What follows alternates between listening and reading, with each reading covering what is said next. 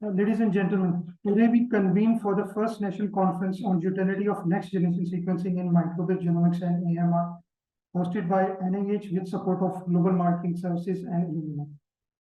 The significance of genomics and NGS in public health cannot be overstated.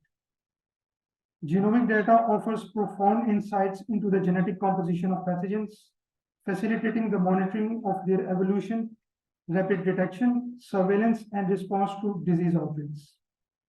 During the COVID-19 pandemic, NGS enabled real-time tracking of variants of concern, variants of interest, and those under monitoring, providing crucial data on significant mutations. This information played a pivotal role in informing global health response strategies and ultimately in control of the disease. While next-generation sequencing has revolutionized microbial genomics and public health, the importance of bioinformatics cannot be ignored.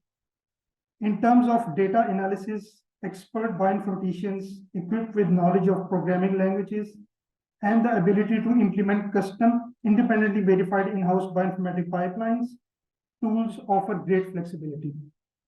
They can tailor the analysis based on specific needs, ensuring accuracy and minimizing false reporting and errors. Pakistan has made significant progress in genomics and NGS during the COVID-19 pandemic.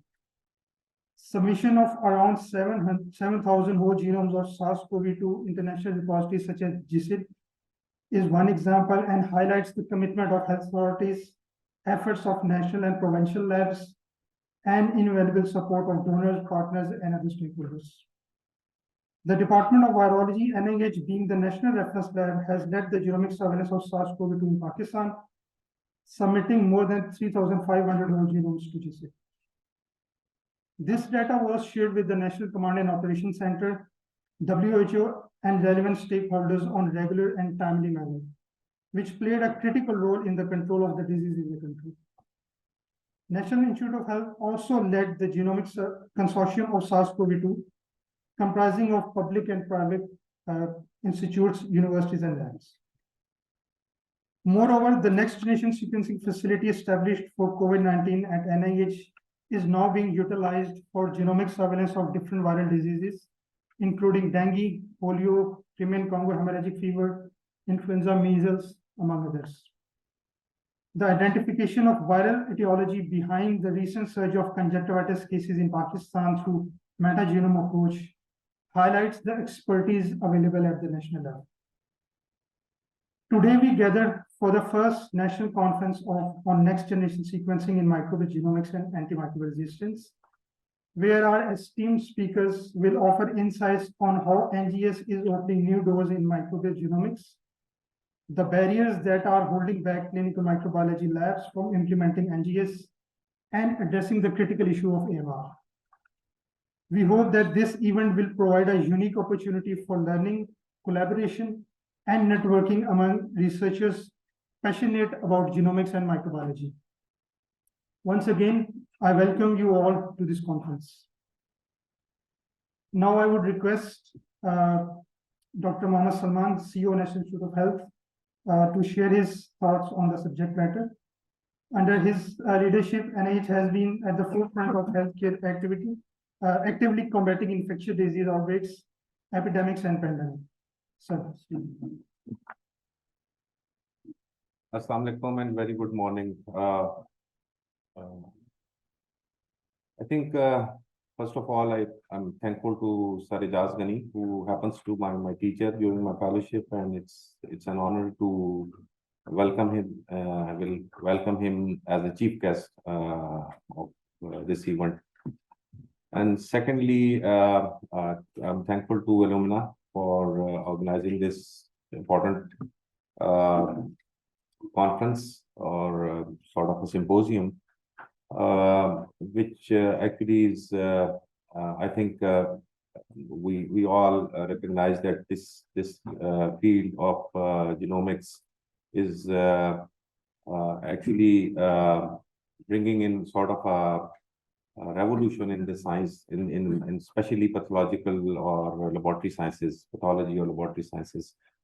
I have actually I will bring in some different concept how I believe that this genomic surveillance or genomics is important in health security.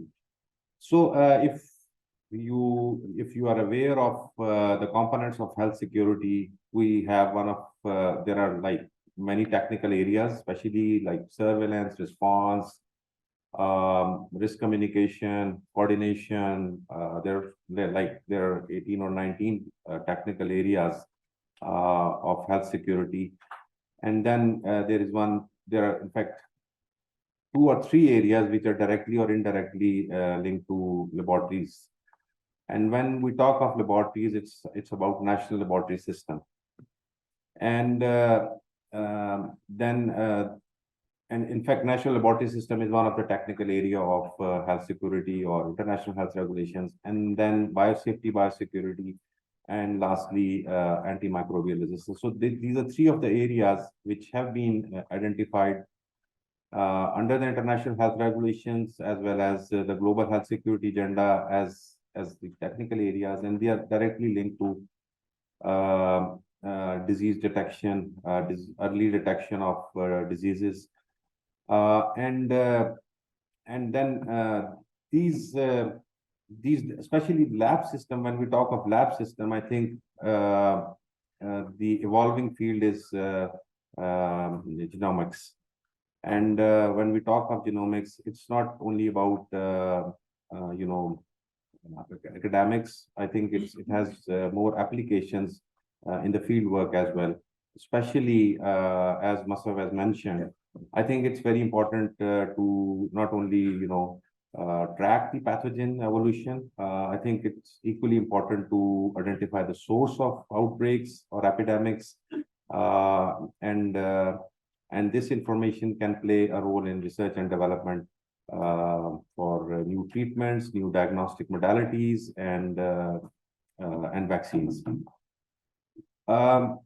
Having said that, I would just like to highlight few of the work we have been doing at NIH, especially since 2009 or 10 when we started doing sequencing for poliovirus. I think probably one of the best example of linking genomic surveillance, especially when I talk of genomic surveillance,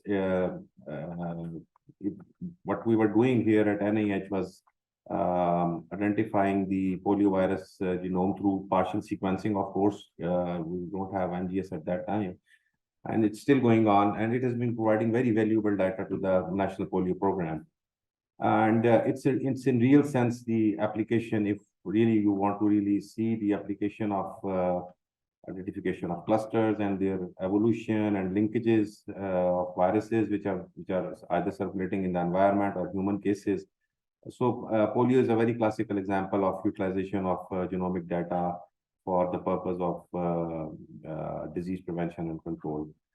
And then before the COVID pandemic, we were fortunate enough to have a next generation sequencing available with us, and Masaf was one of the scientists who got trained in US CDC, and that was the start of our journey to next generation sequencing. And I'm really proud of our team, especially Masaf, led by Masaf, who actually led this process, and we were able to sequence, I think, more than 5,000 for COVID virus, 4,000. More than 4,000 COVID virus whole genome sequences. And then there are certain other viruses, which I'm sure Masif is going to share with you the details today. And the emerging area is the use of this in antimicrobial resistance, which we are working, and we are in process of establishing a National Genomic Surveillance Center here at NIH. The renovation process is going on, and that center will be equipped with obviously a molecular diagnostic lab, then coupled with bioinformatics unit. And we definitely look forward to a well-functioning genomic surveillance center, which would serve as the hub for bioinformatics and genomics in Pakistan. What we foresee, probably this center will be ready by early next year, and this has been developed through the support of US CDC under a cooperative agreement. And we look forward to that. And at the same time, we were able to equip some of our provincial laboratories, especially provincial. We have a network of provincial public health labs. They are still struggling with some HR, but they were provided with diagnostic support for COVID, and then some of the labs were also equipped with next generation sequencing. Especially one lab in Karachi, and then in Khyber Medical University, and one in Lahore, Punjab-based control program. They all serve as the provincial public health lab.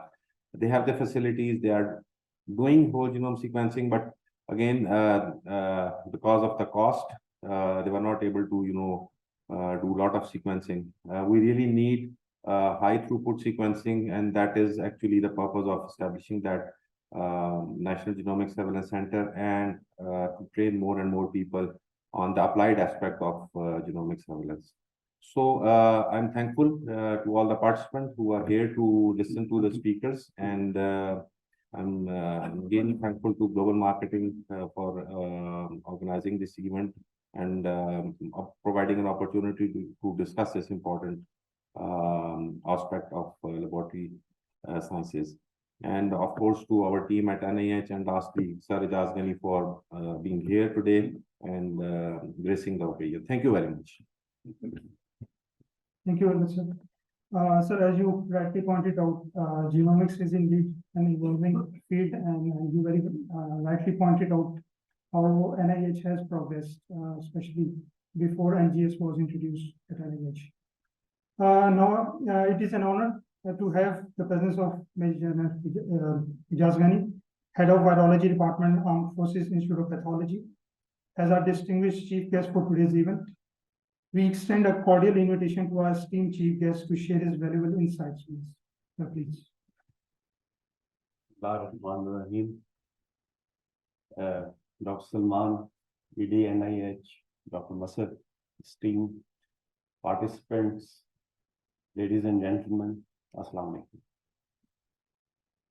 It's really privilege for me to be here today as chief guest. Thank you very much for inviting me. I am deeply honored. Well, NGS is a cutting edge technology, and NGS and some other allied technologies and AI, they have revolutionized healthcare. And I really wonder how the specialities will be oriented in future, because this will all change everything. Well, I see medical students learning medicine in traditional way, the way we started off medicine some 40 years back. So they are actually all following the conventional methods, anatomy, physiology, biochemistry. But at the other end of the landscape, things are totally changing. AI is taking over. And similarly, the NGS, it has actually changed the landscape of healthcare. We have seen the evidence in COVID pandemic, when few new cases of pneumonia emerged in Wuhan, which led to deaths of young people. Initially, the pathogen was not traceable, but then later on they came to conclusion that probably it is a coronavirus. And it is, this coronavirus is different from the existing circulating coronaviruses. And within weeks, they were able to sequence, within couple of weeks, they were able to sequence the pathogen and share this sequence with WHO, CDC, and within another few weeks, the manufacturers were able to make PCR kits for diagnosis. This was all possible because of technology like NGS. Otherwise, it would not have been possible to so rapidly respond to this new emerging infection.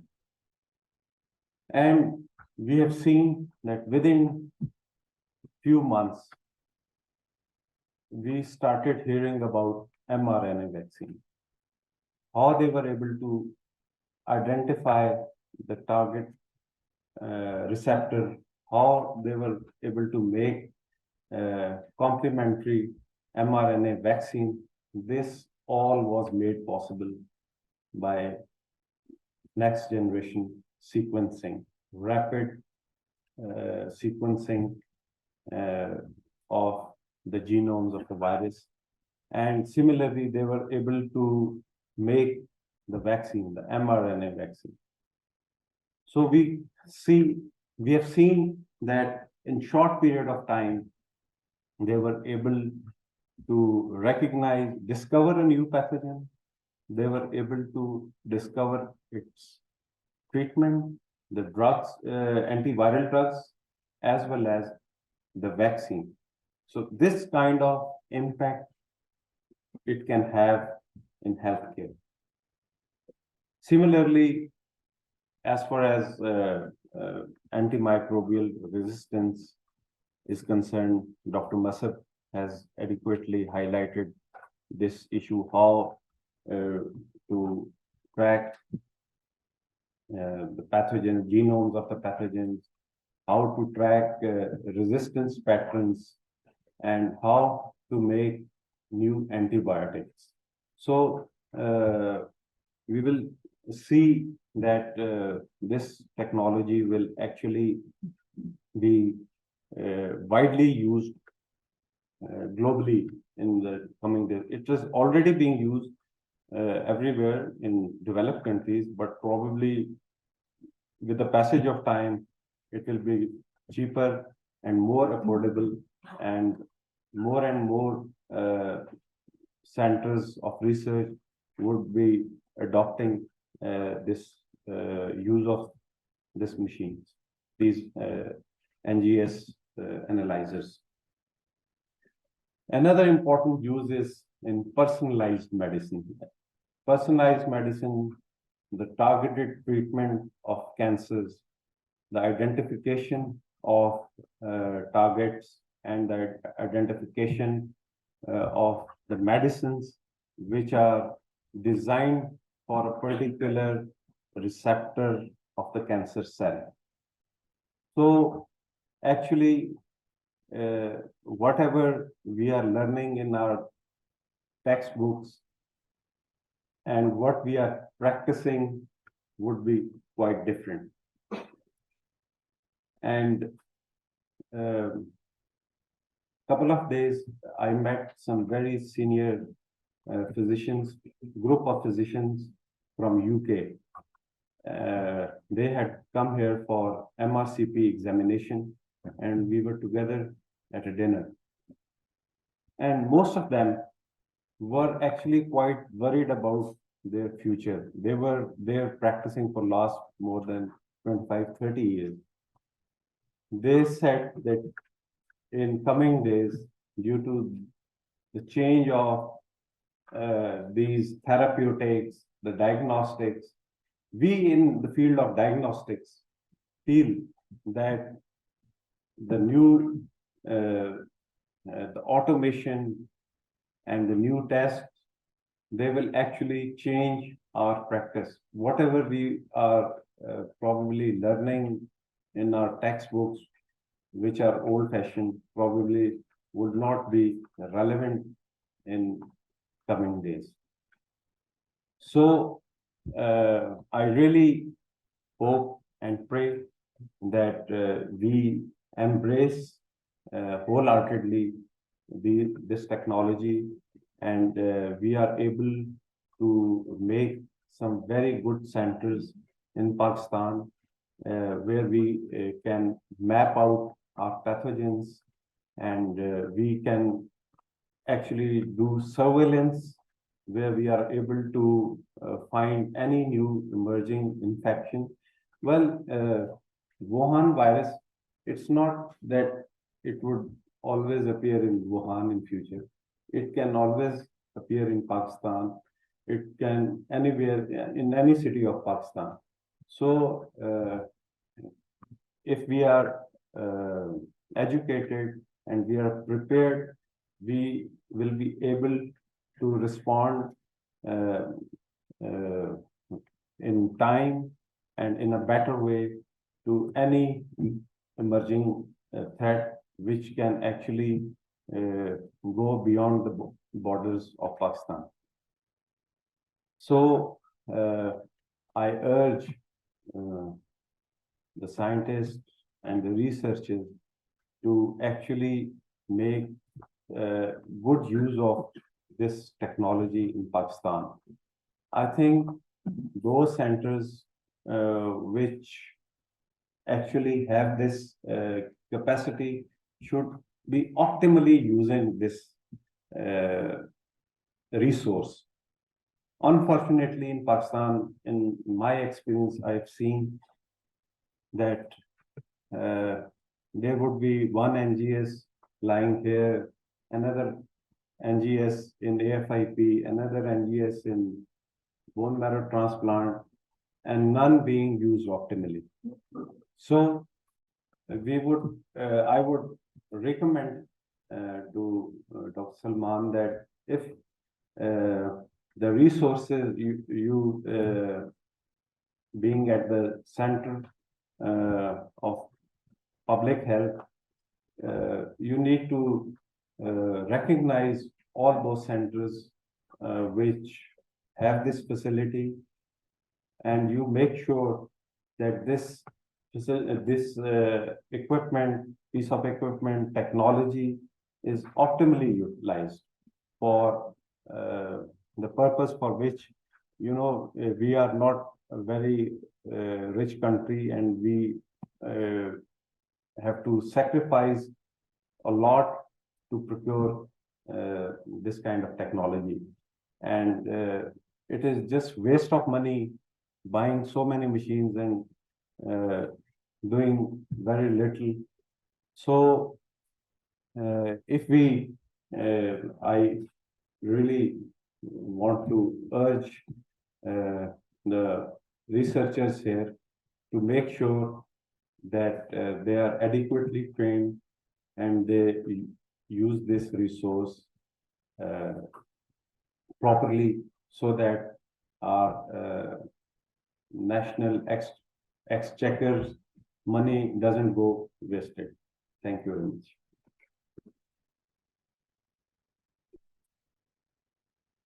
Thank you very much, sir. It's always an honor to have you and to listen to you. Thank you for highlighting the importance of genomic surveillance. I'm sure your recommendation will be thought upon and acted upon. Okay, so I know most of you know me, but just for introduction, I'm working as a senior scientist and officer in charge of virology department at NIH. So today I will give a very brief overview of how next generation sequencing has played a role in genomic surveillance of viral disease in Pakistan, and what is the experience of different labs in our country. Most of this talk will be focused on COVID, but I'll try to highlight some of the work that we have done for other viruses as well. Okay, I think Dr. Salman mentioned about the genomic surveillance and how it has been used in polio program.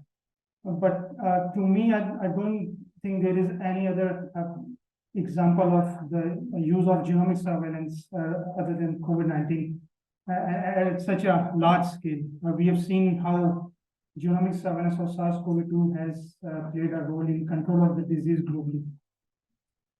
And what genomic surveillance does, not only it helps in the identification of, in understanding the evolution of different pathogens, but this data, it can be used for a number of purposes. Ejaz Ghani mentioned that the role of this sequence data can be used for designing vaccines, for designing diagnostic tools, therapeutics, and for public health interventions.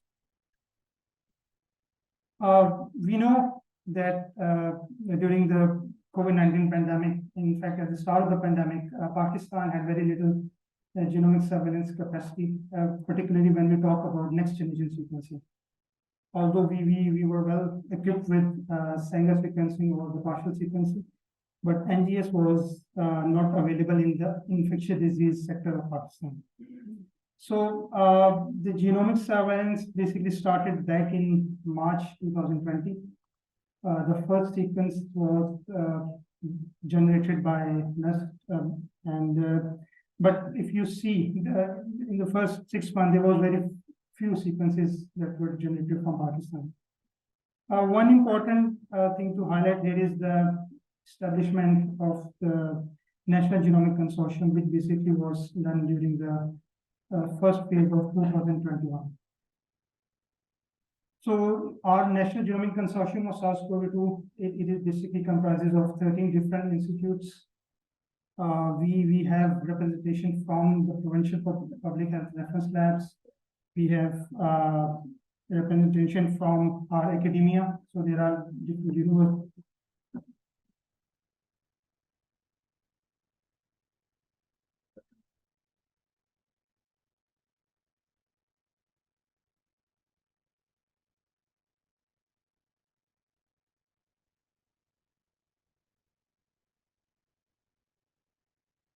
So just highlighting the importance of genomic surveillance in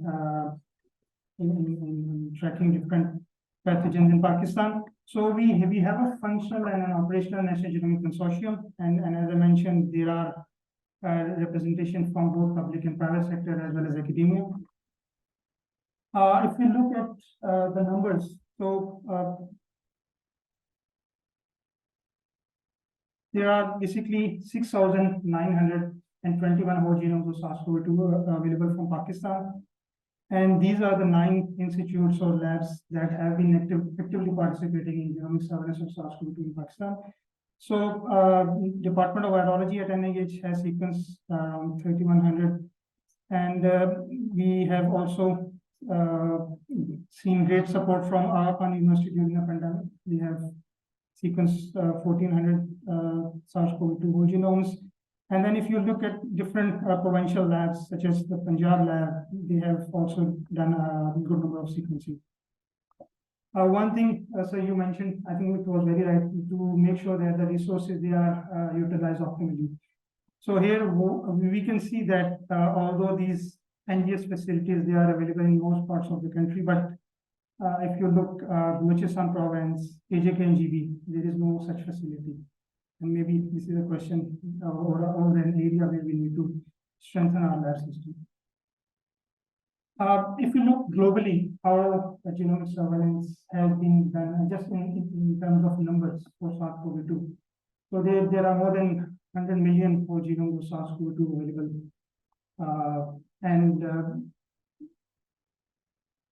Sorry, 10 million. And US has sequenced more than 4.9 million of these. And similarly, you can see UK, because these countries, they had well-established NGS facilities before the pandemic. So obviously they have the resources. So if you look within our region, Pakistan, as I mentioned, we have sequenced close to 7,000 whole genomes. India has sequenced almost to 285,000 whole genomes, and Bangladesh, although a smaller country, both in terms of area and population, they have sequenced more SARS-CoV-2 genomes when compared to Pakistan. But again, things are not that bleak, especially when you look at the progress that has been made in this field of NGS.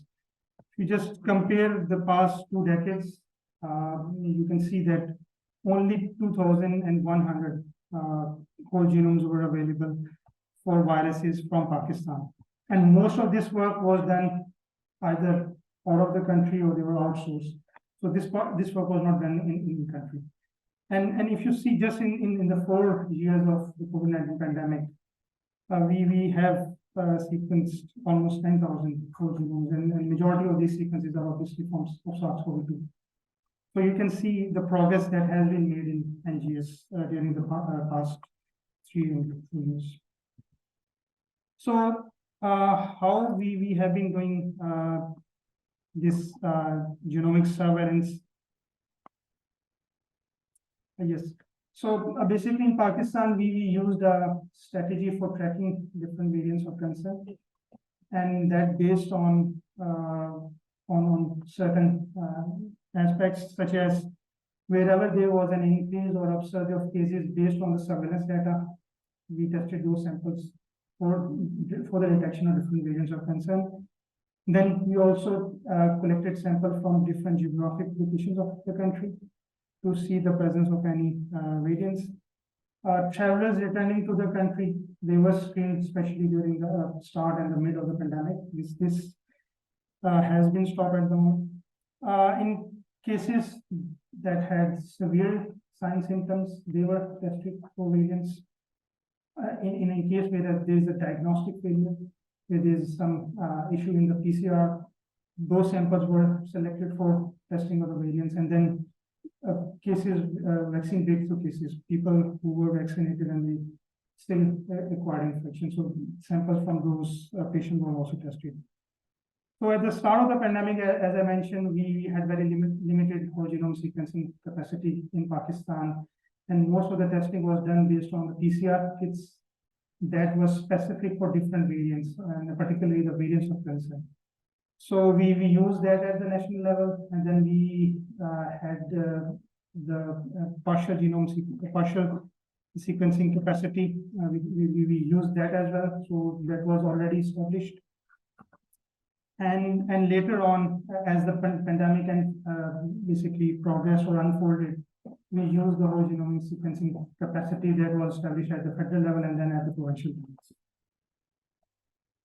So this is an overview of how you can say genomic surveillance of SARS-CoV-2 has progressed during the 6 waves of SARS-CoV-2 in Pakistan.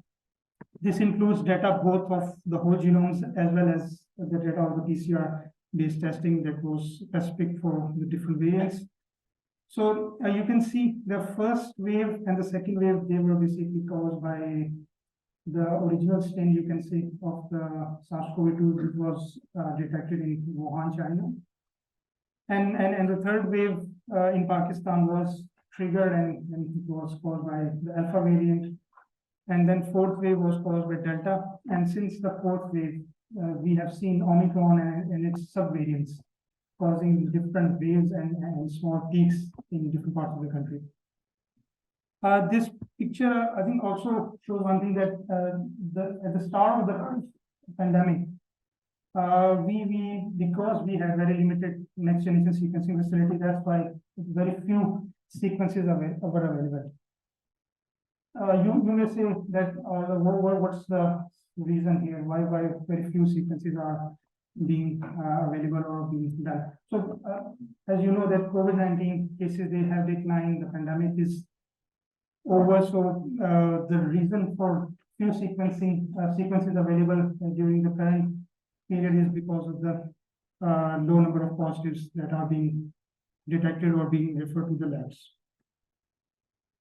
So as Dr. Saman mentioned, we started NGS sequencing, or you can say establishment of NGS back in May 2020. Was fortunate to be part of a training that and with the support of CDC, we received next generation sequencing equipment, IC from Illumina, and we started doing whole genome sequencing in May 2020.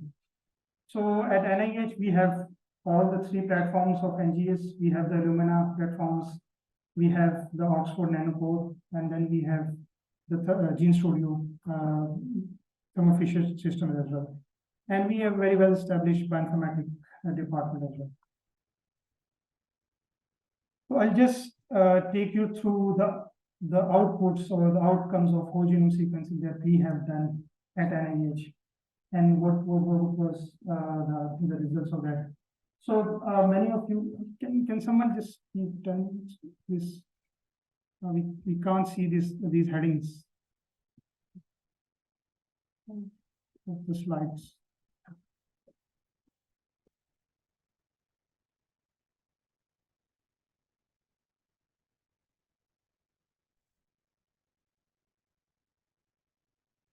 Thank you. So many of you may not know that the first variant of SARS-CoV-2 was not the alpha variant, but it was a variant which was called the G614 variant. And this happened due to a mutation in the spike protein at 614 position of the Wuhan strain, you can see, that caused an amino acid change. And this amino acid change led to increased transmissibility of that variant. So this was the first variant. It was initially detected back in March 2020 in Europe, and it later spread to other parts of the world. You can see that before March, this G614 variant was just present in 10% of the samples that were sequenced. And within a couple of months, it increased to 78%. So we at NIH, using our next generation sequencing facility, using our Illumina systems, we sequenced 3 samples that were turned out to be the G614 variant. And these samples were collected in June 2020, the time when our first wave was at the peak. Unfortunately, we had very limited sequencing facility at that time, so we were unable to do additional sequencing, but our hypothesis was that the first wave, especially the peak, was due to this G614 variant in Pakistan.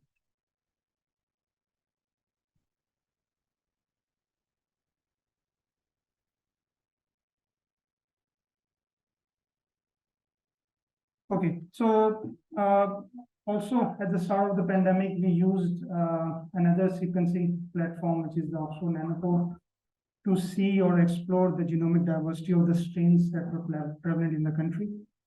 And through NGS, we found B1.1.250 and B1.2.61.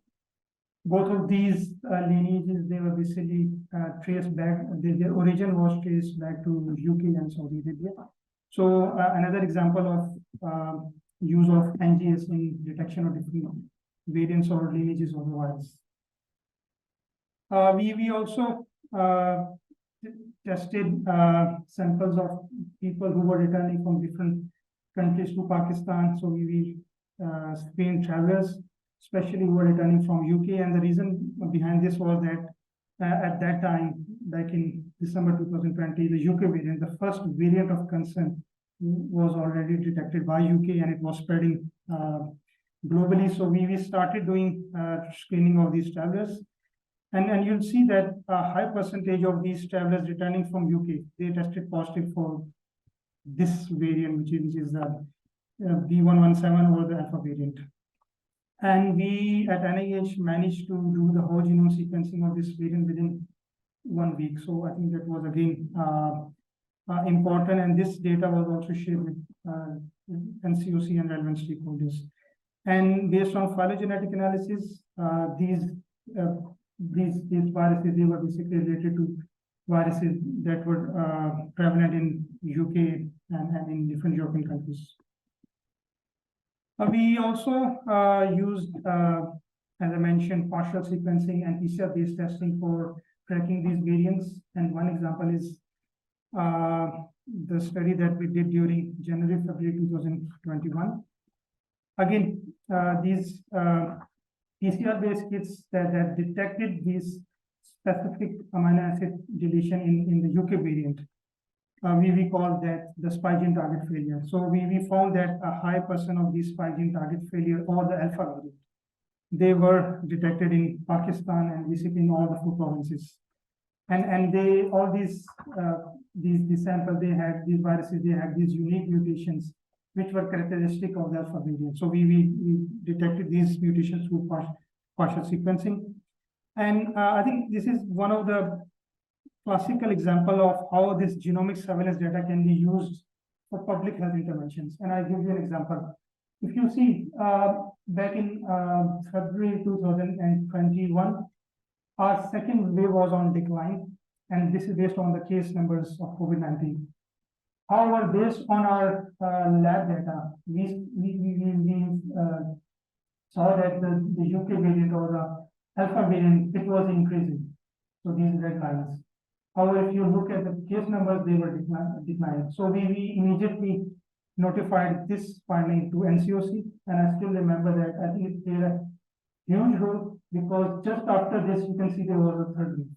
And this gave time to our health authorities to take different measures to control this virus.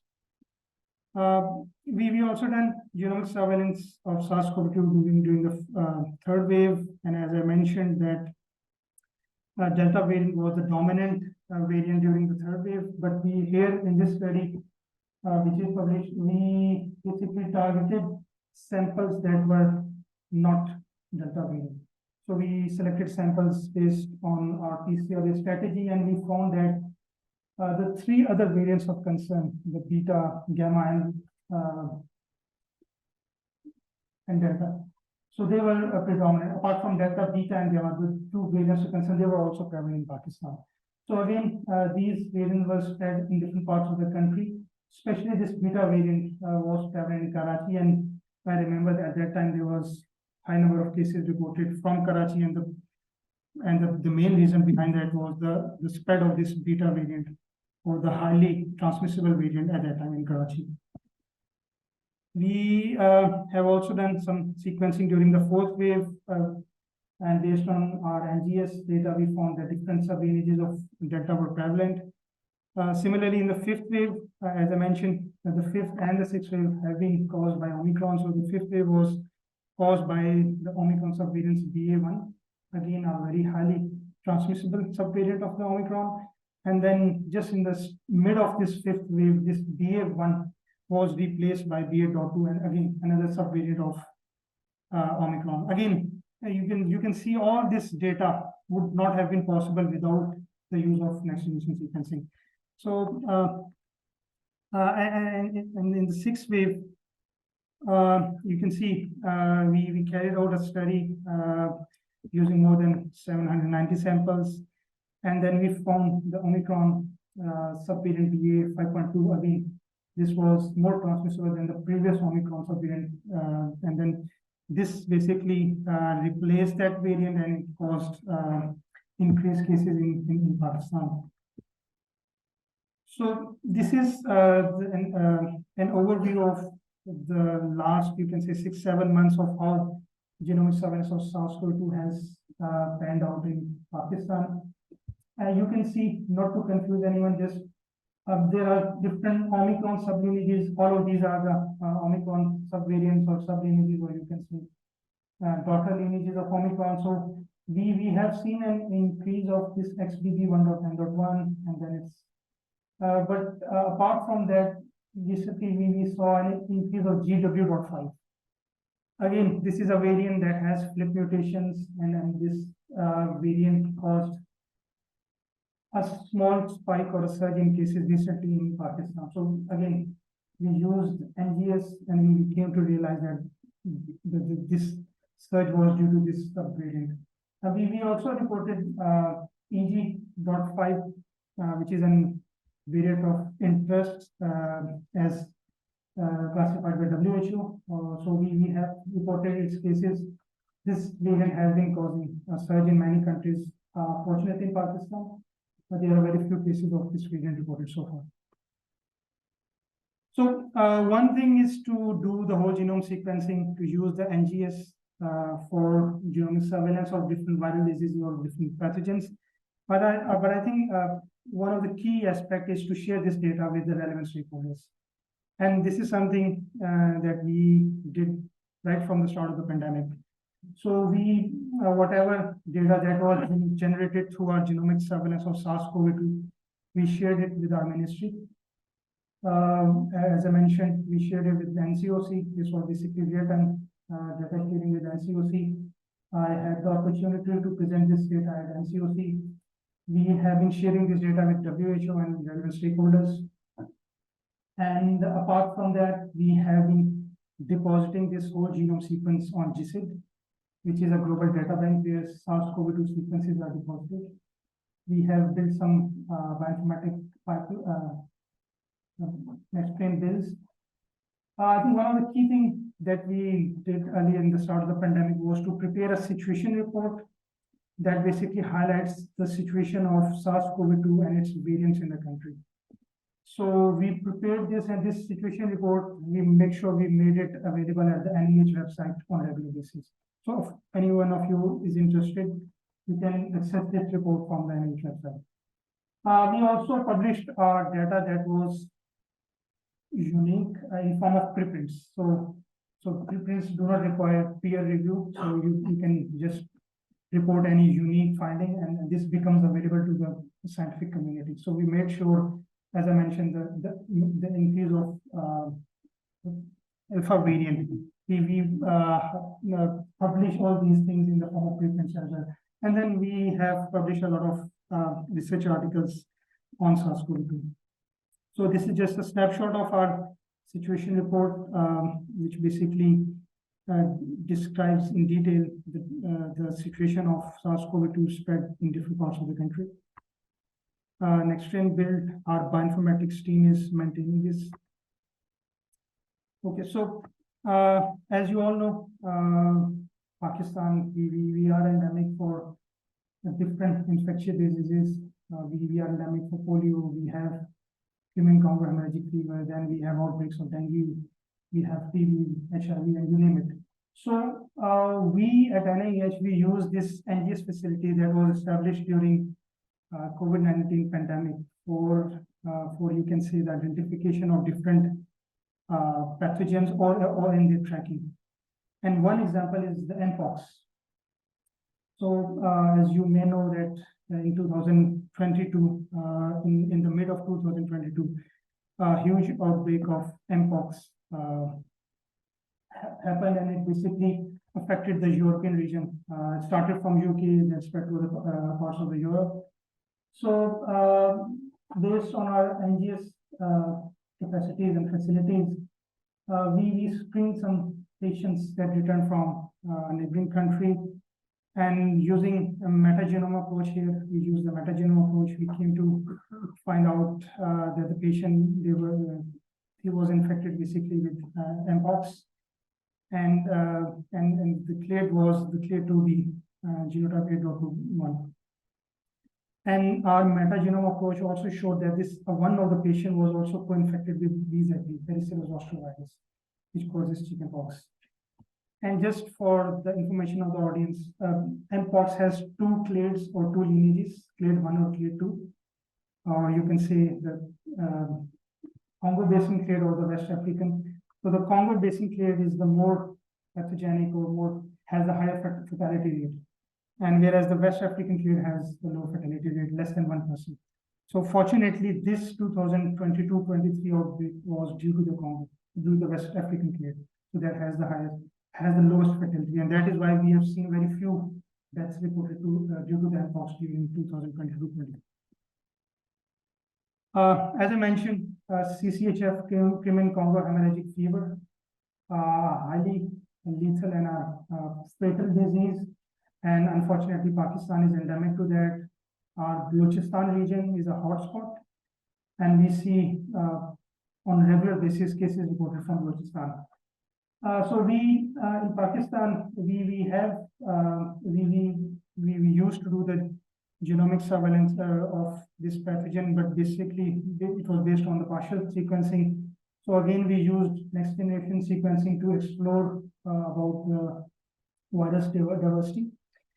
And during the samples collecting between 2017 and 2020, so we basically sequenced around 36 whole genomes of Crimean Congo hemorrhagic fever virus. Again, this work has not been done previously from Pakistan. Again, and our sequencing data showed that although the main lineage was the Asia one, which was prevalent previously as well, but we also found some reassortments. So mixing of other virus lineages of the virus, such as Africa 2, which is not found previously from Pakistan. So again, this highlights the importance of whole genome sequencing. Doing the whole genome of a pathogen, it provides a lot of information. So,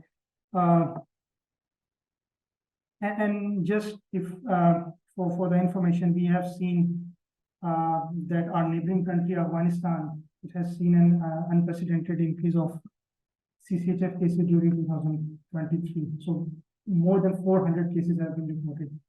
And considering the fact that there is movement of people and animal across the border, I think again here it is important that we remain vigilant, and our lab system, they have the requisite expertise, in particular the whole genome sequencing.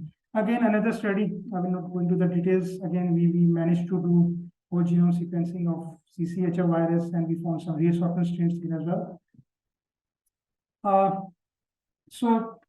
We know that Pakistan is one of the top 5 countries where gastroenteritis burden is the highest in children, particularly children less than 5 years of age. We have a very well-established rotavirus surveillance network. We have sentinel sites, and we do surveillance of rotavirus A, but there is no surveillance of norovirus or sepovirus, which also cause acute gastroenteritis in pediatric population. So we again use next generation sequencing. This is not a molecular epidemiology study. We just selected very few samples and used a metagenome approach, and we came to realize we found basically a co-infection of norovirus and sepovirus in a child under 2 years of age. Again, this was again a unique finding, and from a national perspective, rotavirus vaccine was introduced in a national immunization plan program back in 2017. And we have seen globally where this rotavirus vaccine has been introduced, there has been a decline in acute gastroenteritis cases due to rotavirus. However, there has been an increase of norovirus or other viral. But I think this is another area where we need to strengthen our surveillance, and we need to look for these viruses such as norovirus. Mumps, again, just last year we had a huge outbreak of mumps in Pakistan. More than 20,000 cases were reported. And in 2023, the first 2 months, around 4,000 cases, more than 4,000 cases were reported. But again, for mumps, there is no sequence data available from Pakistan. So we tried to explore what's the lineage or what's the type of mumps virus that has caused this outbreak in Pakistan. Again, we used whole genome sequencing, and our sequencing data showed that the mumps outbreak in Pakistan was caused by the genotype G. Although this is the most prevalent genotype of mumps, so it was not new, but interesting finding of our study here was that our strains, they were highly similar, or they showed high homology with strains of from United States, such as the Iowa or the Sheffield, and these strains caused a huge outbreak of mumps in US, and this was after vaccine introduction. So the fact that our virus was highly similar to this, and this was obviously revealed through whole genome sequencing. So it again highlights the importance of NGS. So again, I think from national point of view, one recommendation would be to introduce the mumps vaccine in our national immunization plan. We have introduced the rubella vaccine along with the measles, but I think it's time we start thinking towards that. Dengue, again, a major problem for Pakistan, especially during monsoon and post-monsoon season. So we also, and genomic data of this virus is also very limited from Pakistan. So we did some whole genome sequencing of dengue strains from 2023, and we found that different types or subtypes of this variant was circulating in the country. And I think lastly, and very importantly, we all know that Pakistan has seen or has suffered through a huge, or is still suffering from a huge caseload or a surge of conjunctivitis cases, or we normally call the pink eye. And this surge is also seen in our neighboring countries, India and Vietnam and some other countries. But for us, we know that conjunctivitis can be caused by bacteria, by viral, as well as allergic reasons. But our surge this year was, we were unaware of the etiology of this surge. So again, we used metagenomic approach here, and we found out that this outbreak was due to a virus, which is a Coxsackie A24 variant. Again, this variant has been associated with acute hemorrhagic conjunctivitis outbreaks globally. So again, thanks to NGS and through this technique, we came to find out the cause behind this surge in Pakistan. And interestingly, our sequences or this virus was highly similar to the Coxsackie virus, which has been sequenced and deposited from China back in June 2023. So it highlights some sort of epidemiological link between these countries, most probably. So just to, I think, summarize, we at the national level, apart from doing genomic surveillance for different viral diseases, we as a consortium of SARS-CoV-2, we also developed a national genomic surveillance strategy for priority pathogens of Pakistan. And this document is basically based on the WHO Global Genomic Surveillance Strategy for pandemic and epidemic pathogens. So we use that. We involved our different institutes that are part of our national genomic consortium. And we have developed this important document, I would say. And this, and I don't think so many countries have this at the moment. Again, I think another example of collaboration and coordination between the different labs. So this, again, document is available on the NIH website. If anyone is interested, they can access it. So lastly, I will just go through the challenges. What are the challenges that we face in surveillance of different pathogens, especially the viral diseases? So sustainability is one of the, I think, major challenge, especially due to the high cost that is associated with next generation sequencing. So I think this is a major challenge. Sir Ejaz Ghani mentioned that we need to make sure that there is coordination between the different institutes, so there is not wastage of resources. I think I will add here, this is another area that is a challenge. We need to make sure there is coordination or linkage between different labs that have the genomic sequencing facilities. Shortage of human resource. Again, we have very limited bioinformatic experts at the national level. Procurement is sometimes a challenge due to the short lag times and short expiry dates. Procurement of these reagents. Then sample shipment, especially from remote areas to the reference labs, can be challenging, and it particularly affects the nucleic acid or degrades the nucleic acid of the pathogen. And then, as I mentioned, there is limited coordination, especially between our national laboratory network and the academia. Dr. Ansel, so you are here. I think this is one area where we need to strengthen our linkages. I don't remember the academia or the national lab coordinating very effectively during the pandemic. So I think this is one area where we need to work on. And lastly, way forward will be to political commitment. I always highlight it wherever I go. NGS is an expensive technology, and to do genomic surveillance of different diseases, you need political commitment. You need commitment from the top hierarchy. We need to strengthen our national laboratory network. I mentioned we have now this facility in our provinces, but Balochistan, AJKGB, they don't have this. So we need to start strengthening these regions so that they have this facility there. And then again, allocation of funds for NGS is a challenge, and something that we need to do. And then we need to develop linkages with academia and so in the last, I would like to acknowledge and thank different partners, donors that have supported NIH in genomic surveillance for SARS-CoV-2 and other diseases, such as UKHSA, CDC, Bill and Melinda Gates, WHO, and most importantly, Ministry of Health. I remember I advocated at the start of the pandemic to our Minister of Health. At that time, he was Dr. Faisal Sultan. So I advocated the importance of genomic surveillance and the need of establishing this system. And I think he was very understanding, and he understood this very immediately. And he provided a huge grant to NIH, and we are still using that grant. So it's important that our ministry, they have the they have the support. And lastly, I would like to thank our team. I think we have a small team. They have played a key role in genomic surveillance.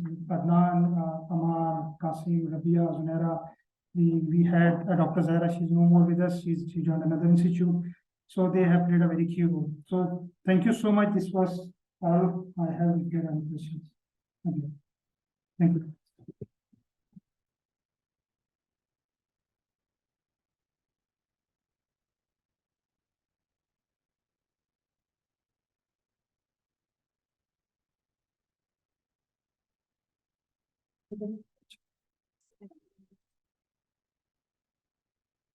No questions? Thank you so much for the talk.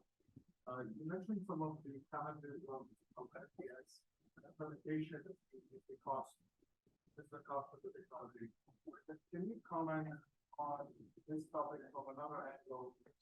And just trying to see if you can comment on how implementing NGS can actually provide savings to the overall healthcare front, reducing the healthcare burden, the financial burden as a result of controlling the spread of outbreaks, reducing the number of daily patients, reducing the number of treatments that the company provided before an AMR is identified. From your experience, do you see this as relevant to Pakistan?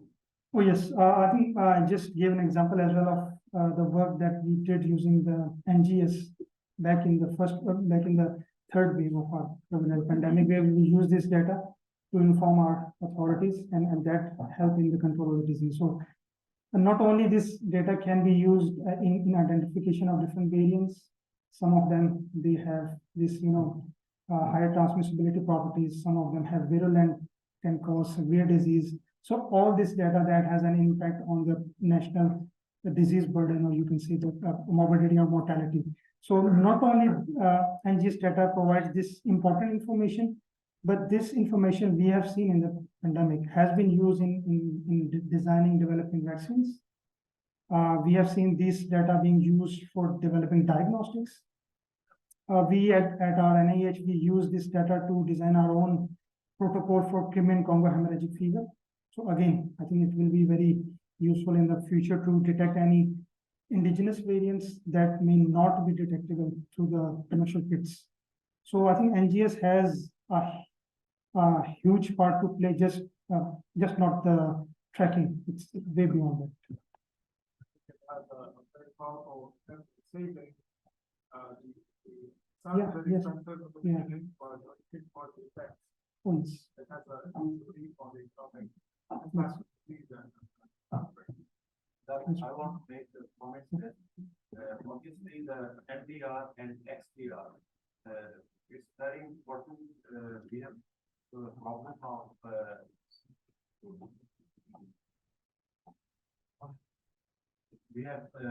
this huge problem of extensive use of antibiotics. Antibiotics are sold by chemists without prescription, and if we are not closely monitoring resistant patterns, we will end up spreading resistant bugs to not only within the country but even abroad. So it's important to monitor resistant pattern of highly pathogens and take infection prevention for patients. It will definitely save us a lot of money if we are able to control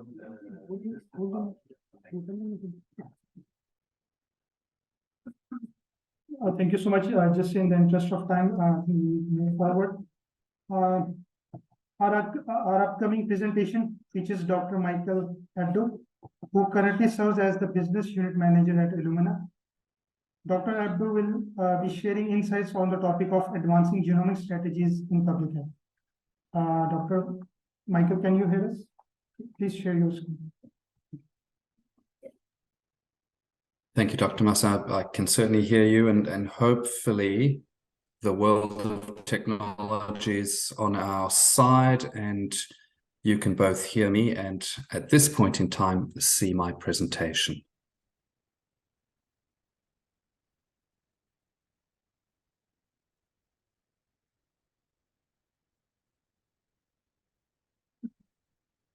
If someone can confirm that you can both hear me and see the presentation, I can then start.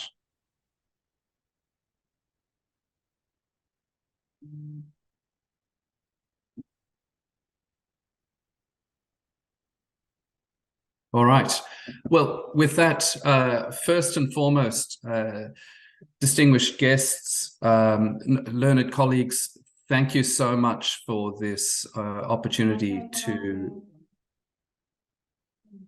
I beg your pardon?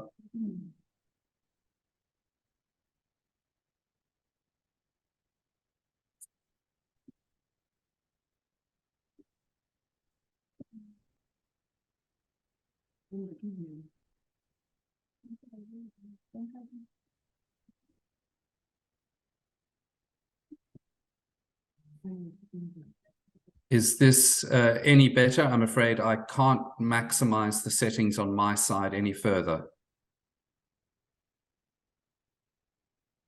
Yes, we can hear you. Please continue. All right. Well, as I was mentioning, distinguished guests, learned colleagues, thank you so much for this opportunity to speak with you today. I am, of course, very sorry that I can't be there in person, and allowing for technology as such, please do interrupt me if at any point the audio or the video lets us down.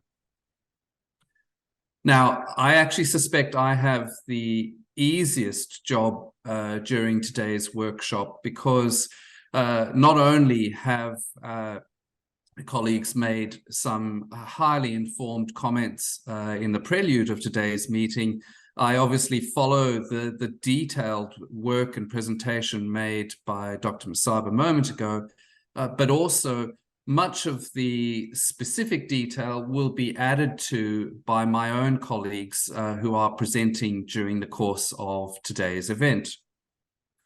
However, what I would like to do is to use this opportunity to actually zoom out a little bit and consider the context in which genomics now plays in disease management, but then also the context of where that technology is at in terms of its own evolution. Hopefully, this will then inform questions that you might have of the detail that comes in the rest of today's agenda.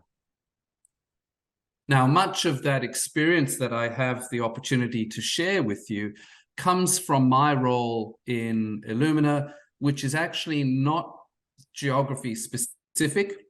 I am speaking to you from my home in Australia, but my work takes me anywhere from South Africa, in which I was born, to Japan, all of which covers a vast array of economies, a vast array of public health strategies. And since we are in parallel to the Cricket World Cup, I should just point out that I still support South Africa. Now, Dr. Masab alluded to and utilized the example of SARS-CoV in his presentation. And it would be remiss of me not to leverage such a very recent precedent to start and to frame my own presentation, but specifically to frame it in regards to the leverage and the use of sequencing that enabled the world to rapidly identify the COVID variant and develop diagnostic tools and therapeutics in the form of vaccines to control and manage the disease globally.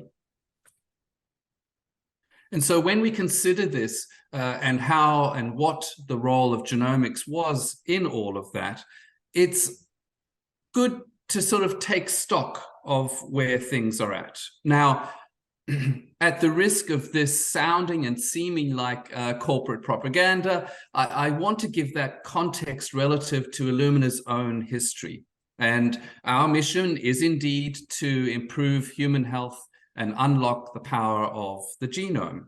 Now, that mission is something that has actually started relatively recently. And whilst one can look at all the corporate details on this slide, the thing that I actually want to draw your attention to is on the bottom right-hand corner of the slide, where you will note that in this year, Illumina turns but 25 years old. A relative teenager in the world of human health, disease management, and the likes. Now, if we put that on a timeline that also includes the evolution of the technology, you can see that from the far left of screen, which is our inauguration in April of 1998, through to the far right of screen in today's world, we have a number of technical advancements that have migrated from both microarrays to sequencing technologies, but then also driven an incredible change and evolution in the access to their technology and indeed the price of accessing that technology. As we move across that timeline to the right of screen, you will obviously be acutely aware of the emergence of the COVID-19 variant in January of 2020, and then the 3 years following in which genomics played a role in managing that disease. Now, if we look more closely at that, in the management of most diseases, we have a number of global organizations, and whilst Illumina plays its part, the reality is organizations like the World Health Organization have a more primary role in that. Now, their common practice is to issue disease outbreak news, or DONs, which are published and relate to confirmed or potential public health events the world over. Now, these events really come about or register significance if they are of unknown cause with significant or potential international health and may affect international travel and trade, so directly sovereign security, might represent a known cause which has demonstrated the ability to cause serious public health impact and spread internationally. And then, of course, represents something which is of high public concern, which might lead to disruption of required public health interventions, and again, might disrupt international travel or trade. Now, if you were to go to the WHO website and look for DONs just of this year, bearing in mind that we are only in October, there have actually been more than 60 notices issued across a broad range of pathogens, those that we would suspect, dengue, malaria, and otherwise, but then those that we might not suspect, like Ebola, and across a broad range of geographies. Again, those that we might expect in low to middle income countries, but then also influenza A notices as recently as August in the United States, Legionnaires in Europe, and the likes. So really, the point is that quite simply, no geography, no country is immune from an emerging threat. And that's perhaps ever more so as we deal with climate change, as we deal with increased urbanization and destruction of natural habitats. Now, that in itself is not new. We might think 60 events just in the last 9 months seems rather acute. But the reality is, and this graphic attempts to illustrate that, there have been thousands of outbreaks of human infection since 1980, which is when records really began. Now, the frequency of those outbreaks reoccurring is increasing. And by and large, they are restricted to a country. But increasingly, as passage of people and goods becomes easier, becomes more accessible to most, the likelihood that that becomes a global pandemic, as we experienced during COVID-19, is ever more increased. And so if we return to that timeline and try to put some context in regards to where we stand in our appreciation of that risk, in our leverage of the technology, I've attempted to do so on the same screen here. Now, on the far right on this occasion, you will see in blue some of the recent genomics, molecular genetic advancements that have happened in the last 40 to 70 odd years. If we think to Illumina's history, remembering we celebrated our 25th anniversary, much of what we offer as a company is based upon the invention of PCR, or polymerase chain reaction, which is as old, in fact, it's younger than me, having been invented in 1985. If we cast our minds a little bit further back, the structure of DNA, which also informs greatly our management now and definitely into the future, was only identified or disclosed in the mid-50s. Now, man is generally recognized to have left traces on this earth from anywhere between 2 million to 6 million years ago. And that alone gives quite a significant amount of variation to host response. And accordingly, you can imagine a significant reliance on understanding host genomics to support any therapeutics, to manage any outbreaks and susceptibility and the likes. But then the very thing that represents the threat, the earliest forms of life on this planet, the microbes and the likes, had a slightly greater head start even on man. And it's commonly it is commonly accepted that the earliest life forms on Earth, which were microbes, could date back to around 3.5 to 4 billion years.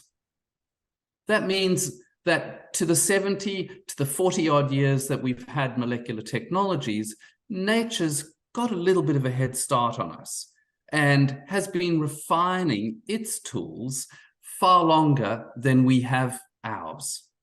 And so if there is anything to be taken from that timeline and that story, it's really that we have an opportunity now to leverage our genomic technology for improved health outcomes, but that we are really only dealing with the tip of the iceberg. And really, this represents an opportunity.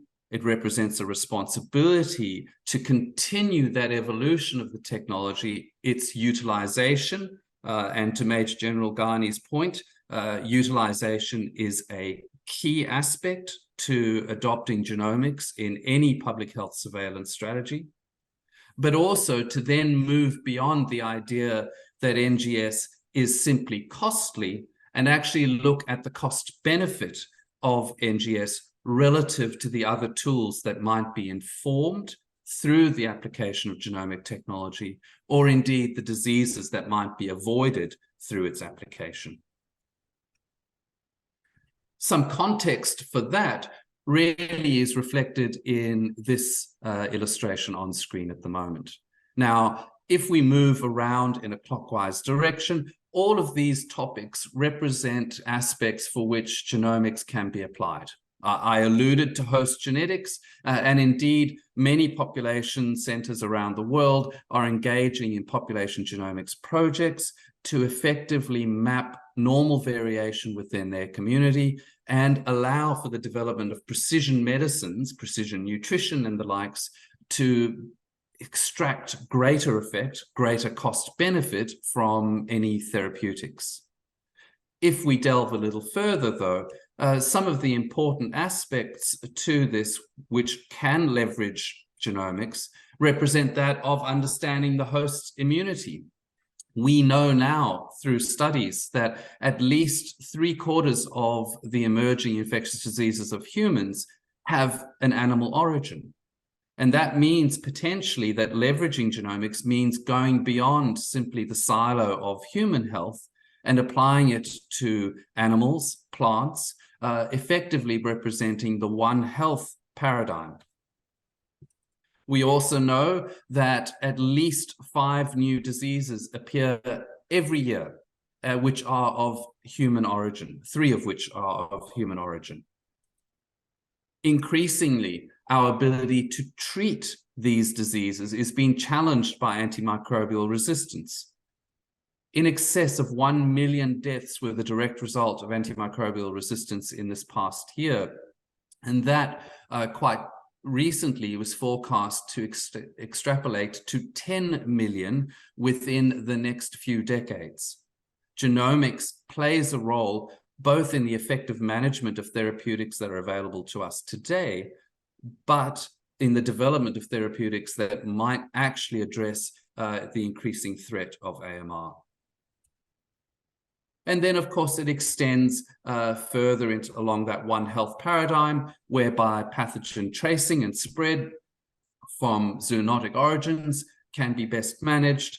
And, of course, potential bioterrorist use, so more nefarious use of pathogens and the likes is also attributed largely to zoonotic pathogens. All of these aspects being addressed in some part through NGS. Whilst the final solution might not rely on NGS, certainly NGS itself has an important part to play. And so for the balance of my presentation in the next few minutes, really what I'd like to do is then provide context to some of the aspects of that technology.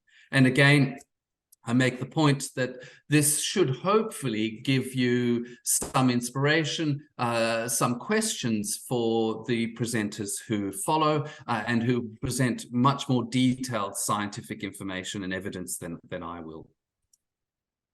Now, from our perspective, and indeed others, the value of genomic surveillance in response to any disease outbreak is really around the allocation of resources, preparation and response to emergency, so effectively the effectiveness of anything we do, the acceleration of any development of therapeutics and diagnostics, and then the prevention being a far more effective solution than cure. If we look at that to a more localized level, when we think nationally, the monitoring of emerging and emergence of important strains, monitoring of trends and interventions such as vaccinations is critical to addressing that national security. And indeed, much of the evidence of Dr. Prasad really pointed to the value of that and what was done in Pakistan over the last few years.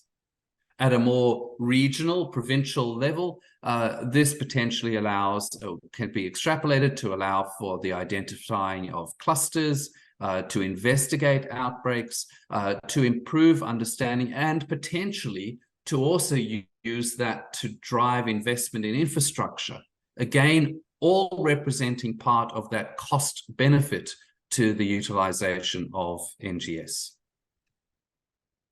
If we then specifically zero in on NGS within managing outbreak response, we can see that for COVID-19, we were able to identify outbreaks, specific clusters, specific variants, and the emergence of those strains as they moved globally. Importantly, however, the bottom 2 points, I think, talk about or reference some of the key cost benefit to implementing NGS.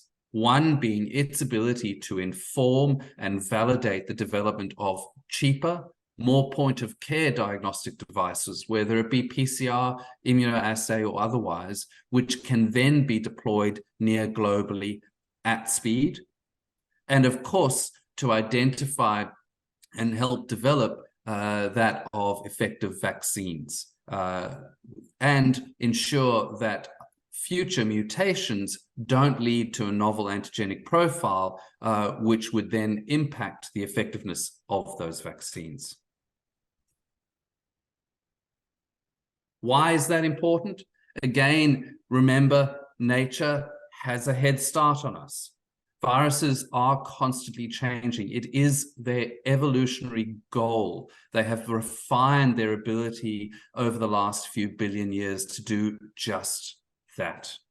Now, a variant which has one or more mutations can differentiate it from others and might infer a selective advantage. And hence, the demonstration of multiple variants of SARS-CoV-2 documented globally over the last few years. Countries and their response to the evolution of such variants was hopefully informed by genomics in a positive light. And indeed, we would hope if we learned any lessons, it's that this dissemination of information is actually something that should be used in a positive light as opposed to a negative light. And I'm sure the experience of South Africa with the reveal or identification of the Omicron variant is a very good point in case. Now, the emergence of novel virus lineages, such as the Alpha and Delta, can in fact impact PCR performance, those cheaper, more readily deployable diagnostics that I mentioned previously. And so we know again from the example of COVID-19 that at around 2021, the main variant of concern was that of Alpha, but in the UK, they identified a further variant. And so within a couple of months, Delta Plus, which was a mixture of mutations first identified in India and South Africa, started to colonize globally. And indeed, these variants impacted the performance of the available PCRs, PCR diagnostics that had been designed up to that point. Now, when we look at the broader landscape, sequencing is needed to help manage the pandemic of COVID-19, but also future pandemics. It is generally accepted that a sequencing rate of at least 20 per 100,000 populations, that's 20 genomes per 100,000 of populations, is the minimum amount of information required to facilitate diagnostic development, to contribute to vaccine evolution and development and the likes. Now, noting that the data for Johns Hopkins both ceased to be updated in March of this year, and indeed the screenshot which I'm sharing is, I guess, a window back in time. In July of 2021, at that point, we had about 191 million cases. Through to this year, updated data, we have almost 700 million cases. And as a consequence, we've almost achieved the grim statistic of almost 7 million deaths. Now, the positive side, if there is to be such, is that in that time, we have now issued in excess of 13.5 billion doses of vaccines, which were developed in an unprecedentedly short period of time. Sorry, that was a bit of a tongue twister. Now, to show the role and to demonstrate the role that NGS plays in all of this, I note from the earlier comments that Pakistan itself contributed 7,000 whole genome sequences to databases like GISAID. That total number is now standing at almost 16 million submissions. The value of that data can't actually be portrayed or shared in a mere number and the likes. And certainly someone who has benefited from the receipt of a vaccine, which is and should be most of us in the room today, might not appreciate the effort and the value of that NGS data. Accordingly, we shouldn't forget the benefits, the involvement of NGS in the COVID-19 pandemic. And we should now be considering beyond COVID how we utilize this increased capacity, the learnings from the last 3 years, to inform and enable us to address both endemic diseases and emerging threats. Why do we need more sequencing? Well, we need to more readily detect variants of concern. It's important to understand the prevalence of those variants and the transmission throughout communities rapidly. But, and this is the reality check or the sanity check, depending on your perspective, the reality is that many labs are not sequencing more and are not even sequencing anymore.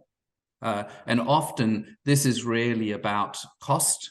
Often it's really about having poorly evolved infrastructure to ensure that the samples were rapidly collected, funding available to process those samples, and mechanism to disseminate the information. And so what's really needed beyond COVID is to ensure that surveillance networks like those proposed in the seminal paper presented by Dr. Masab, and in fact the activities of the CDC, the Jews Initiative, or the Pakistan Vision 2025, really all of that is about establishing a surveillance network, leveraging sequencing, but potentially being pathogen agnostic. And really, this is where I'll lead to the conclusion of my talk as we look to scenarios whereby, yes, we use COVID as the example, but we look to other pathogens and leverage NGS in that context. Now, the phases of NGS use during the COVID pandemic really evolved from discovery on the far left, through to detection and demonstration of known variants during the bulk or the core of the pandemic, through to the, through to the surveillance of known pathogens and variants, either by NGS or other methods like PCR. Now, what that meant from an Illumina perspective is during that pandemic, Illumina supported an additional installation of more than 500 systems for COVID surveillance. Now, those systems contributed, or utilized, I should say, firstly, in excess of 6 million COVID-seq library preparation reactions, and contributed in excess of 3 million viral sequences to centralized databases like GISAID. To give that acute context, that represents about 20,000 genomes per week for the 3 years of the pandemic. An unprecedented volume of information that allowed us to develop vaccines very effectively, very quickly. And so with that in mind, the question then gets asked, why don't we apply it to similar effect against endemic diseases, whether it be TB, or emerging threats or acute outbreaks, whether it be dengue or other pathogens? And indeed, when one looks at the specifics of the assay offered by Illumina, one can see that over and above those opportunities to classify through other technologies, all variants were covered with the COVID-seq and Illumina and NGS sequencing. And this really reinforces the comments made by Dr. Masab during his presentation a moment ago. Now, to provide context, NGS can often be viewed as something that is overly complicated, time-consuming, and dare I say it, expensive. The reality is that we view sequencing as a process that involves but 4 steps.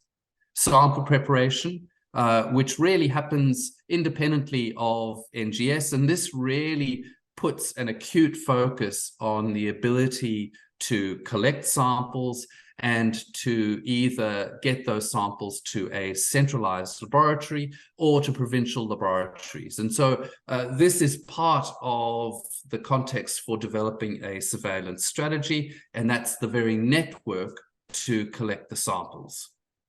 Thereafter, the NGS process starts with library preparation, which is effectively preparing those samples to be loaded on the sequencer, I beg your pardon, sequencing being the third component of the workflow, and then the final component being that of the data analysis, whereby one can actually identify presence or absence, specific variants, beg your pardon, evolution, and of course, submit that data to shared repositories, be it national networks or international networks.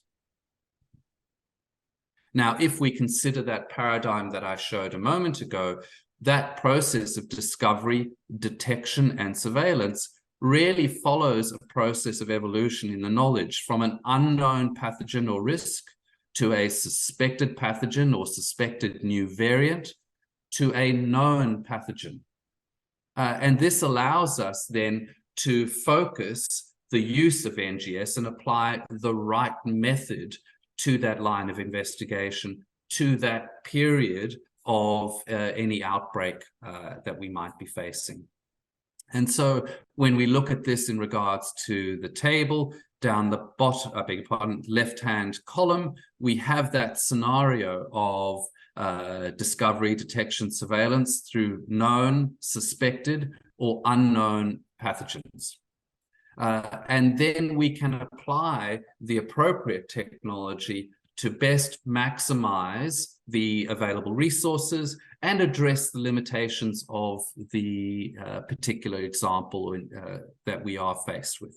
So what that might mean is, can we access isolated pure samples, or do we have to actually address the raw material, the primary sample that might have confounding factors, contaminants, inhibitory substances, and the likes? With that, do we then approach it from a hypothesis-free investigation and use whole genome sequencing, which certainly casts the widest net, but increases the dependence on bioinformatics, increases the turnaround time to a result, and the likes? Or do we focus our attentions in using some form of enrichment to minimize the amount of sequencing, shorten the turnaround time, simplify the bioinformatics? If one looks at this in a slightly different manner, you can see these different methodologies, all of which revolve around the same 4 steps of sample preparation, library preparation, sequencing, and bioinformatics, but allow you to balance the pros and cons relative to the circumstances of the day. And so if I continue the idea of developing a surveillance network nationally, centralized reference laboratories might err on the hypothesis-free investigation and leverage primarily that of whole genome sequencing or metagenomic sequencing, such that they can cast that wide field of view as to what might actually be the root cause. Whereas satellite laboratories, provincial laboratories, those that may not have the same level of equipment, may not have the same demands in terms of sample numbers, might leverage a more targeted approach whereby they can still contribute to a surveillance network, but balance those competing interests of time, cost, or otherwise. And this we see being applied across the world when monitoring seasonal or spatial respiratory pathogens. I mentioned from the Dons earlier, influenza A in the US. Fortunately, here in Australia, we are moving beyond our flu season, but in the Northern Hemisphere, it is just beginning. The use of sequencing can therefore inform next season's vaccine development, but also can allow us to remind the general population of some of the good health practices that we've long forgotten post-COVID pandemic. Equally, we can take a more sustained background approach, applying wastewater surveillance to actually detect asymptomatic population variants, or I should say variants within asymptomatic populations. Indeed, the CDC in the US has been highly effective at implementing this across all states in the US to detect a broad range of pathogens. Not necessarily hypothesis-free, but looking for a group or a cohort of suspected pathogens that will have relevance to managing public health.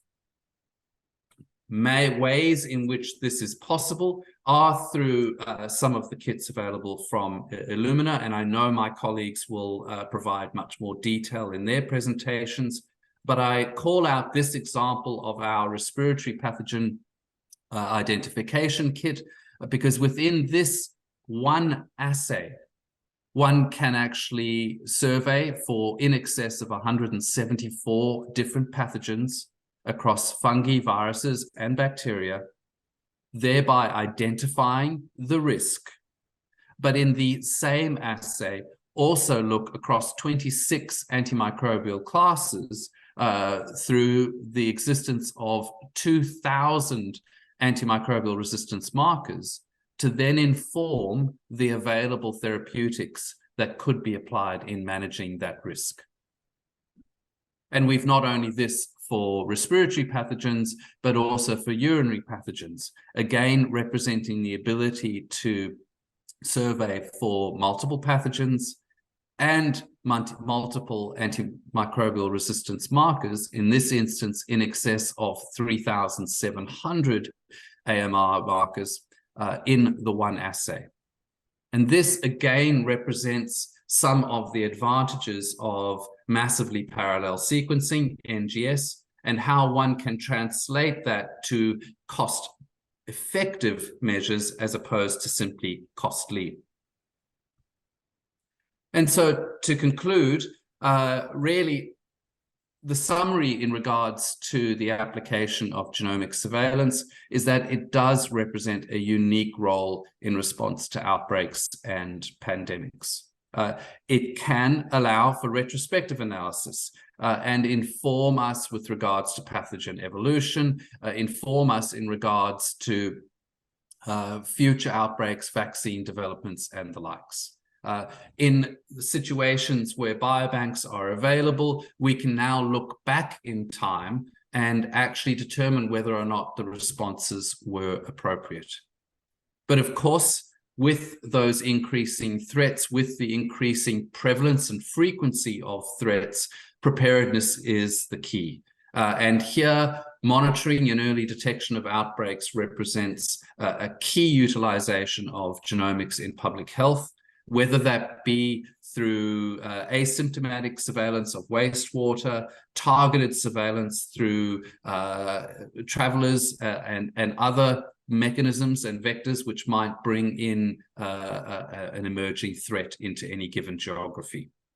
And then, of course, in the instance that there is an outbreak, genomics represents a tool to allow or afford rapid response to such outbreaks, limit the spread, and inform countermeasures, manage public expectations and public health activities, but of course, inform the development of diagnostic and therapeutic solutions, potentially even creating an ecosystem whereby security and access to such diagnostics and therapeutics is assured because of domestic production and domestic capacity or capabilities to do just that.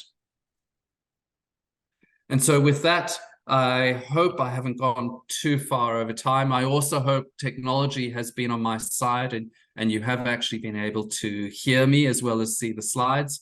So I will hand back to the convener, and if time allows, I'm more than happy to answer any questions. Anyone if you have. Let me share my screen.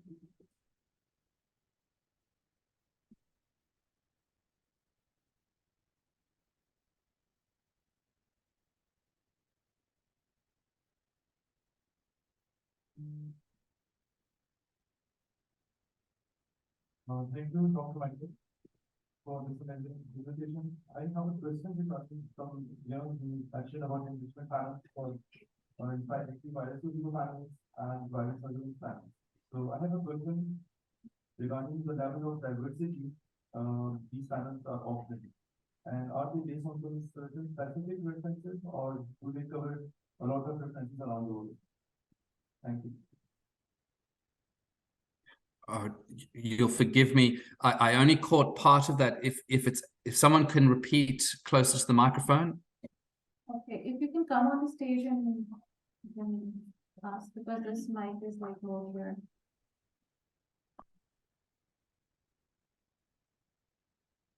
This mic is great. So, thank you, Dr. Michael, for your amazing presentation. I just wanted to know one thing regarding these enrichment panels, that what level of diversity do they cover, like in targeting different pathogens?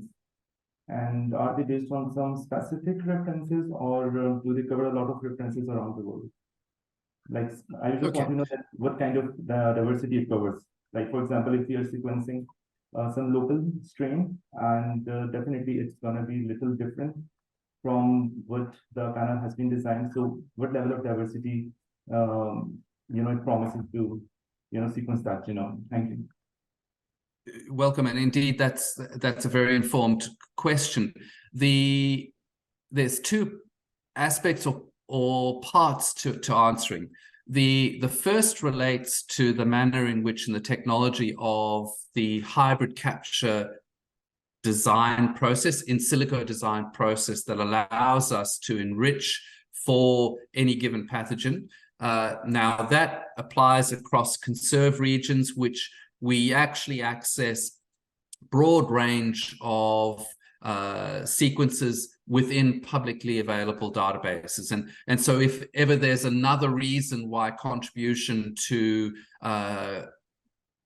large genomic cohorts of databases is critical, it's because as we submit more, the accuracy of what we are designing for future assays improves. Having said that, the actual enrichment panels actually allow for whole genome sequencing of those pathogens. And so even if there was a novel variant detected in a local population, unlike PCR, there is no risk of false positive or false negative. These will be documented in the analyses and the output from the enrichment panel. The hybrid capture enrichment is quite distinct from an amplicon enrichment process. Amplicon enrichment effectively being that of PCR, and you still run the risk in that example that a variant might reside under the binding site of a PCR primer. That doesn't apply, or that risk doesn't exist with the hybrid capture method. Okay, I guess there are no more questions. Thank you, Michael, for the insightful session.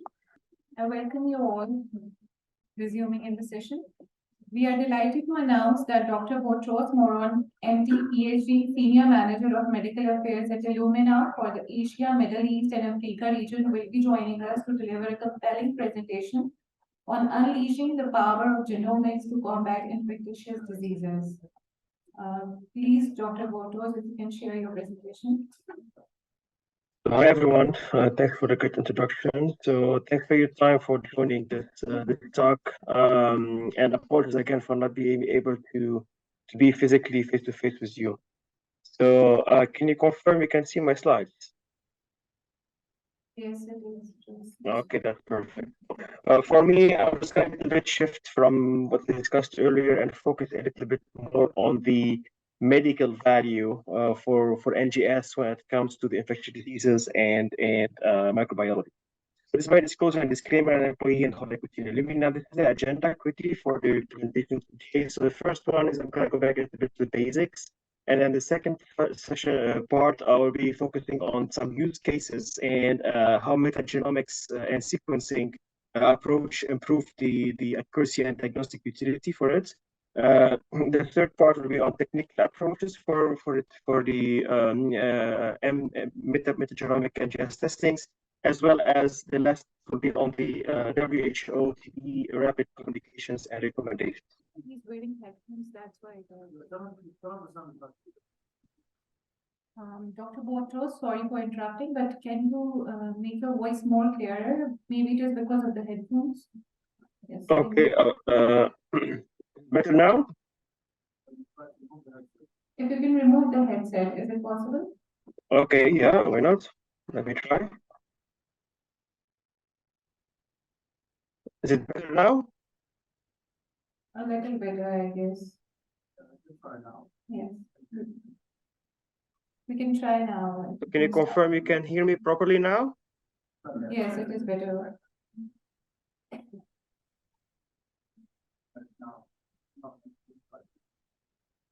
Okay, so I can start with the first section, which is basically mainly discussing the infectious disease and microbiology testing basics. So basically, the goal of each laboratory is to provide some answers and provide a proper information for the patients to be provided. So either the population or the individuals to get an answer for their case. That's why they check the symptoms, the personal history, the risk factors, as well as the behavior for that patient or that cases.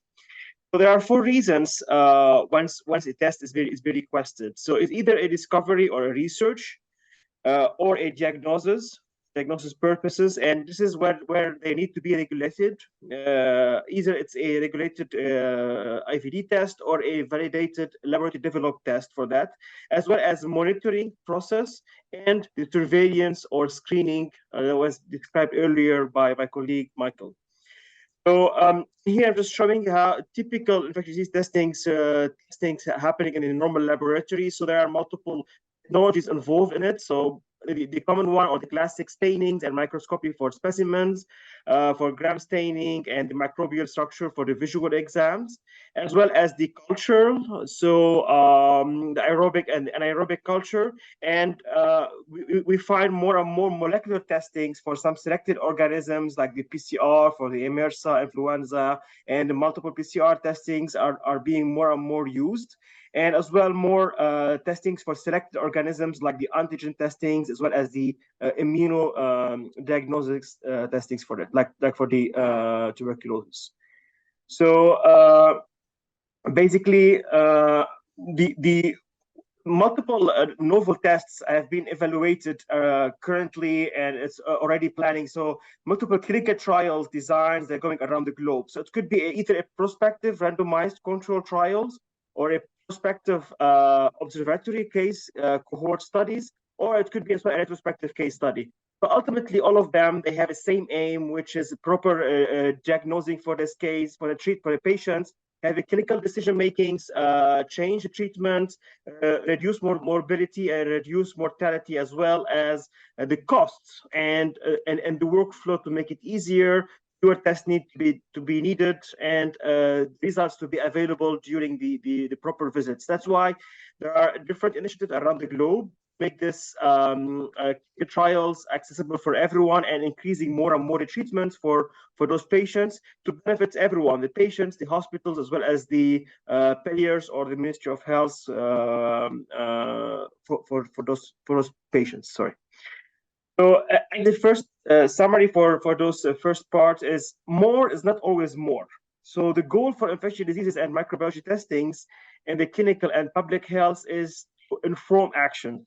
So give the patient some information on their case to provide solution and treatments for them, as well as these tests should be properly regulated and properly internationally regulated to be used and to be proper information for the diagnostic purposes for those patients.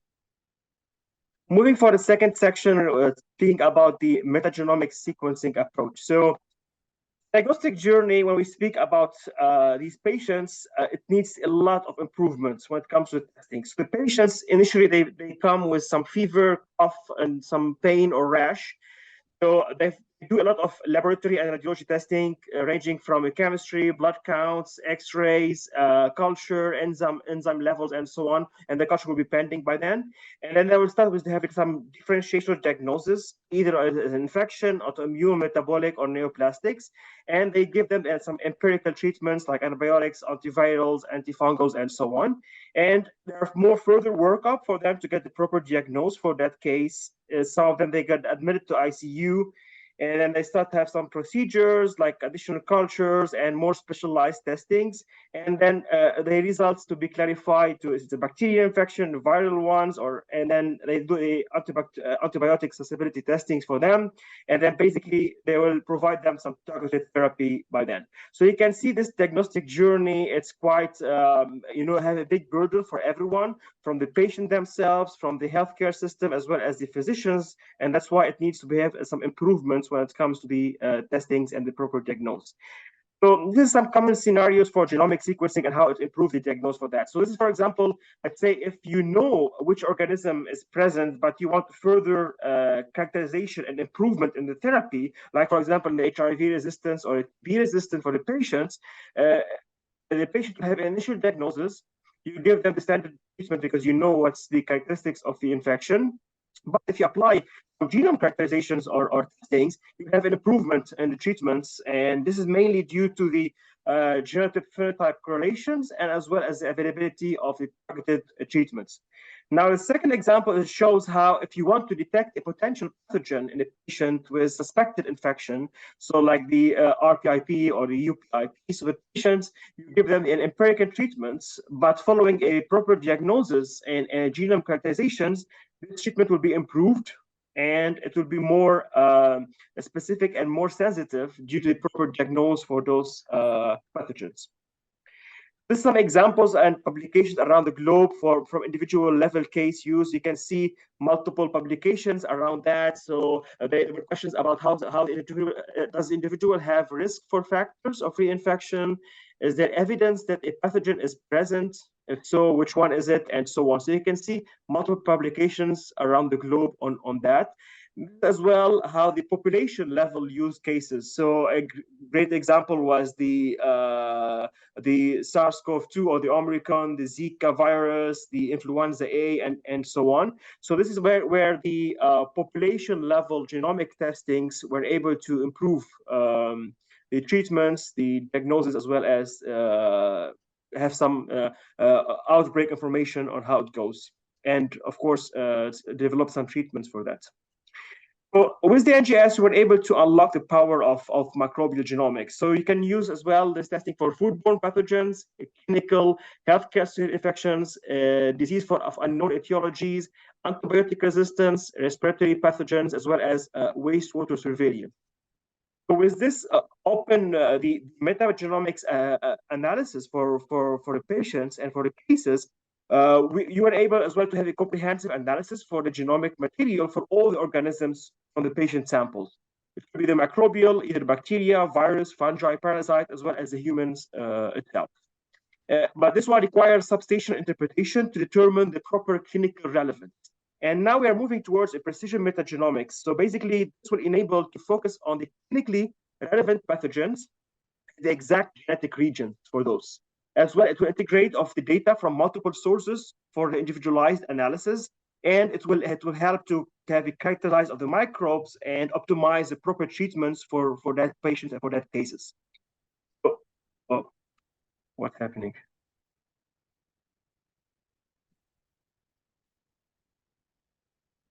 I'm sorry about that. My laptop crashed for a reason.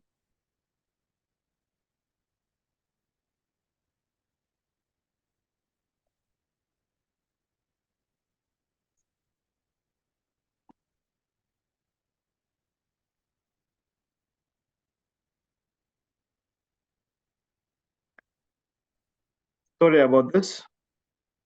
I don't know what's happening. So you can see as well from the spectrum of the metagenomics, and basically what I was describing earlier was the precision metagenomics. Now you can see that the broad approach for that. So you can start from the applicants or a single target for primer site mutations and expand that to multiplex and having 2 to 10s of targets and a primer site mutation as well. And if you look at the unbiased metagenomics cases, with unlimited targets and high sequencing depths, but unfortunately complex analysis and interpretations, and we reduce that with some enrichment metagenomics with 100 to 1,000 of targets, and which is tolerates probes mismatch with 80%. And you can see that the difference between the sensitivity and the detection rates when we discuss with the amplicons, with the highest ones, and the detection rates when we speak about the unbiased metagenomics, where you can have a holistic approach with the detection rates of the metagenomic testing. And here again, it shows the examples of the precision medicine when it comes to the Illumina and how the breadth of the test. So with precision metagenomics, we have a high mismatch tolerance with a very broad and all pathogens types to be detected, and a high depths of sequencing, and with very sensitive and specifics, and as well as reliable for the antimicrobial resistance. And then we are comparing it to the shotgun metagenomics or the PCR testings that everyone is used to it nowadays. So more on the clinical applications when it comes to metagenomic NGS testing. So we've seen the leptospirosis example, the St. Louis encephalitis virus, as well as the Jamestown Canadian virus and hepatitis E virus is being used for the metagenomic NGS testings, and a few more.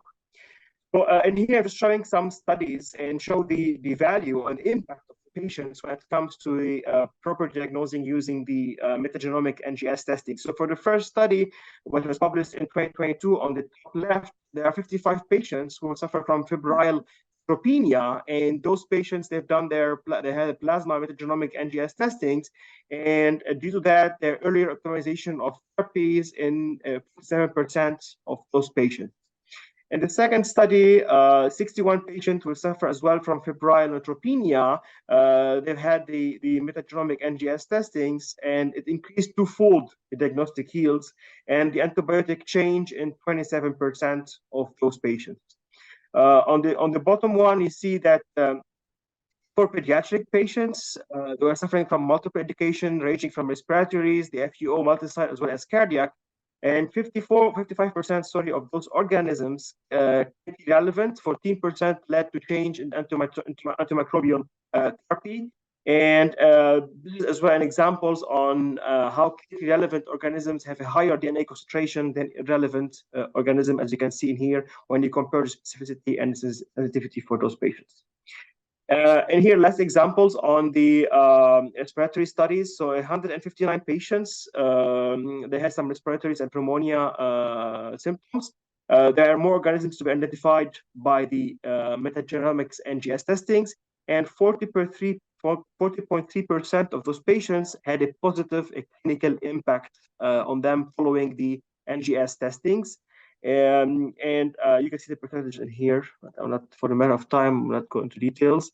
Yeah, and more on the clinical approach for the NGS testing. So basically, and that was actually presented by my colleague Michael earlier. So it all depends.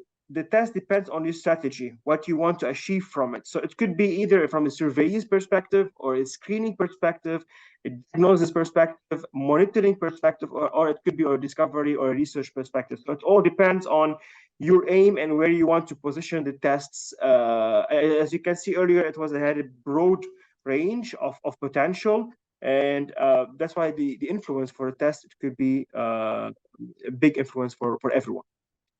So, and here just showing the post analytical consideration for diagnosis. So that's why it's important, once you do a diagnostic test for those patients, you have a proper cost-benefit ratio for them. So it should be the right test with the right patient, as well as the right time, and right interpretation, the right antimicrobial, and the right time to do the testing. And that's why the benefits and the harm ratio for those patients, it should be properly analyzed and compared to the standard of care or traditional testings, and a change of treatments will be allocated based on that. And here as well, showing that the outbreak, or in case of any outbreak investigation, it's a team effort. So the hospitals X, for example, they need to notify the health departments, which they forward the case for the public health laboratory or the PHL, which we refer to it. And then the PHL confirmed species with the ID testings and the multiple phenotypes for that, and they were able to identify exactly, and then they notify the CDC on this, and then the health departments will connect all the hospitals, and it's how the way that the outbreak investigations is going around the globe. So this is showing that how the future of infection prevention programs and how it should be. So today, currently, we're focusing on the surveillance phase, which is like some monitoring on some cases. With each post case, we report on it, and they do some epidemiological investigation for those cases, and they do some initial assessments like antimicrobial resistant patterns and the bacteria investigations in case of the infections. And then based on that, they go for interventions, which is have some actions and contains more needed investigations to perform the proper actions and proper interventions.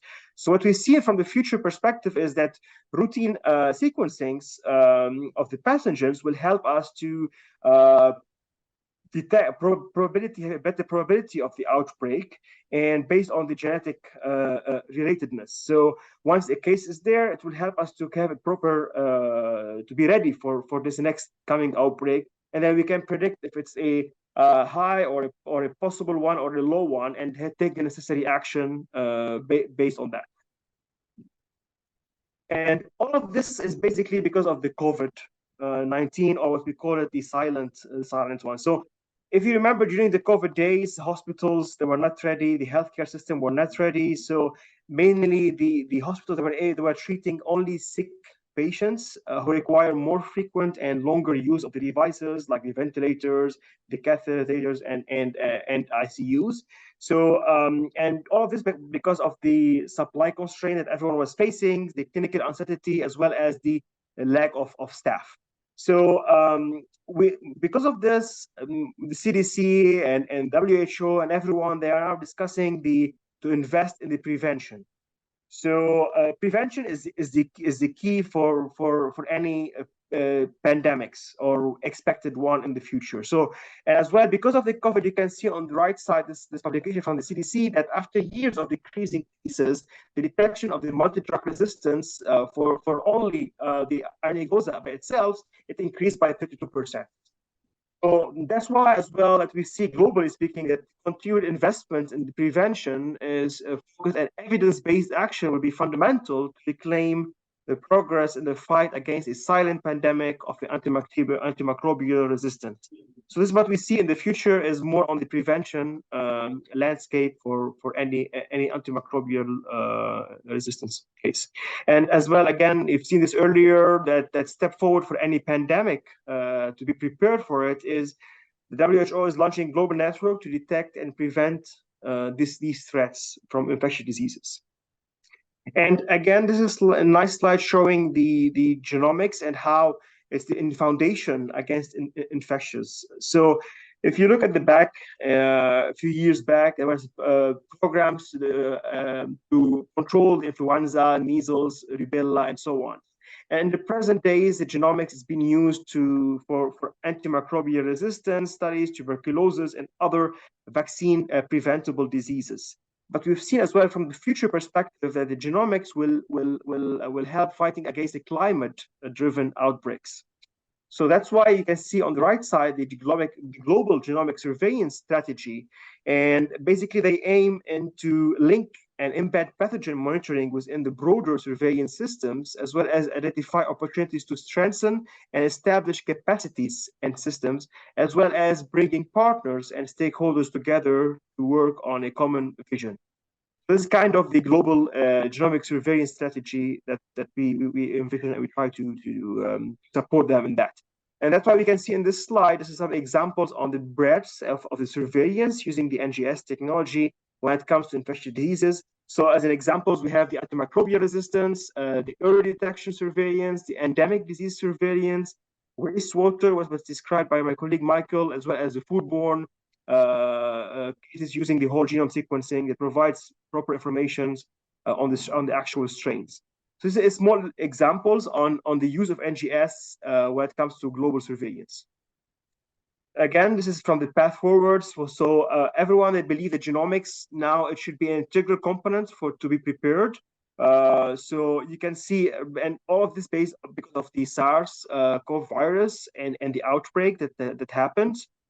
So and again in here, because of that, this is showing some studies and implementation of the pathogen genomics testing that it was enabled by Illumina. So you can see in the US and in Canada on the left side, there were some genomic consortiums for COVID-19 response in those countries. In Brazil, there were some result of inconclusive arbovirus identifications.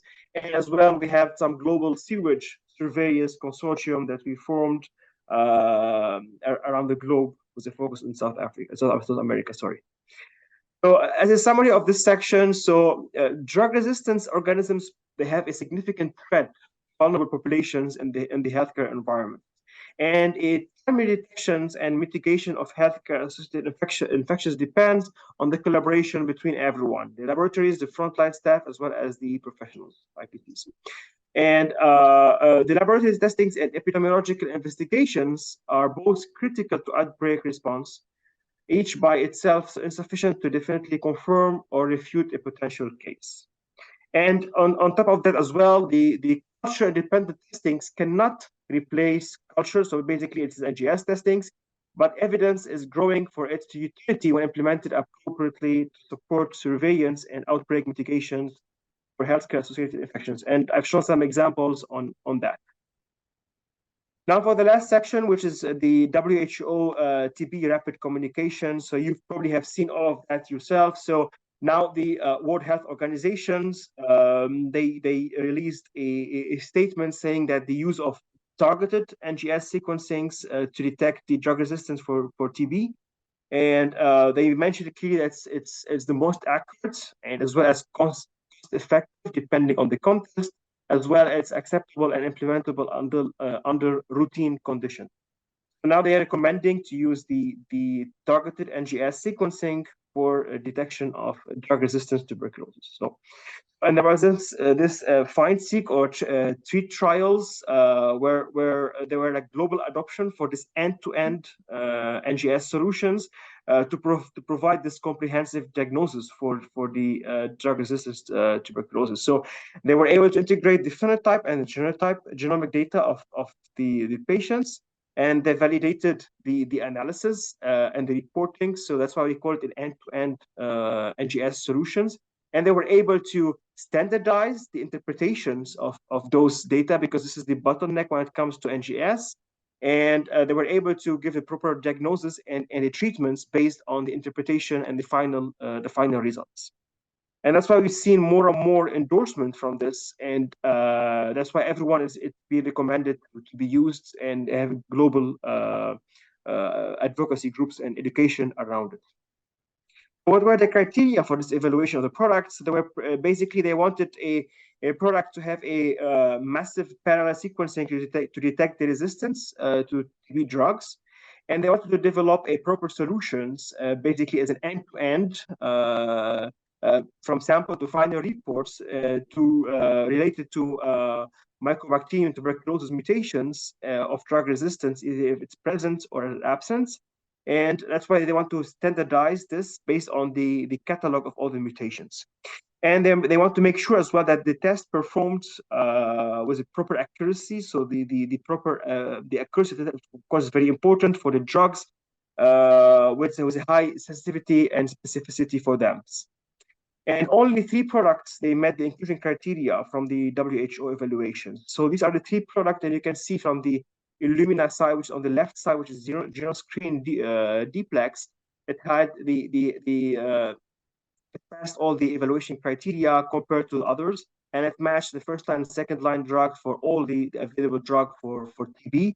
That's why it's been highly recommended by the WHOs.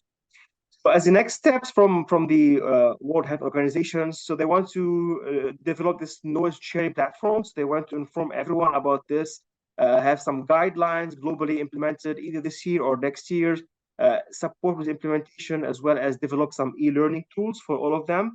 They want to develop some catalogs for mutations. So they want to update the Mycobacterium tuberculosis catalogs for the mutations and update their policy guidelines, which will be expected end of 2023, as well have some operational handbooks to support everyone and develop some webinars will be released. And I think already some of them are already released already, and more to come to support in this program when it comes to drug resistance tuberculosis. So as a summary for the WHO recommendations, they mention clearly that evidence support the use of the targeted NGS sequencing to detect drug resistance after a TB diagnosis. And this will guide with the clinical decision making for proper drugs based on the final report. As well, that they mentioned that this class of tests does not replace the already recommended WHO rapid diagnosis, and this class can be considered as an alternative to the phenotypic DST for prioritized patients populations. And this is still recommended for the select new and repurposed drugs. And for any new tests or new products to be available in the market, this cannot be applied, and they need new reassessments and the new reevaluations need to be performed by the WHO before any clinical use or clinical recommendation. So that's from my side. I was trying to be very quick, so I hope you were able to capture the slides properly. And I'm happy to answer any question if you have. Thank you, Dr. Boutros. Anyone have questions? Okay, so we don't have any questions. Thank you, Boutros, for connecting and for the insightful session. So, ladies and gentlemen, we have the privilege of introducing our next distinguished speaker, Professor Dr. Mohammad Ansar, Professor in the Department of Biological Sciences at Quaid-e-Azam University. Dr. Ansar will be addressing us on the topic of next generation sequencing and its impact on rare genetic disorders. Please. Good afternoon. Now I think it's a time to switch gear a little bit from microbial based talks mostly in the start. So my talk may be a little outlier from the main theme of the event. But still, I would like to present my case, how we use actually next-generation sequencing to settle or solve the genetics of rare disorders. So I will, so in public health, we mostly talk about communicable diseases and non-communicable diseases are usually neglected. Though there are, in my opinion, there are two major groups of non-communicable diseases. One is the common one, the other one is rare. The common one, which are mostly multifactorial, like diabetes, cardiovascular diseases, and hypertension, and so on. A lot of work has been done on international level, but we still are struggling to gather the required epidemiology to understand these common disorders. And on the other side, we have rare genetic disorders. And by rare, we have certain definition I will discuss in the next slide, but they're not that much common in terms of the numbers. And that's why they are usually neglected as well. Several years back, we tried our level best to include these rare genetic disorders in Pakistan Health Research Conference, Pakistan Health Research Center priority area, so that we have at least some data about these rare disorders. In spite of the lot of diseases which are common here, like blindness, intellectual disability, hearing loss, and so many other things, yet they are not included in our major health programs. So being an advocate of rare diseases, by virtue of the fact that one of them is present in my family as well, so that's why I have more interest in working on these cases. So what is definition of rare? There are different definitions depending on where we stand. Unfortunately, we have no definition in Pakistan. But if we look at the definition in Europe, it's 1 in 2,000. So a person with a disease out of 2,000, one is enough to declare that disease as a rare disease. In UK, this is 1 over 50,000. USA, this is 1 over 200,000. So with the change in country, we have a change in the criteria. But it's more important, 350 million people as per the current estimates, they are actually affected with these rare diseases. And the main problem is that there are, when I last time updated this slide, there were 7,500 types of the rare diseases. But at the moment, yesterday, I checked it is 10,000 types. So it's not very easy to catalog all these rare diseases. Only they have been diagnosed at a well-established level, only certain of them. But what is important that out of these 10,000 types, 80% of them, that means majority of them, they have a genetic cause. So it's very important to use these rare diseases to identify the genes which are actually responsible for those rare diseases. So with that, I would like to introduce the Pakistani scenario here. We know that the current population, as per the Statistics Bureau, 241 million, and that is mainly settled in urban population is less as compared to the rural population. And these rural populations, they actually provide us an opportunity to identify the families where we have recessive forms of the rare diseases. So much of the work of my group is on the recessive, autosomal recessive diseases, and we actually pursued this this group of diseases which are common in Pakistan because we have the extended families with these cases. So just read the report from one of the international collaborator that is working in Pakistan. His estimates are that there are about 60 million people with these rare diseases. I doubt that this data is not correct because this is based on only one center collaboration. But if we look into carefully into the number, the population size and the overall prevalence of the disease, I think that there are more than 60 million people suffering from rare diseases, different types of rare diseases in Pakistan. So with that in perspective, now we will be focusing on those Mendelian phenotypes, which are giving us some sort of identifiable mode of inheritance. And I said that we specifically focus on those families or those rare disorders which have autosomal recessive inheritance so that we can use the approaches to identify the genes. But there are certain phenotypes which are caused by mutations only in single gene. There are some phenotypes which are caused by mutations in multiple genes, and there are some phenotypes which are caused by mutations in more than one gene. So different aspects, same gene, different phenotype can be caused, and they can be the challenges in identifying the patients with the rare diseases. So because I said that we have more autosomal recessive pedigree, so it's very important to understand what is the advantage here. So we know that when we are working with a cousin genes family, we are working with a family with an autosomal recessive disorder, we know that there are the parents who are normal, but they have the children which are having disease. But of course, for recruitment, the patients, all those 4 black dots, they should present a similar clinical presentation. That is why we can recruit them in this study. And then our assumption will be that somehow these patients who are presenting the rare disease type, they will be homozygous for a mutant, so for a mutation. So that means that the journey of identifying this mutation will be actually based on identifying those homozygous regions where they are present across the genome. And then we can focus on those specific regions which are identified and which are actually homozygous in these individuals. And this is actually based on what we know right now as alleles which are identical by descent. Because we know that the mutation has occurred somewhere in the earlier generations in the ancestors, but because of the cousin genetic, because of the close relative marriages, they transfer in the pedigrees, in the families, and ultimately we have a chance where A1, which is a mutant gene in this case, is become homozygous in a particular affected individual. And that is why we see disease in these cases. Sometimes it confuses people because the parents are normal, but why we have the children with the diseases. So that's why I'm just trying to explain that this is the main reason that identical alleles, they can get together, they can be present together based on these marriages within the relatives. So we have a cohort of about 2,000 families, 95% of them, they are cousin genes. So I think it's enough to argue that cousin genetic is the factor which actually results in the more prevalence of the autosomal recessive disorders in Pakistan.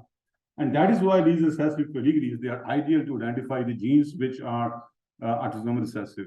So, and 90% of them, they are living in the rural areas. So I have added some glimpses of my trips to these areas 15 years back when I have more time to travel. But we can see here that they are not recruited through the healthcare system.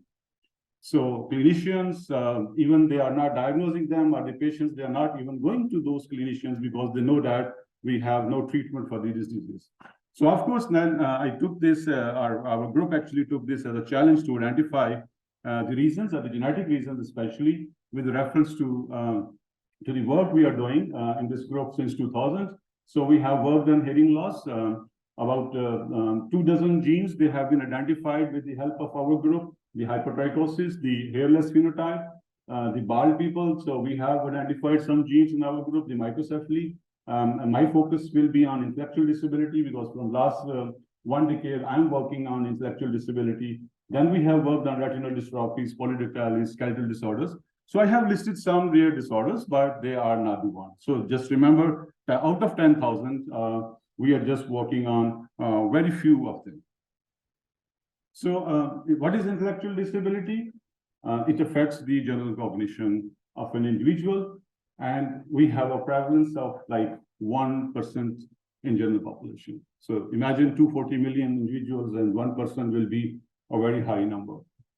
These are generally individuals with very mild cognitive function, usually undiagnosed even in our schools and our work environments. But the severe and moderate ones are the profound ones. We can easily identify them, and that is why they are more commonly diagnosed as compared to the ones which have mild clinical features.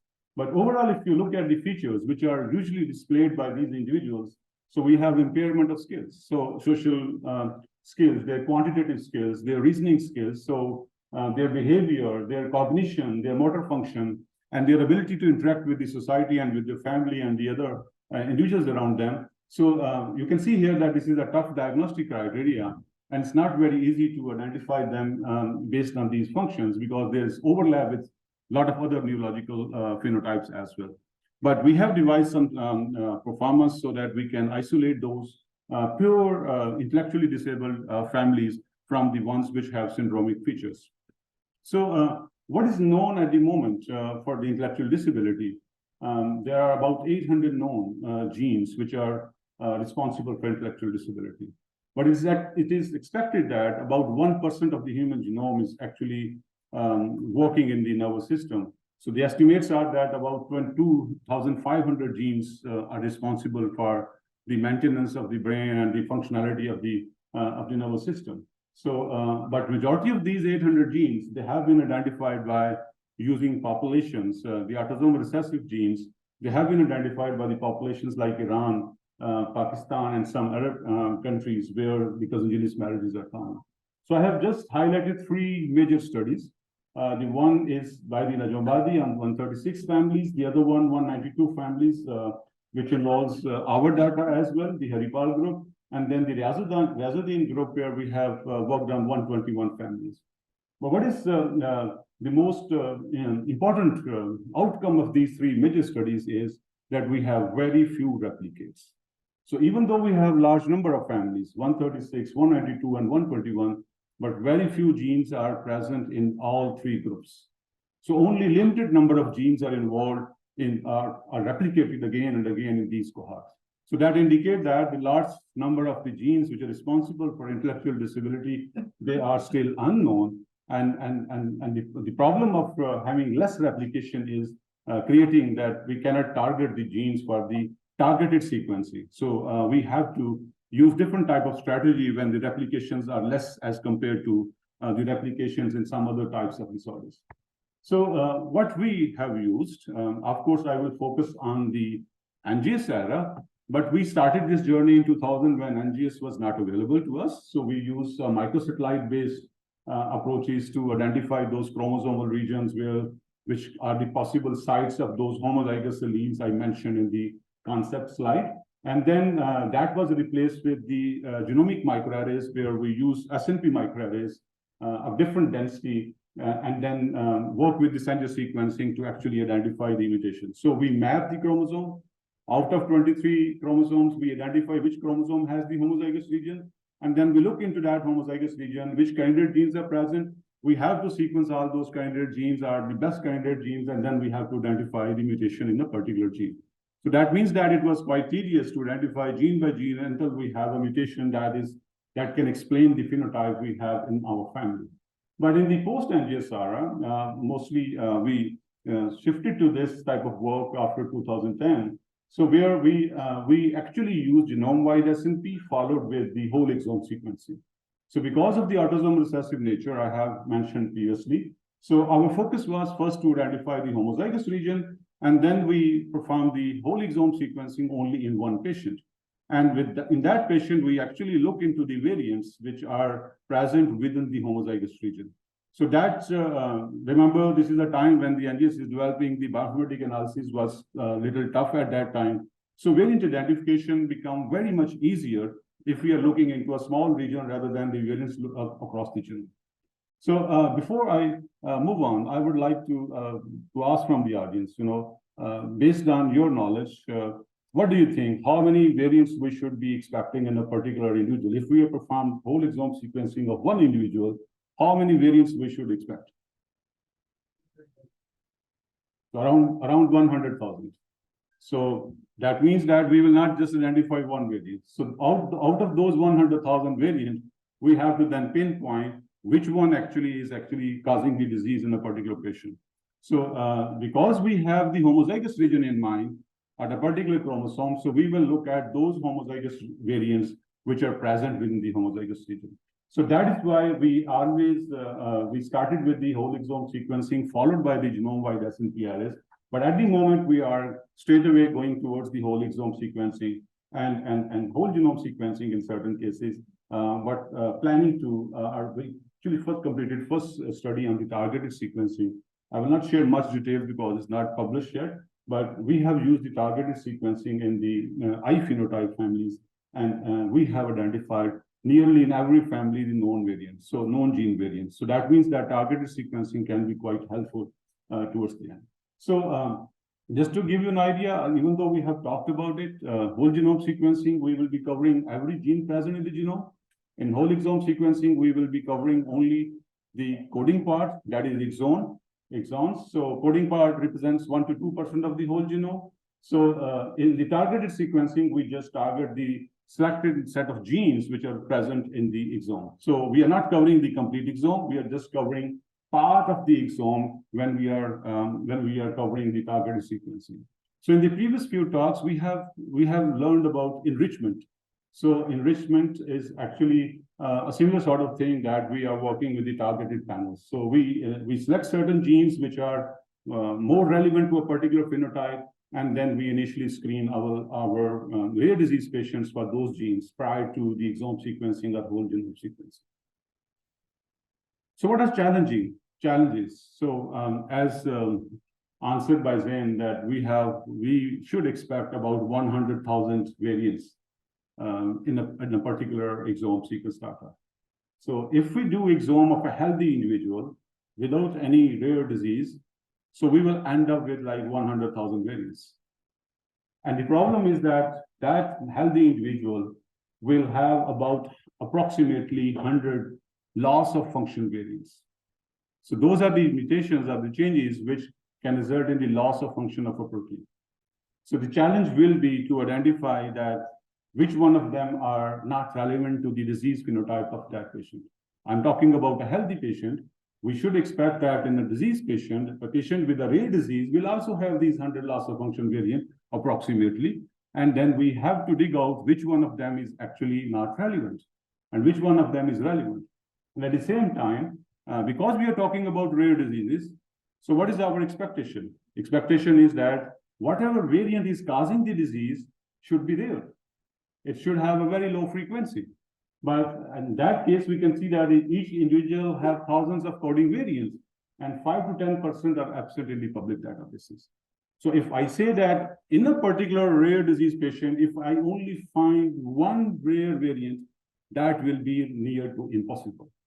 We will always find more than 5 to 10% variants, which will be absent in the public databases, but they can possibly explain the disease phenotype. So the challenge will be to prioritize those variants in a way so that we can find out which one of them is actually disease causing. So in the next few slides, so I will present two examples to showcase how we are using the next generation sequencing to identify the variants in different types of families, especially with the ID spectrum. So the first example I'm taking from one of my PhD students. She's working as a postdoc in National Institute of Health, USA at the moment. So she worked on 12 ID families. And in these ID families, we have 62 individuals, but 32 were having intellectual disability of variable degree. So you can see on average, there was approximately 3 ID patients per family. And then we performed exome sequencing of 1 patient from each family. And based on that exome data, so I have an average figure less than the guess by a Zan, so 70,000 variants per family. So because we performed the whole exome sequencing of 1 patient, in every individual, we have about 70,000 variants. So of course, that was challenged to analyze these variants in a way that, so what will be first strategy? We will look for the variants which are present in the protein coding genes, they are pathogenic, and they potentially have a loss of function effect, because we are talking about the autosomal recessive pedigrees. So overall, if you compare the phenotypic spectrum of these 12 families, we have majority of them, they are moderate, some severe, and then we have mild patients as well. So less number of mild patients is because of the diagnosis limitation of the patients with mild ID. That is why we have less number of mild cases here. But overall, more cases of moderate and severe intellectual disability. So these are the pedigrees of those 12 families. And I will just pick one example from this case in the next slide, so that we can have an idea how we use it. So on the left-hand side, the panel A, you can see a family. There are 3 members in this family which have intellectual disability. Both male and female are affected. So we can argue that this is an autosomal recessive pedigree, and they have moderate ID, they have delayed speech, and they have an ambulation delay. They walk very late. So walk time in the children is a very important indicator how their cognitive function is working. So based on this information, then we perform the whole genome scan of this family. And you can see in the panel B, the homozygosity data, the genome-wide homozygosity data of this family. And we have just 1 red peak present on a particular chromosome. So this red peak is actually indicating the presence of the homozygous region on the chromosome number 2. So we mark this region, and you can see in the panel C that the BB allele is present in majority of the cases in the first 3 patients you can see here, and the last 3 members, they are healthy. These 2 members are healthy, and 3 members, they are patient.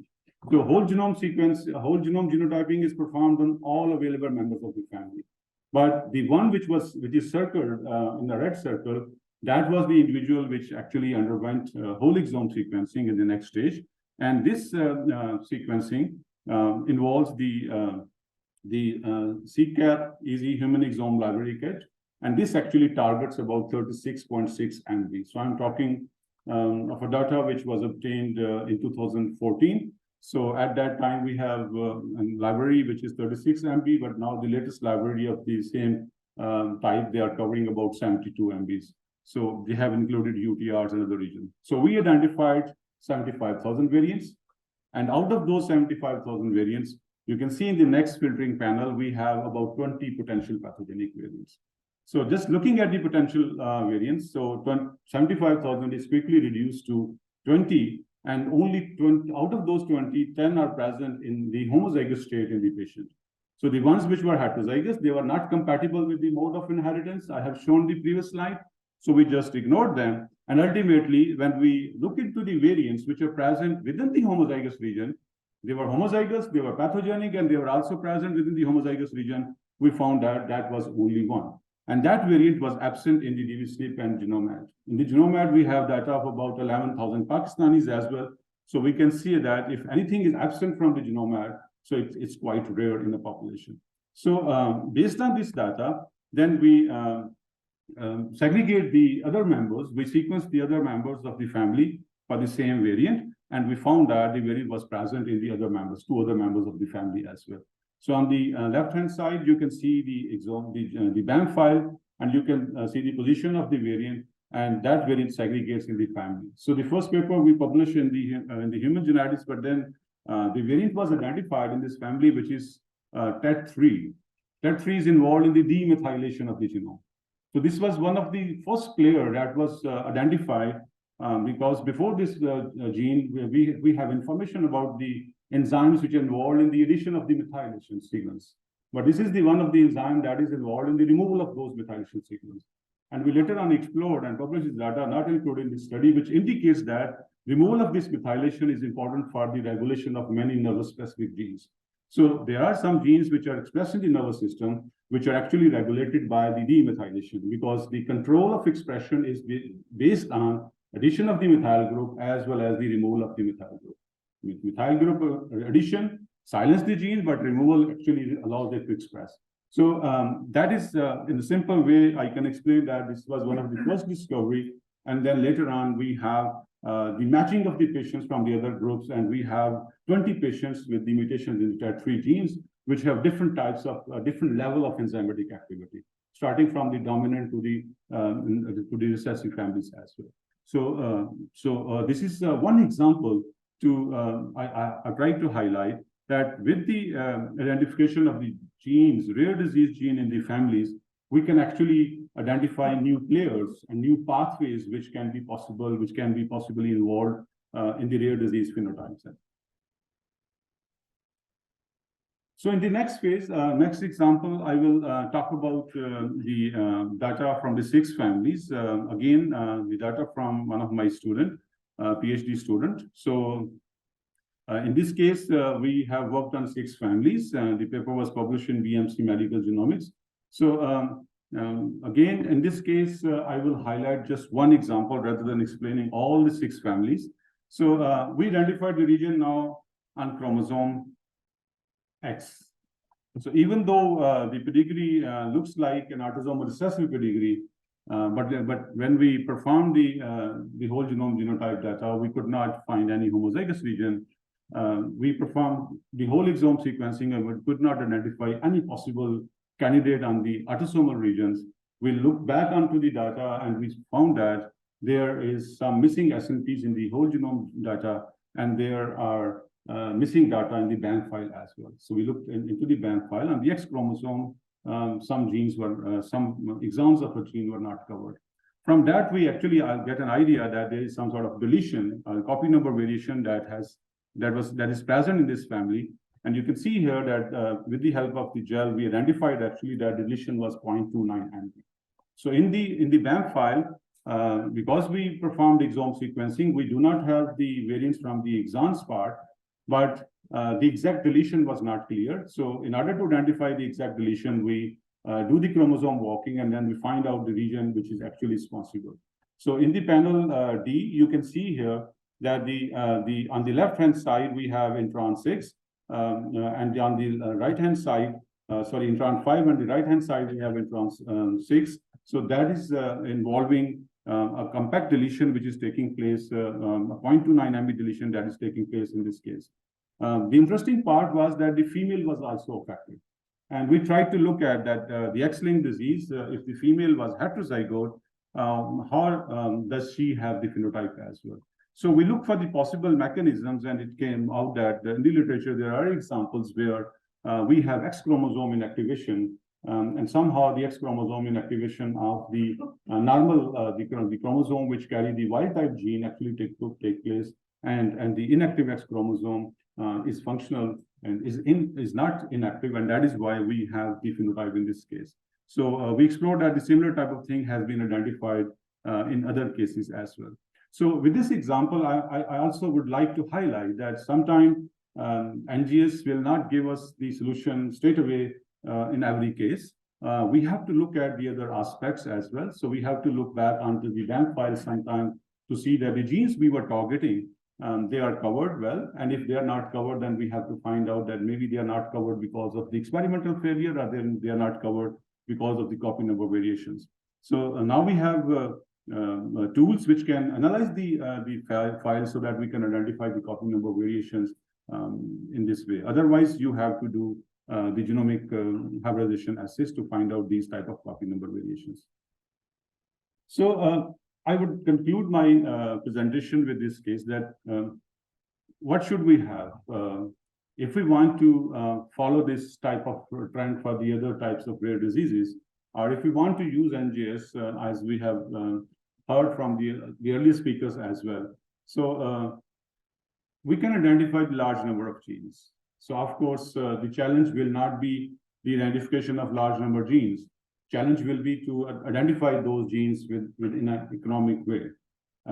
I have whatever the data I have presented, I have obtained this data. Our group has obtained this data through the collaborations with other institutes, because it's not very easy to run the instrument at a time in a way to be economic as well and result oriented as well. So, but overall, whatever the assay we have, of course, in these cases, we have to sequence the genome. And whenever we sequence the patients with these rare diseases, we have the chance to identify the novel genes. And whenever we identify the novel genes, there are, of course, the scopes to identify the new players which are involved in the cognitive disorders or the intellectual disability in this case. But at the same time, when we identify the known genes, then we have more replications. And when we have replications, so that means that now there's a chance to have panel-based sequencing, because if a gene is more commonly involved in causing a particular phenotype in a particular population, then it's very easy to apply the panel first before going onto the genome sequencing and exome sequencing. So diagnostic utility or the genetic testing utility of the known candidate genes or the replicates is very much important. And at the same time, it will help us to have the disease-specific panels as well. Because if intellectual disability, I try to explain that we have very few replicates. So unless we have replicates, we will not be able to have enough information for the panels. But for some other rare diseases, we already have the information available. For example, the RPLCA panel, one of my students, I just see that she's sitting here, done work on RPLCA panel, and in her analysis, we did not find any novel gene. So all the genes which are identified through the exome sequencing, even through the genome sequencing, we end up identifying the variants within the known genes. Sometimes deep intronic variants were involved, sometimes the variants were present in the parts which are not usually covered in the exome sequencing panels. So exome sequencing. So that means that that in this case, if we were able to solve everything with the panel, then why should we went for the exome sequencing? So the choice will be based on the information that is available. So in certain rare diseases, targeted panel sequencing should be the first option as compared to the exome sequencing and genome sequencing. And yes, if they are unsolved through the targeted sequencing, out of 100, if you are able to solve at least 80% of them, then you can save the cost for those 80%, and you can do the exome sequencing and genome sequencing in the unsolved cases, in the negative cases.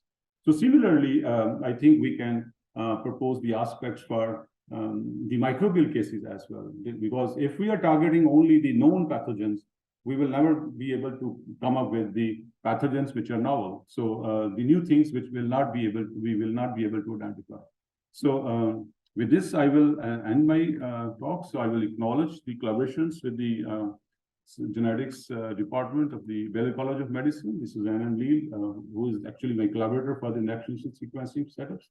So I will be happy to answer any question if you have. Online participation. Question by Dr. Mohammed Farooq from NIGD. I was wondering if presence or absence of a variant could imply for its observation due to random chance versus statistical evidence. If you do statistical tests, then do you think linear association testing would be appropriate because it is sensitive to outliers, as in case of rare variants? Yeah, so there are many ways to reduce that number of variants, like starting from 70,000 or 100,000, whatever the number you end up. There are more than one way to reduce that. So I just try to explain a strategy we have used for the autosomal recessive disease. But of course, when we moved from 75,000 to 20 variants, it was based on certain tools and pathogenicity analysis, which imply the stats, the probability and occurrence in the particular populations, the frequencies as well.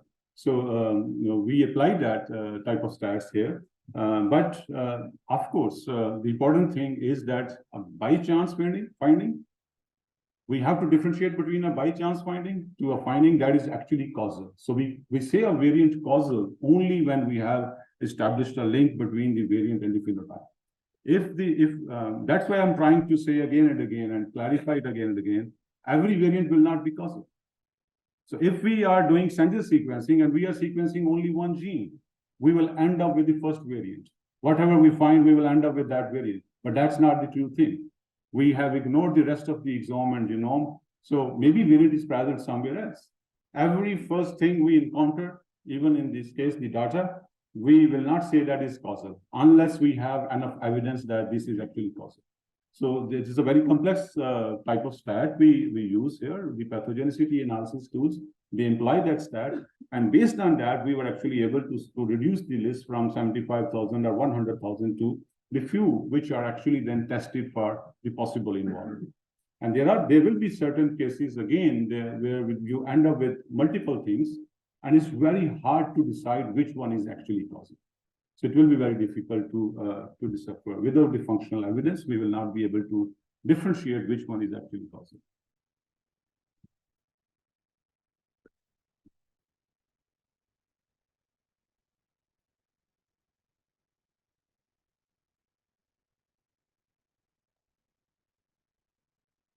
Thank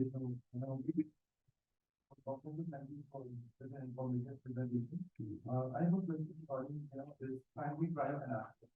You have mentioned that, that even individual was selected for whole exome sequencing in a family. Yeah. So I just want to know, that, as you know, that in Pakistan, the variant, the gene mutations are not very well documented. There's like not a lot of sequencing being done. So there's a lot of polymorphism. There could be a possibility that common could be anyone, in our general population. So how do you think that we can pinpoint these pathogenic mutations, right? These are not documented in the databases like plain war or NCBI or common databases. So what do you think that how can we pinpoint it? Like it cannot be family trial analysis to affect these polymorphisms. Yeah. So there are different ways to, again, this is a question is linked to the first one, that there are different ways to filter the variants. So one way can be that we have run the trial, and in the trial, the parents' data will be compared with the child data, so that we can filter out which one are the ones which are inherited from both the parents. So that will help us to reduce the list. But again, what I try to say that about 100 loss of function variant will be present in that. And 5 to 10% will be rare.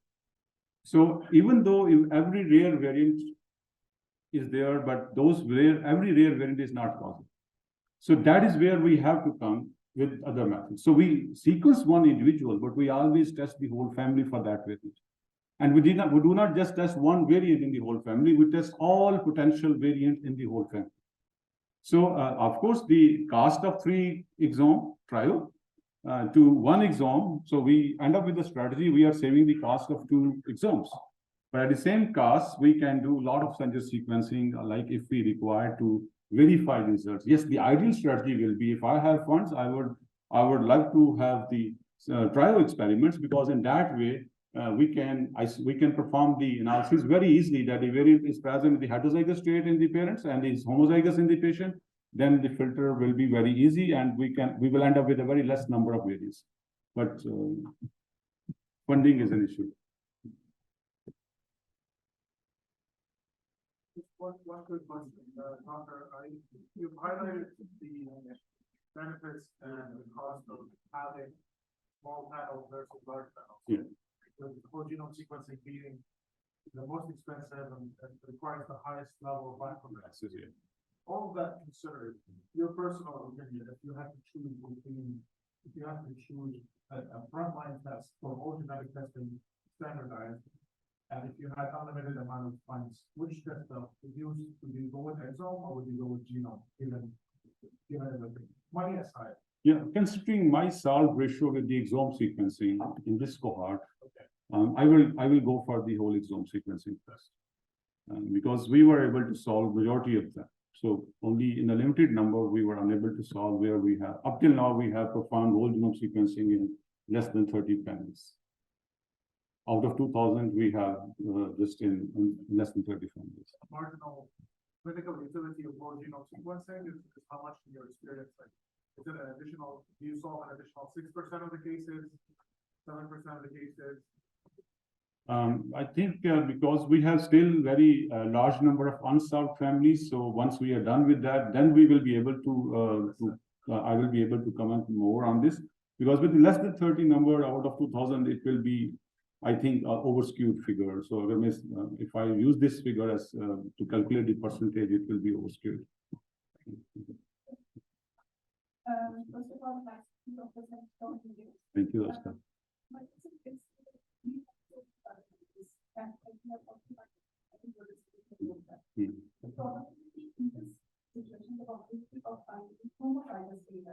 Must be higher than one. So how do you address that? If you find come across like maybe 3 or 4 homozygous events, then how can you differentiate between which of these events is actually important or maybe 2 or 3, maybe the complex, and you are getting that because of action of all these events. So again, another step is, do you also have a functional setup in your university to analyze all these variants in depth to actually see the effect of the variants? So variance functional analysis is challenging, and people in the world, they are trying to optimize assays for variant functional annotations and analysis. And of course, it will vary with the disease to disease. So because we are not focusing on one particular research disease, we are focusing on multiple. So we have attempted to analyze the effect in a very recent study accepted in European Genetics 2 weeks back. So we have a variant, and there were 2 variants, and we were unsure that which one is actually pathogenic. So we have to perform, through the collaboration, we have to perform an analysis where we look at the effect of the variant on the migration of the neurons during brain development. And we found that the mutation actually affects the brain migration, the neuron migration pattern during early development. So, but that is not very easy for every task. So I know some big groups who are actually trying to develop cell-based assay where we can test every possible variant. And in very near future, we have assays where we can analyze a lot of variants at the same time. But at the moment, we do not have. Yes, with the congeniality and with others, a lot of things, because we focus on ID. Maybe that family have other traits which have the genes and they will be homozygous. And we end up with many cases where we have more than one homozygous region. And my students always say that maybe we have a chance of oligogenic inheritance or polygenic inheritance. But I will be the last one to go for the multigenic inheritance at the first case. So we always go for like the comparison and things are, because the chance of false positive results, false positive homozygous regions as well, will be much higher with the increase in the congeniality. Same is the case. And we have many families where we have more than 3 variants. Everyone is potential. We are still unable to solve it, that which one is actually causal. So these are the cases where in order to conclude that all these 3, they are causal, that is challenging at the moment, but we have to see the effect. Of course, some sort of the families, they will have polygenic and multigenic inheritances, but in pure isolated cases, we expect that the number will be very low. So every family should not have this type of thing. So that's why I said it multiple times that whenever we have more than, if we have more than 100,000 variants, so the challenging part will be to reduce them, to filter out them in a way that they explain the phenotype in a proper way. Otherwise, we have to be doubtful. That's why the American College of Medical Genetics has the classification system where they say that they are variants of unknown significance. Yes, they are present in our family. They are present in a case, but they are of unknown significance. We do not know what will come in the future. We are also doing the same kind of work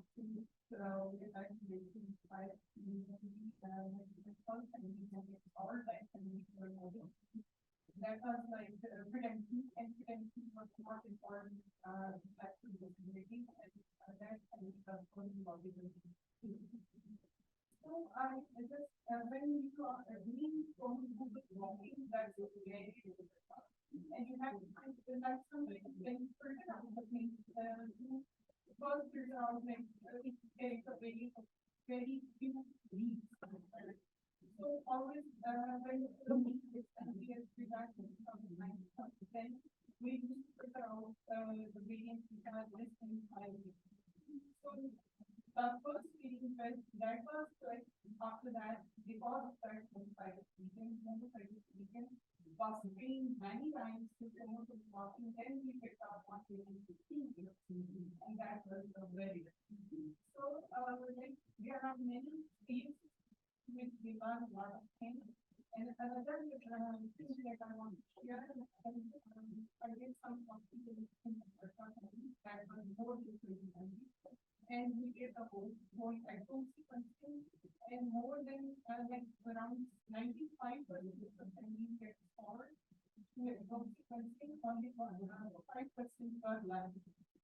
And I just checked all those genes on the panels which are available at that and all.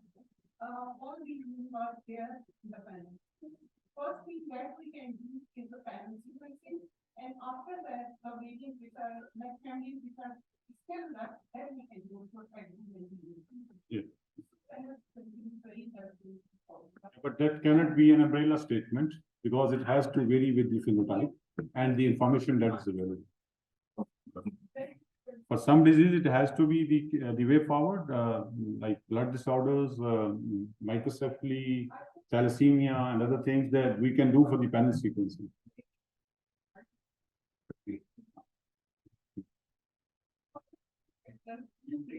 For many things like we also have a functional setup, we don't have a functional setup.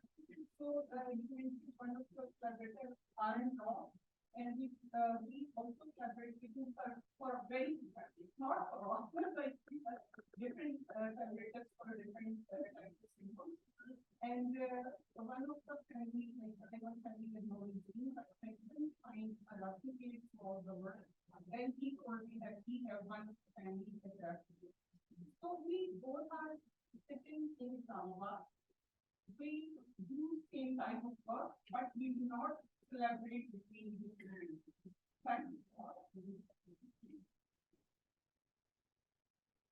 I don't know what to say. Maybe we can talk later on.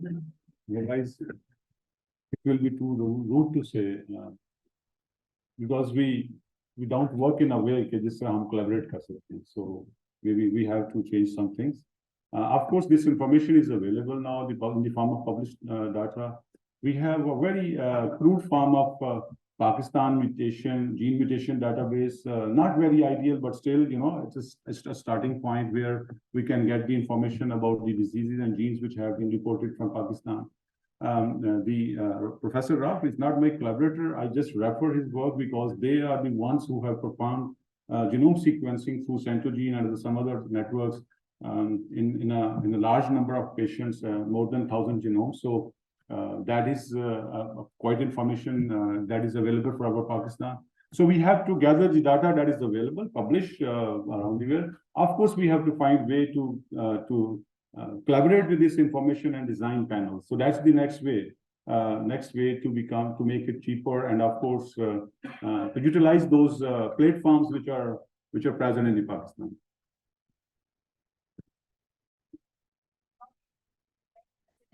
For a particular family, and is there any treatment available for the rare disease person? That is the good thing which I just missed in the discussion of the rare diseases, that there are 30-35% diseases which are, if they are diagnosed at time, they can be treated, they can be managed. So early diagnosis is very much important. So of course, genetic tests and diagnostic tests start with the diagnostic test and followed by the genetic test. That has to vary with the disease phenotype. So there are 10,000 rare disease types, and for every rare disease type, we have a different type of diagnostic test. We have a different type of genetic test. So we have to focus on which type of disorder we are talking about. That's why I just included one example. Otherwise, with the change in the genetic disorder, with the change of rare disease type, we will have a different genetics, we have a different test. So of course, there are different ways. One of the way is that we have a panel which has everything that is included in the OMIM phenotype. So OMIM is a database of online Mendelian inheritance in man. So every gene that is linked with the phenotype is actually present in that database. So there are some companies which are trying to launch a panel. So they already have launched. They are now testing it, that how effective that panel is, that they are sequencing every known Mendelian phenotype associated gene, and they are trying to see what is the success of these panels. So these type of things, there can be the future. But otherwise, if the rare disease is such that there are only very few genes involved, then it will be very easy to do the panel testing, like I mentioned about bleeding disorder.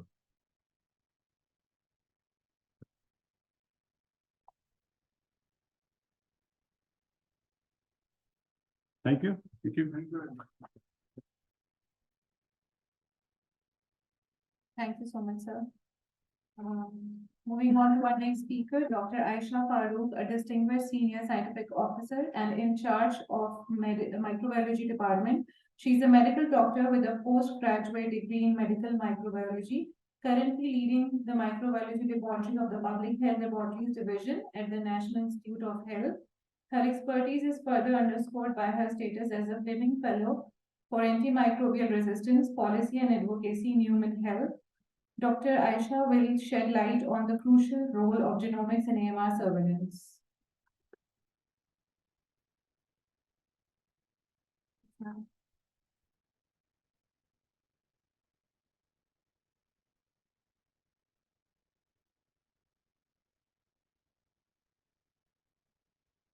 Assalamu alaikum, good afternoon.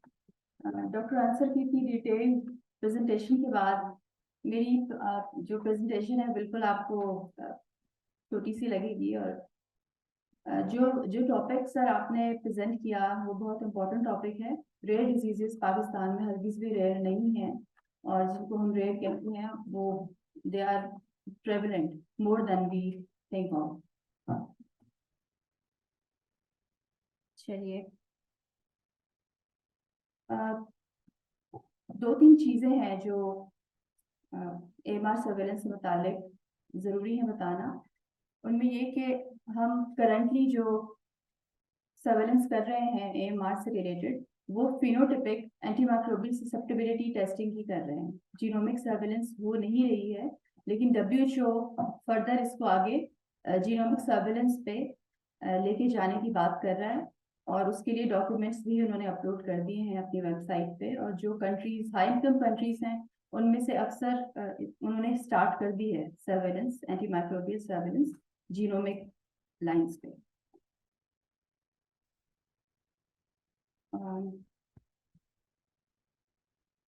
So the concept of surveillance by whole genome sequencing is that कि उसमें एक wealth of data आपके पास आता है।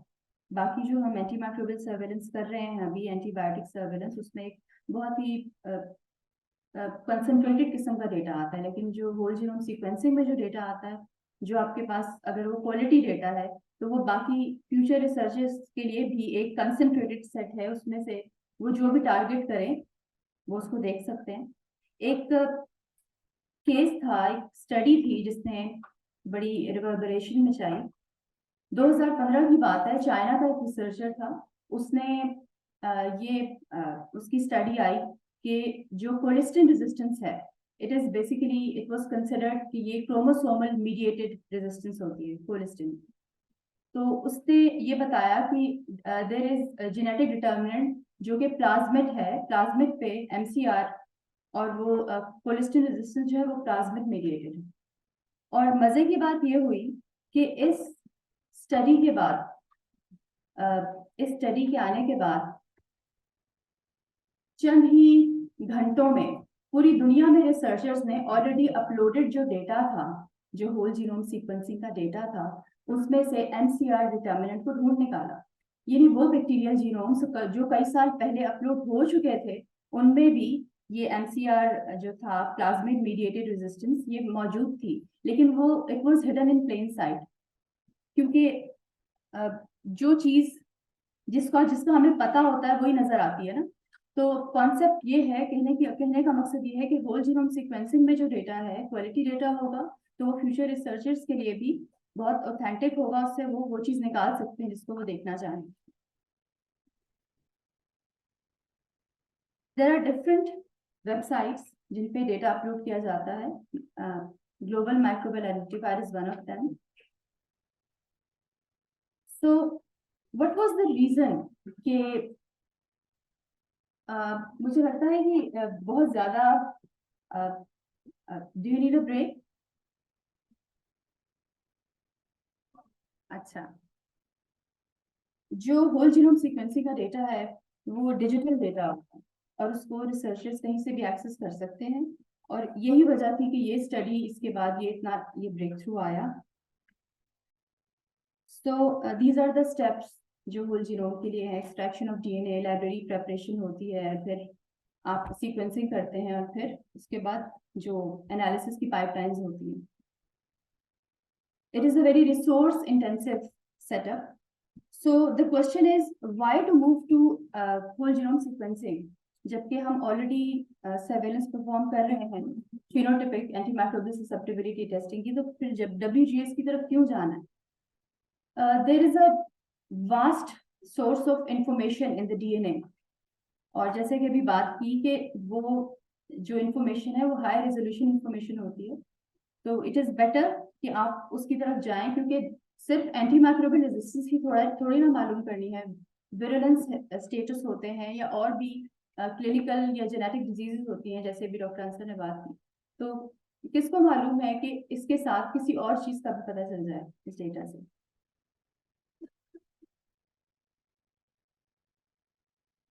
The data which we are currently gathering, it is basically to direct the policy, ताकि जो antibiotic resistance जिस वजह से हो रही है उसका कोई ऐसी इम्पैक्टफुल पॉलिसी बनाई जाए कि उसमें कमी आए।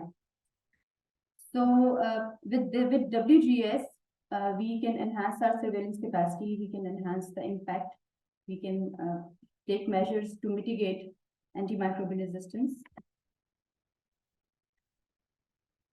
Advantages, whole genome sequencing जो है वो जो हम मेथड्स कर रहे हैं उससे अलग परफॉर्म नहीं की जा सकती। जो भी हम फिनोटाइपिक मेथड्स कर रहे हैं ये उनको कॉम्प्लीमेंट जरूर करती है, लेकिन ये स्टैंड अलोन नहीं है। क्लिनिकल एम्पेरिकल थेरेपी के लिए या ट्रीटमेंट के लिए हमें जो एंटीमाइक्रोबियल ससेप्टेबिलिटी का डेटा है फिनोटाइपिक वो चाहिए होता है, और होल जीनोम सीक्वेंसिंग उसे कॉम्प्लीमेंट करती है, उसको और डिटेलिंग देती है।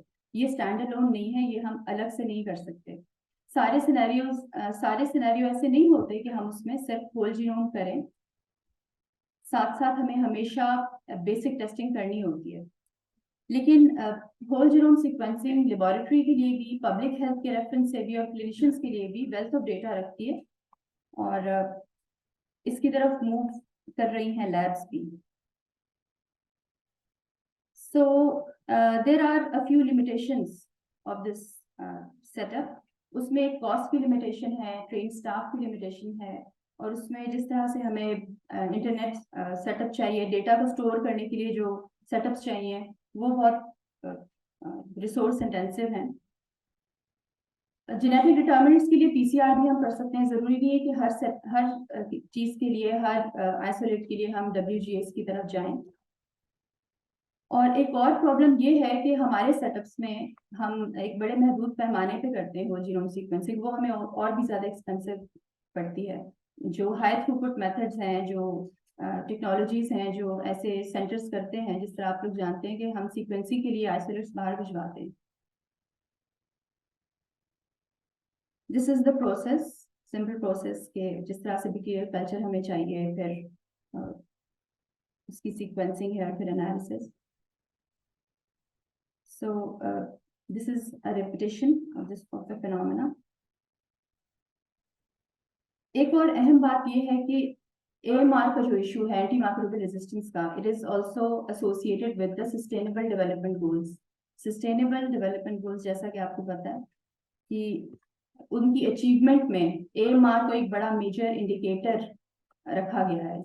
उसमें यह है कि MRSA की जो इन्फेक्शंस हैं, मेथिसिलिन रेजिस्टेंट स्टेफ ऑरियस, और जो सिफेलोस्पोरिन या third generation resistant E coli है, उसको एक मार्कर के तौर पे रखा गया है कि ये इन्फेक्शंस कम होंगी तो हम ये देखेंगे कि ये किस तरह, क्योंकि ये इम्पैक्ट करती हैं इन्फेक्शंस, क्वालिटी ऑफ लाइफ को इम्पैक्ट करती हैं, पॉवर्टी को बढ़ाती हैं। तो AMR का ताल्लुक STDs के साथ भी है।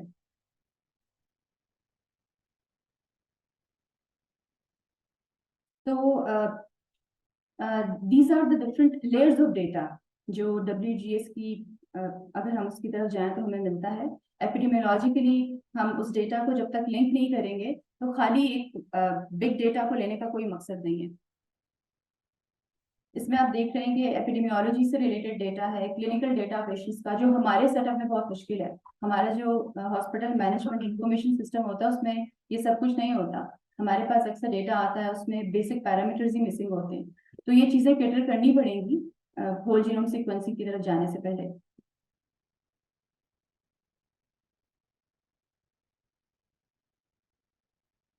तो applications of whole genome sequencing in AMR surveillance, इसके टायर्स हैं, इसके लेवल्स हैं। मुझे देखिए, जो डेटा हमारे पास जनरेट होता है वो लोकली भी कंट्री के अंदर यूज हो सकता है, लोकल हॉस्पिटल सेटिंग्स में यूज हो सकता है, इसके अलावा नेशनल लेवल पे पॉलिसी मेकिंग के लिए यूज हो सकता है, और इंटरनेशनल लेवल पे पैंडेमिक के लिए जो उनकी प्रिपेयर्डनेस के लिए यूज हो सकता है। बाकी होल जीनोम सीक्वेंसिंग की बहुत सारी एप्लीकेशंस हैं। आप उससे इन्फेक्शन सोर्स आइडेंटिफाई कर सकते हैं जो है हॉस्पिटल एक्वायर्ड इन्फेक्शंस में, आउटब्रेक इन्वेस्टिगेशन में। इसके अलावा ट्रांसमिशन चेन्स का पता चल सकता है, इन्फेक्शन की तो ट्रांसमिशन चेन्स होती हैं, कहाँ से इन्फेक्शन आई, कहाँ गई, हर चीज पता चलती है। हाई रिस्क क्लोन्स हम आइडेंटिफाई कर सकते हैं, हम एट रिस्क पेशेंट्स और ग्रुप्स को आइडेंटिफाई कर सकते हैं। इसके अलावा विरुलेंस फैक्टर्स को पेशेंट्स के साथ हम कोरिलेट करके देख सकते हैं। AMR की जो एंटीमाइक्रोबियल रेजिस्टेंस की जो जेनेटिक बेसिस है उसको मालूम कर सकते हैं। And there are many more factors. And then the information जो WGS जनरेट करती है उसमें जैसे कि अभी मैंने बात की कि खाली एक बिग डेटा का कोई फायदा नहीं है, उसके साथ उसकी निटिग्रिटी चाहिए, हमें एसोसिएशंस चाहिए। तो हमें एपिडेमियोलॉजिकल मेटा डेटा चाहिए, हमें क्लिनिकल डेटा चाहिए, उसके बगैर हम एसोसिएशन नहीं निकाल पाएंगे, उसके बगैर सिग्निफिकेंस नहीं निकाल पाएंगे डेटा की। देन होल जीनोम सीक्वेंसिंग से फाइलोजेनेटिक एनालिसिस कर सकते हैं, रिलेटेडनेस मालूम कर सकते हैं, स्ट्रेन टाइपिंग कर सकते हैं, रेफरेंस डेटाबेस जो है उसको देख सकते हैं। These all are the points जो कि इसकी एनालिसिस में बायोइन्फॉर्मेटिक पाइपलाइंस में ये सब हम मालूम कर सकते हैं।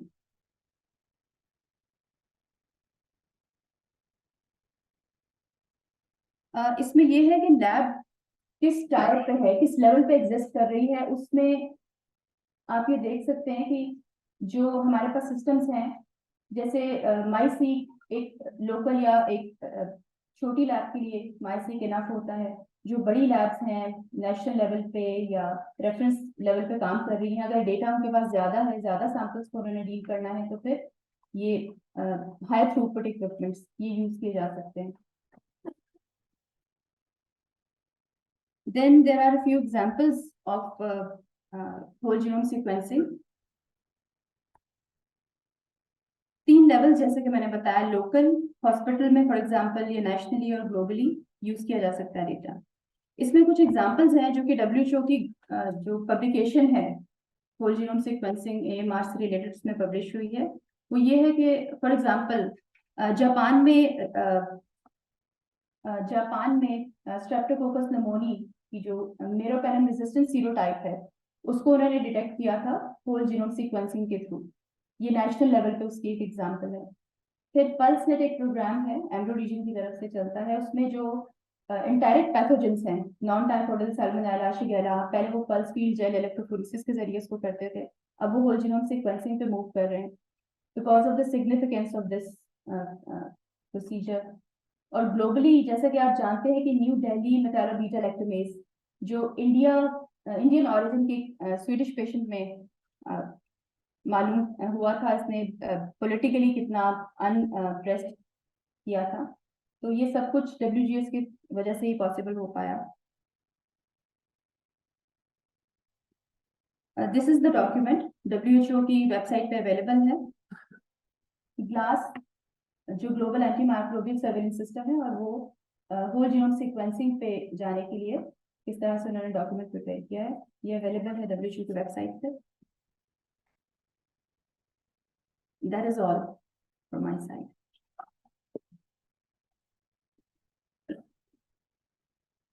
कुछ कमेंट है तो kindly.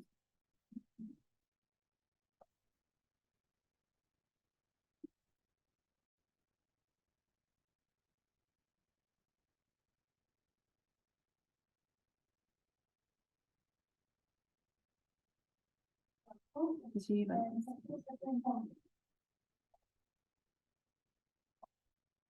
My question is, since in Pakistan, antibiotics are frequently available over the counter. So, do you have any quantitative data or any percentage data that how is antimicrobial resistance prevalent in Pakistan? I doubt it will be very high number. Since the infections are very common and everybody susceptibility can use antibiotics from the pharmaceutical store. So, do you have any quantitative data about the population regarding AMR? आपके सवाल के लिए बहुत शुक्रिया। Quantitative data इस तरह से हमारे पास अवेलेबल नहीं है कि वो पॉपुलेशन को रिप्रेजेंट करता हो, लेकिन दो तीन चीजें हैं। जिस तरह से एंटीबायोटिक सर्वेलेंस का जो एंटी माइक्रोबियल सर्वेलेंस का सिस्टम हमने स्टार्ट किया, उसमें सेंट्रल साइट्स हमने चुनी है। प्राइवेट ऑर्गेनाइजेशंस भी हैं, लैब्स हैं, हॉस्पिटल्स हैं और गवर्नमेंट के भी हैं। उनका डेटा हमारे पास एंटीबायोटिक ससेप्टेबिलिटी का आता है, जो वो डिस्ट्रीब्यूशन करते हैं या MIC करते हैं। MIC बहुत कम लैब्स करती हैं। इसके अलावा पॉइंट प्रेवलेंस सर्वेस कंडक्ट करवाए गए हैं। पहला कंडक्ट हुआ था 2 साल पहले और दूसरा अब हुआ है, तो उससे एंटी माइक्रोबियल कंजम्पशन का डेटा हमें पता चलता है। तो ये चीजें हमारे यहाँ बहुत फ्रेगमेंटेड हैं, कोई इंटीग्रेटेड सिस्टम नहीं है, और उसी के लिए तो कोशिश कर रहे हैं कि किसी तरह से इंटीग्रेशन हो। फार्मासिस्ट आप जानते हैं कि हमारे सेटअप में उस तरह से इंटीग्रेटेड नहीं है जरूर, लेकिन उनका रोल उस तरह से एस्टैब्लिश नहीं है, जो कि अगर हो तो ये चीजें, ये मसाइल हो ही ना। इन्फेक्शन कंट्रोल कमेटीज के इश्यूज हैं और बाकी IPC से रिलेटेड इश्यूज हैं। तो ये चीजें अभी करने वाली हैं। जी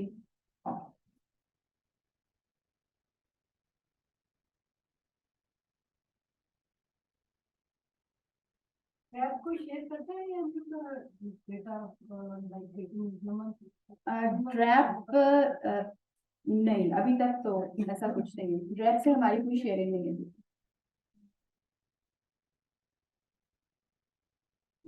Reference to your question about the data of AMR, the NIH holds a program named as the National AMR Program. इसमें NIH में AMR की sentinels आते हैं, 2 की हुई हैं। Right now, it is almost 47 जो कि अपना annual data provide करती हैं, और NIH उसे ग्लास के प्लेटफॉर्म पे, WHO के प्लेटफॉर्म पे annually upload करता है। तो as Dr. Aisha has told कि fragmented है, लेकिन still Pakistan is a signatory ये ग्लास के प्रोग्राम का, और इससे हम 2018 से डाटा दे रहे हैं। बहुत सा AMR प्रोग्राम नवंबर में हम एक स्टार्ट करने जाते हैं। बड़ा इवेंट है जिसका world antimicrobial awareness week campaign. People who are interested in that activity must come between 18 to 24 of November, जिसमें हम अपनी एक्टिविटी करने जा रहे हैं। 34 वॉक और सेमिनार करने जाएंगे हम। तो stay tuned with the NIH to हम लोग ये एक्टिविटी करते हैं। Effort is still fragmented. Like you are working. Yes. Now, but specifically talking about the surveillance pattern of AMR. Again, this is a comprehensive document named as a National Action Plan. Must go through that document. सिर्फ पाकिस्तान का concern नहीं है, global concern है बहुत बड़ा, जिसमें बहुत बड़ा चैलेंज बिहेवियर चेंज का। गवर्नमेंट अपने लेवल पे कुछ ना कुछ काम कर रही है, रजिस्ट्री कर रही है, प्रोविजन गवर्नमेंट कर रही है, लेकिन we are in well country. The need of antibiotics is inevitable. इसके लिए हम ये कह सकते हैं कि हम अपनी इंफेक्शंस को ये वर्किंग बहुत कर सकते हैं। बाहर से भी इसके रिस्पॉन्सिबल यूज किए जिससे हम लगे होंगे कुछ ना कुछ में हर साल कोई क्वार्टर में हम उसके एडवर्टाइजमेंट को लेके पॉलिसी चेंजेस को लेके कुछ ना कुछ एक्टिविटी कर रहे होते हैं। लेकिन 2018 के लिए तो वो दिखाने के लिए हम वापस से इंतजार कर रहे हैं कोई भी मसला। Thank you. चलिए, thank you so much.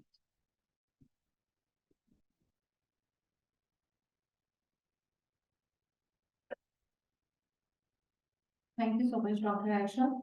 We are pleased to introduce our next speaker, Dr. Samia Al-Kaulak, a senior clinical sales specialist at Illumina. Dr. Al-Kaulak will be enlightening us on the topic of genomic-based surveillance solutions, keeping an eye on the next outbreak. Please, sir.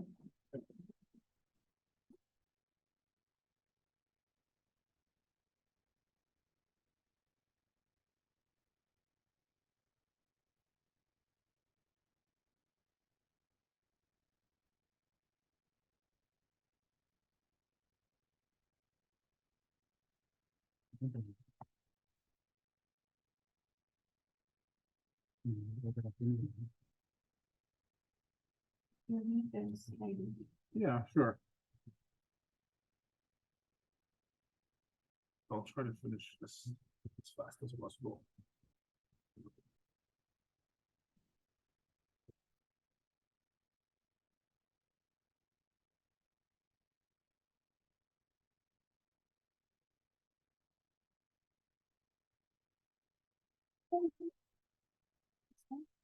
Yeah, that's the one.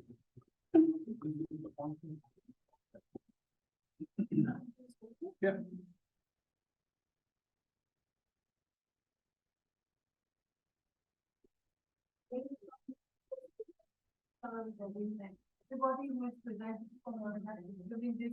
Yeah, it's our theme. It's our theme color.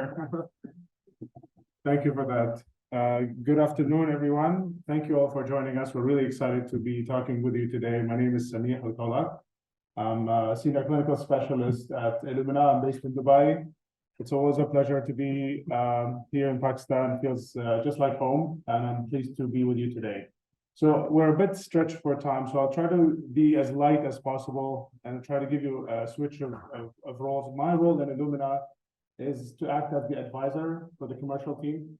So if you have any questions about which solution you should be using, the conversation is usually with me, and I advise the commercial team on various that. So I want to give you just a bit of a background about Illumina as a company. I'm sure you know the company, but we've kind of focused our attention on specific applications. So I just want to start with a short clip to kind of help you wake up a bit from my presentation, and then we'll go to the slide. So hopefully this can work.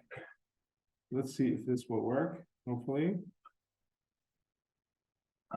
Powerful things, genes.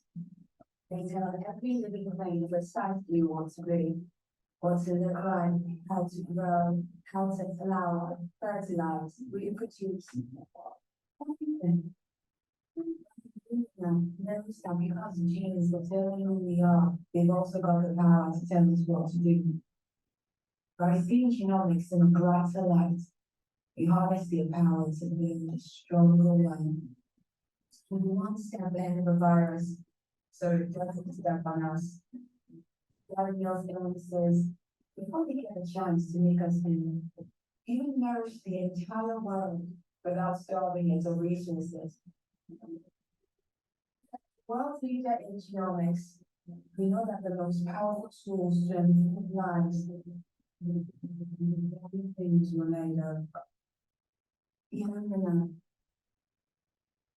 So it's a nice segue into the slide that you've seen a couple of times. Our mission as Illumina, which is to improve human life, human health rather, by unlocking the power of the genome. So as Illumina, and I think our speakers, Professor Muhammad and the other speakers today, touched on the broad range of the applications through which we function. So we cover applications that include oncology, reproductive health, genetic disease, and the theme of our discussion today, which is microbiology.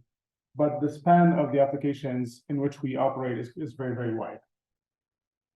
course, with that broad application, we were able to do amazing things. Professor Muhammad spoke today about the breakthroughs that he was able to discover with genetic disease testing. But I think the most relevant is the fact that the COVID-19 virus was sequenced for the very first time on Illumina instruments. And this is the study that identified the genetic sequence for the SARS-CoV-2 virus. Every year, there are new breakthroughs in the genomics field to make genomics more affordable. So I think some of the feedback that we heard today is that sequencing is quote unquote expensive. My personal view is that I look at genomics and sequencing as an investment that has a high entry ticket price, but in the long run, it is huge relief on the burden of disease, infectious disease, rare diseases, etc. So it's a large entry ticket, but I think in the long run, you could see how Illumina kind of made huge jumps to reduce the price of the genome from this much to this much on our largest sequencer, the NovaSeq X Plus. So this is sort of the breadth of our sequencers. So you can start with the baby iSeq 100, where you can do a few SARS-CoV-2 samples, all the way up to the flagship sequencer, the NovaSeq X Plus, which is able to do 162 whole genome sequences in one run. So quite a massive sequencer, and we're hoping to sort of push the climate, the genomics climate in Pakistan and this region towards more comprehensive genomic testing, including whole genome sequencing. Of course, we are aware of the economical constraints, but we are working with multiple policymakers to highlight the value of that. So just to show you where we are today, Illumina is expanding our presence worldwide. This is the closest office. This is where I'm from, or where I'm based currently with the commercial team in Dubai. We have a Dubai Solution Center that provides full training and engineering support. And we hope that if you're mid-lab or if you're around, that you come and visit us in the Dubai Solution Center. It's our attempt to be more present in the region and to provide you more direct support. So I think you've seen this slide before. When we talk about microbial genomics profiling, I think there's a broad range of options that we can provide, starting from the whole genome sequencing, which has the most comprehensive view, but also provides challenges on the bioinformatics and the throughput of the data that you're processing. And the theme of the application today is that we've recognized that our users don't want to necessarily do whole genome sequencing, and some of the solutions that I'll talk about today are more on the side of the enrichment-based assays because they're targeted, they're economical, and they get you the answer that you're looking for, especially when you're looking for specific pathogens. Of course, this has a price. So when you go from a sort of a more restricted sequencing approach like 16S RNA, and you move increasingly towards the whole genome sequencing spectra, the amount of information that you can get becomes more and more comprehensive. So I just wanted to show you this figure to show you that there is a trade-off between the amount of information you have and the cost and the depth of the detail of information in terms of the phylogenetic typing and the strain typing and the AMR information that you have. And what we're hoping to do is to land you somewhere here in the middle, where you can maximize the amount of information you have for the most economical option possible. So if you look at this, is a broad view of our portfolio. And the thing I want you to walk away from the talk today is to know that we basically have everything. It's now the most recent release with the microbial amplicon-based targeted panel, where you can put your own primers in a targeted panel. You could basically do anything. So it's really a question of what is the priority for your group that you're trying to do. But some of the highlights of today's talk will be about the viral surveillance panel that I'll be discussing next, in addition to the GenoScreen panel, which is specifically on tuberculosis. So these are the two topics that I thought are most relevant, but we can talk after the presentation to see if you have any further questions. So the viral surveillance panel, I think this is Illumina's response to the slowdown in sequencing that Professor Musab talked about today. After the COVID pandemic ended, everybody kind of stopped sequencing. But there are a lot of pathogens of concern out there that are emerging, and it's important for public health agencies to keep an eye on it. So the COVID-19 pandemic, of course, demonstrated that we do need that surveillance program in place, and these re-emerging pathogens are coming, and sequencing is just too expensive. So what do we do? The answer that we have is the viral surveillance panel. I think it's in use in Pakistan today, and it's provided very important insights into surveillance challenges. It's got 66 most critical viruses in public health, and it's a targeted hybrid capture-based whole genome sequencing panel. So it uses hybrid capture probes to fish out specific regions in 66 viruses. So what are the 66 viruses? So they cover a broad range of disease indications and outbreaks, including bloodborne, so all the hepatitis series, A to E, HIV, encephalitis, causing viruses, respiratory viruses like the influenzas here, MERS, SARS-CoV-1 and SARS-CoV-2 respiratory viruses, in addition to hemorrhagic fever, enteric viruses, oncogenic, and other viruses. So the concept here is that if you have a virus that is mysterious, you're seeing a surge in a specific region, you send that to a public health lab and you tell them, I'm suspecting there's an outbreak here, they put it in this panel, and they hopefully identify what's causing this surge in a specific region. The analysis is done on our Dragon platform. So this is a free of charge analysis software that labs can access to identify the viruses in the sample. So what are the key benefits? Like I said, the biggest challenge in sequencing when you're talking about whole genome sequencing is that you have a specific amount of sequencing budget.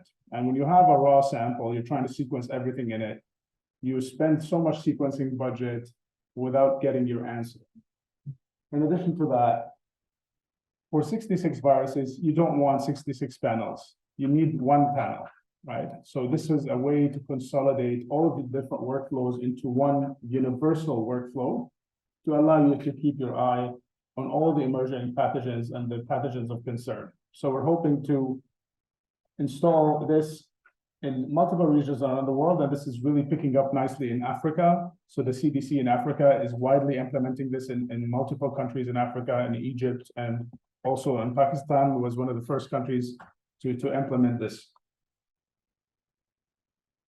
Compared to amplicon-based assays, which are prone to failure, hybrid capture assays are very much robust compared to amplicon-based. They are much more specific, they're resistant to failure, and they provide you whole genome sequencing because, like Michael, my colleague, was talking today, we focused on consensus regions on these different viruses to ensure that we do not miss any viruses due to a mutation, right? So in amplicon-based sequencing, if you have a mutation in the target region, the possibility of failure of that amplicon binding is very, very high. But with hybrid capture, because the fishing area is, the probe is much bigger, the possibility of the probe failing is much, much less. With hybrid capture probes, you also avoid shotgun metagenomics, which are very expensive. So you focus on specific pathogens, specific viruses, and you get the full genome sequence. The nice thing about this panel is that it's very, very flexible with the input sample. So it can take anything from culture samples to wastewater. So they're using it in the US to look at the emergence of specific pathogen in sewage water. So they take sewage water, they extract the nucleic acid, and they do sequencing, and it's sensitive enough to pick up the virus in that much contaminated sample. So this is the typical workflow. So you start with we get you started from this side. So we rely on our users to extract their own nucleic acid, but this is where we start to provide you the VSP, which is the viral surveillance panel, and then the sequencing happens on any of the main mid-throughput sequencers that we have, and then the analysis is provided through the Dragon microbial enrichment analysis. This is a typical output of the software, so it will identify the virus, it will give you additional QC metrics, and it will tell you if there's any drops in any of the target region that you have here so that you can, if you're looking for a specific mutation in a specific site, you can track that and make sure that you have enough coverage in the regions of interest, especially when you're trying to identify specific strains or specific subtypes. So this was VSP for viral surveillance, but I think one of the things that we talked about today is tuberculosis and the massive healthcare burden that it is causing in Pakistan and in the emerging markets as well. So it's an infectious disease caused by mycobacteria, but as many of you know, the real challenge is the resistance, that about 3% of the identified cases are resistant cases. And then you subject the patient to unnecessary treatments with horrible side effects without any benefits. And once they are resistant, what do you do with them, right? So you just kind of keep trying things and you know, it becomes expensive, it becomes time consuming, and you don't have any direction to guide the healthcare decision. So in order to deal with that, we've partnered with a company called GenoScreen to use their technology on our sequencers so that we can identify tuberculosis in addition to other non-tuberculosis mycobacteria, in addition to identify a broad range of well-known identified resistance markers in this mycobacteria. So this is kind of a broad overview of the number of cases that people have worldwide in 2022, 10.6 million, 450,000 resistant TB cases in 2021, and then 3 in 10 people get drug resistance when they're treated, which is quite massive. So what is GenoScreen? GenoScreen is considered the gold standard for TB probe manufacturing and design. They're based in France. They have 20 years of experience in this market, and they are present in 80 countries. And this is why we partnered with them, because they're considered to be the best in tuberculosis sequencing. So just to give you an idea about what you can get out of this solution, you're able to detect resistance to up to 15 anti-TB drugs in just about 24 or 48 hours. There are additional minority variants that you're able to identify, confirming heteroresistance down to 1 to 3%. You're able to do this with culture-free and cultured samples, in addition to identifying 100 non-tuberculosis mycobacteria, because sometimes when you do the diagnosis, it comes back negative for tuberculosis. And there's clearly a pulmonary indication happening, but you don't know what it is. It's a mycobacteria. So this panel allows you to identify it if it becomes negative, if it comes back negative for tuberculosis. It gives you additional insight. So the software is included as part of the one catalog number that we have for GenoScreen, and you're able to get a clinical-like report. This is an RUO product, by the way. It's not an IVD product, but it provides clinical enablement information like strain typing, gives you the drugs that are resistant to this particular sample, and it's included in the package. So some of the parameters here, it's quite sensitive. So 9 microliters of 1 picogram per microliter of mycobacterial DNA is what you need, and it's compatible with our Illumina DNA Prep or XT panels, and you can start it on a sequencer as small as an iSeq, which is nice because not everybody has the big sequencers. So even if you have an iSeq, which is something like $20,000 to $30,000, which sounds like a lot, but for a startup lab, this is an affordable sequencer, and you can do the GenoScreen TB profiling on it. Just to show you how many samples you can do on the GenoScreen. So this is, you can do even on a small sequencer like the iSeq, you can do 16 samples per run, which sounds like a really good throughput for a weekly batch that you can get in a surveillance lab. So like I said, the analysis is included as part of that, and you can get specific publishable figures like that one about the different strains, the different resistance patterns that you have in your sample. I just want to just have a couple more slides and I'm done, just because we're running a bit out of time. I just want to point out that for tuberculosis specifically, the product that I just presented is here. So this is the Illumina GenoScreen Duplex TB product. But we can also identify TB in another panel, which is the respiratory pathogen panel, which Michael presented earlier. So this is the panel that has profiling for bacteria, viruses, and fungi, in addition to about 2,000 marker for resistance. So TB is also part of that. So you can see that there is some overlap in the coverage that we have. If you're looking for a solution to look at tuberculosis specifically, GenoScreen is the ideal one. But if you're looking for a solution that looks at respiratory pathogens, including TB, then the respiratory panel with ID markers is also a good option for you to consider. Just the last two slides there. We've recently launched a product because after the COVID-seq, people wanted to use the COVID-seq panel, but not with the COVID-seq primers. They wanted to put their own primers in there. There was interest to look at pathogens specifically without having to go really broad. So we launched the Illumina Microbial Amplicon panel, or IMAP. So there's two flavors of this panel. The first one is an influenza one. So it's a basically Amplicon-based targeted panel with flu primers. And the other one is with your own primers. So this is IMAP. This is the targeted Amplicon for microbial genomics. So this one is the influenza, A and B. So this is the catalog number. And then the other one is a panel that is flexible to your own primers.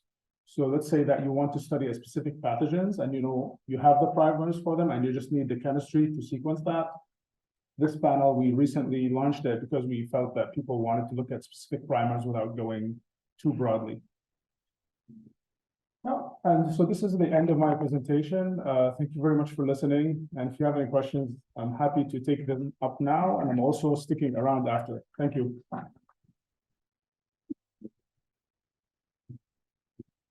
Yeah.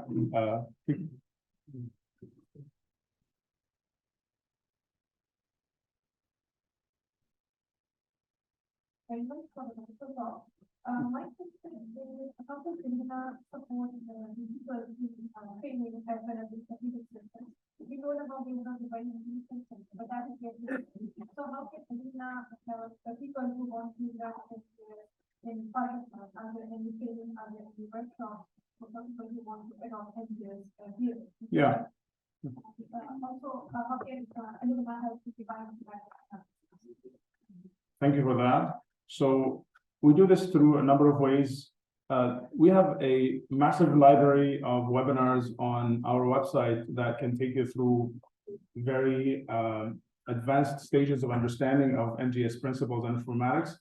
And if you can catch me after the talk, I can give you my card and I can direct you to that webinar library, but it goes through a lot of the topics that we talk about in detail. The other thing is our partners, in Pakistan, GMS. We started training our partners first. So our first priority is to train them so that they can train you. So that's the focus at the moment, is to train the partners. And we made sure that they are at a very high level of expertise and skills to train our customers. But we also work with them directly to see if there's additional training needs. Usually the training is driven around a specific project. So let's say that there's a project where a PI wants to do tuberculosis screening. Usually we send our own people along with GMS staff to train you, and we work with you because we want to work on a specific project. So my answer is there's general information, but there's also project specific training that we provide once we know that you're interested to sequence samples. Thank you for this very informative section. I have a question regarding this Illumina Microbial Amplicon panel. So that it's compatible with Amplicon for our own choice. So I think what you know is that what size of product it will be as such, like minimum product Amplicon product length, which is the size, right? Yeah. That's what I want to know. Yeah. And then another question regarding Illumina RNA presentation as well as surface time. So So what range of CT values does it support? Like we treat the whole genome sequence. Yeah. So no problem. Thank you for that question. So typically the amplicon-based panels, they take about 300 to 400 base pairs long. So that's typically the length afterwards. But it's also to get you to that range, there's an optimization process. But the size of the fragment, once you're done with it, is about 300, 400 base pairs. So that's the first point. I believe your second question was the CT value.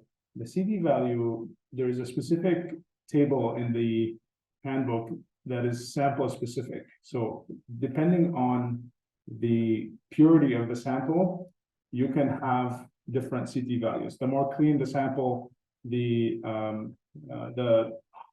higher the CT value requirement will be. So that will be and specified in the manual. I can refer you to that one after the talk. Yeah, because for wastewater, there's a lot of contaminants, right? So the CT value will be different from, say, a cultured sample. So it's very much sample specific. Yeah. Yes, please. You talked about viral surveillance panels. Yes. So, are we targeting every targeted organism once or multiple cohorts? Yeah. So we have if you consider the total target region of a specific virus, we've designed the probes to cover the entire length of the target region with some overlap. So they've been designed to kind of look at consensus regions or the conserved regions within the virus to ensure that we don't fail to bind due to a mutation or something. So a lot of in silico stuff to ensure that you cover the entire region and conserve sequences. Yeah.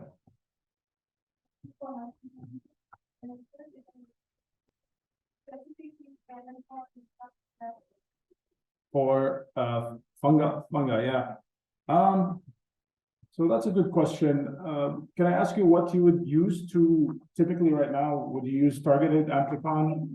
Yeah. So I think yeah. So if you have the primers, it can work with the Illumina microbial amplicon. I have to check the fungal piece to see the compatibility, but I can look into that because it's a brand new product. But if it's if the fungal sample, the primer design is within the size of the expected fragment that we want to sequence, then I don't see why we cannot sequence the fungal samples as well. But we can look at the manual after the presentation to see if fungal is included in that as well. Yeah, thank you. Which fungal samples are you considering? Which ones are you? What's the application for fungal? Okay. Okay, sounds good. And is it cultured or cultured? Cultured. Okay, we can look into that. Many systems are installed in Pakistan and where if it is not a secret. No, it's not. It's not a secret. So our partners GMS, I think we know that the majority of them are MySeqs, right? So that's yeah. I think it's in the range of 25 to 30. Yeah, many of them are MySeqs. Do we have any NextSeqs? We have a couple of NextSeqs. I see. Yeah. So it's about 25 to 30. Yeah. Working condition in that I'm sorry. all if you install in the Pakistan, all are working in Pakistan. We are. I'm sure you heard that some of our guests today spoke about wanting to utilize it a bit more, but we've been working closely with them to activate that when we see there's a viable project that's sustainable. We work with GMS to make sure that we activate there, but it could be a bit more utilized to answer your question. There's room to kind of have more utilization. So they are in working condition. If they will utilize the capacity that we want them to utilize, maybe not so much, but they're definitely in working condition. Yeah. I think funding is often the challenge for that, but we're trying to work with our partners to make sure that we do as much as we can. All right. Okay, thank you so much. Thank you.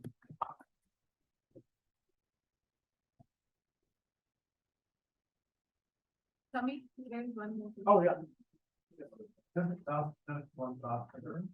Because there does not often any solution for microgenomic sequencing for RNA management. Like there is the DNA number, don't have to call total RNA management. Yeah, so, With the RNA. yeah, they find that starting Illumina expanded RNA is the one that we but you need to purify the RNA to make sure that you're not sequencing any host RNA. The biggest challenge is the contamination from the host and the ribosome RNA. So if you have to purify the viral RNA that you're confident in from specialized state, then there's a few options for total RNA that we can Okay, thank you, Dr. Sami.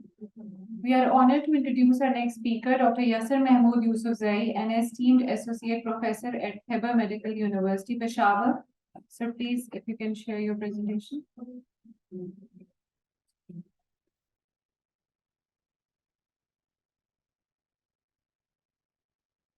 Dr. Yasser Mahmood Yousufzai currently serves as the director of the Public Health Reference Laboratory and the Institute of Pathology and Diagnostic Medicine. He earned his PhD from the University of Glasgow in 2015 and has remained dedicated to the pioneering diagnostic and research initiatives.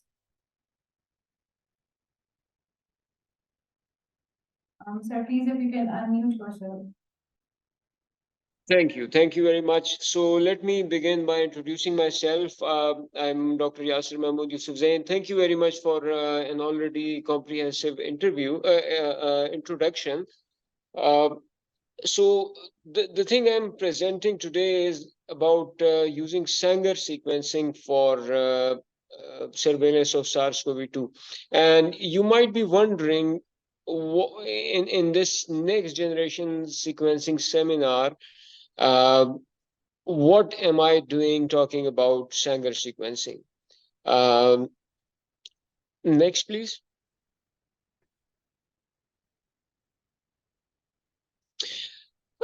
So that's where what we have done in the past 2 years. I'll walk you through our journey for establishing the our genomics lab, which we proudly have named ACGT, the Advanced Center for Genomic Technologies. I'll give you a bit of background on the rationale for Sanger sequencing in our lab, the methods we used, and results and discussion, and what we are looking forward to in doing for the next year or two. Next, please. So as we all know, this is the era of next generation sequencing. Everyone is talking about Illumina. Everyone wants to have Illumina. Those who have Illumina wants the funding to run those. In 2020, when the COVID-19 pandemic began, we had no facilities for even conducting PCRs at a high capacity. Using molecular biology, doing molecular biology was a big challenge for us. And we started with a PCR lab. In the year 2021, when it was very important to provide quick and real-time variant data, which was really important for travelers, and which was very important for the international community as well, as to know what variants are circulating and whether a more aggressive, a more virulent pathogen may evolve from the currently circulating COVID-19 or the SARS-CoV-2 species. We had no idea how genomic sequencing works. I mean, as academics, we knew, but we did not have an established genomics lab in Peshawar. We started looking at things, and from PCR to next generation sequencing seemed a very big jump.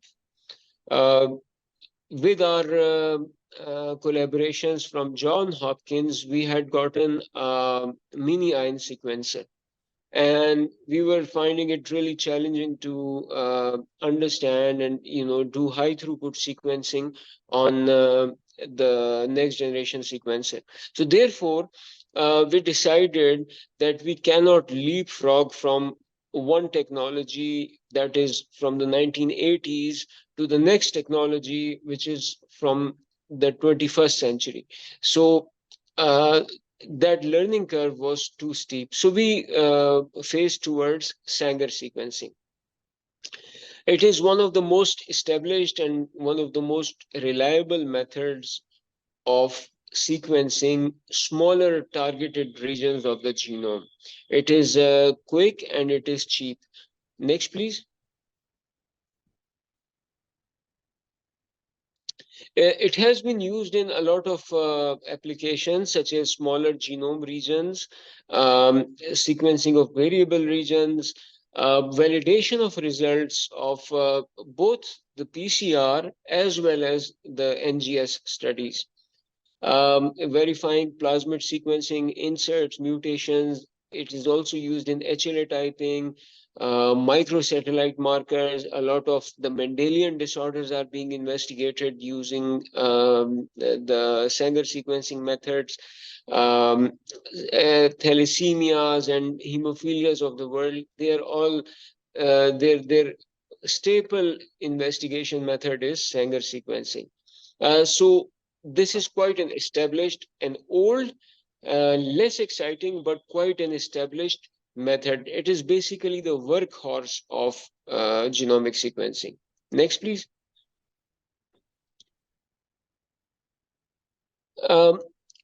So in the year late 2020 and 21, we were facing travel embargoes from different countries as well because of the lack of genomic sequencing data. Countries with much worse COVID outbreaks, they were still allowed to travel, but Pakistan, where there was less of problems with COVID, but since we could not provide them variant data, we were put under a travel embargo. We had to make a quick decision, and whole genome sequencing was needed. But when we started looking at whole genome sequencing, particularly of COVID-19, we came across several challenges, hypothetical challenges.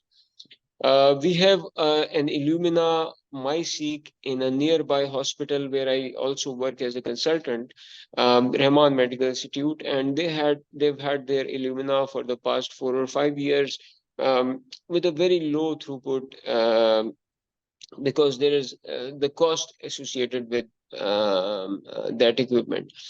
It also had a long turnaround time, and as a public health lab, we needed quick results where if a new variant would come, we would be able to take public health measures to control the epidemic or that cluster of cases.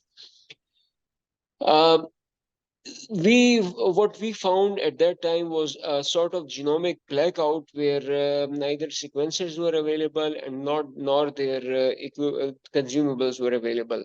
Sanger sequencing based techniques were available as an alternative. Next, please. So we talked to several people, and everyone said, go for Illumina. And Illumina has such a big following, and everyone has their own success stories with the MySeq, the next generation sequencer. But when we closely looked at the SARS-CoV-2 gene and the then prevalent variants, we came to know that most of the unique mutations that defined those variants were in a particular RBD, the receptor binding domain region of the SARS-CoV-2 gene. And although it was not exclusive to RBD, there were mutations elsewhere as well. But at that time, we if we knew the sequence of RBD, we could reliably define the variant. We could also believe that if there was a new variant to arrive, most likely that would also have a unique mutation within the RBD region, and we would be able to pick that variant up as well. So this is the first, table of the first 5 variants, and you can see each variant had some reliable mutations. And using this rubric, we could identify all of these 5 mutations doing just the RBD region sequencing. Next, please. It's a similar slide, the spike gene RBD mutations, even the subsequent variants that came, they also had at least one unique mutation within the RBD region of the S gene. Next, please. This is the workflow. Please push a few buttons so that we could see all the relevant. Yes. The process is almost similar to whole genome sequencing, apart from it skips a few steps, but it is more robust and it is quite closer to what our technicians were already doing for PCR. I don't think I need to explain this slide anymore to all the NGS experts out there who are listening to this talk. But basically, we had to establish another section in our lab where we could do a gradient PCR for initial optimization, fragment purification, and then the big data termination and sequencing. Next, please. So that's how we started our sequencing. Our aim was to provide real-time information. We were aiming that a positive case is diagnosed today in the molecular biology PCR lab. The same day we should be able to extract RNA, probably perhaps use the same RNA that was used for PCR, transcribe into cDNA, the complementary DNA, and use the same RNA and cDNA for our sequencing reaction. Our ideal time of a sequence analysis would be 24 hours. We found it really extremely challenging to meet those criteria, but as compared to the 2 months time for Illumina that we are having right now in Peshawar, we could still do analysis within 1 week. This slide shows how many sequences and what proportion of samples we have analyzed from different districts. We have analyzed samples from patients as young as 4 years to as old as 80 years. We have done 559 sequences so far. I believe with the resources and with the capacity we had, if we had only to rely on next generation sequencing, we wouldn't have been able to contribute these sequences into the national database. Next, please. So this is another representation of the previous figure, but this is a question that we are struggling with, and we have spoken with Dr. Masab about this. We have spoken with other international collaborators about this as well, is the phylogenetic analysis and linking the sequencing information or the sequencing data with the public health policy. So for example, we identify a variant that is in circulation in the population. That is fine.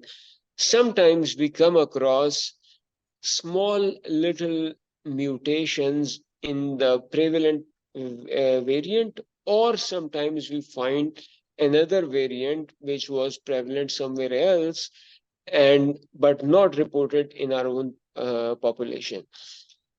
So what to do with those? And this is a a policy question. How do we guide our public health experts on what policy to take? If we find, say for example, we are having an Omicron variant most prevalent in the province. What if there is a single nucleotide change in the Omicron variant in the SBD region? How do we predict the behavior of that virus? How do we inform the public health department? How do we inform the secretary health? So what should they be doing about this? And this, this adds to the complexity of the next generation sequencing in the public health context, in the context of virus hunting, in the context of predicting the next outbreak, the next pandemic. So this is what we are really keen on addressing. We are keen on making collaborations on this as to how to make the public health people and the bioinformatics people sit together and come up with the right answer and the right approach towards this. Next, please. Again, what do we do with when we get the mutations? Most of the times we are able to identify one of the variants, but sometimes we do get unique mutations within the existing variants. That's the whole purpose of this slide as well. Next, please.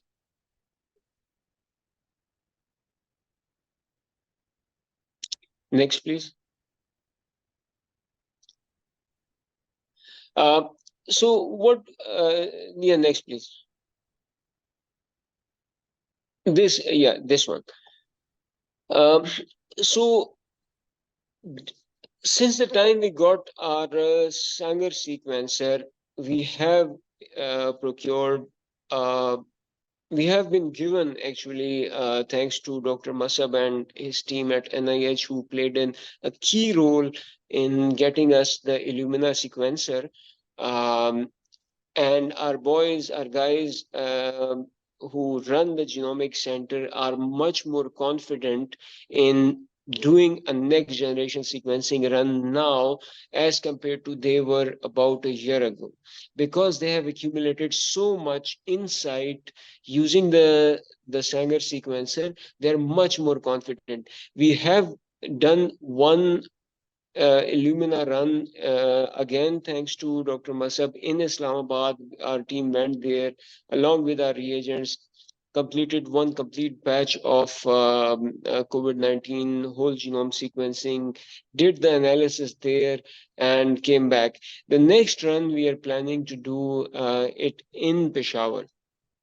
So so our main lab was to begin with was Sanger, and now we are confident that there is the missing link is there. Now we are ready for the next level NGS.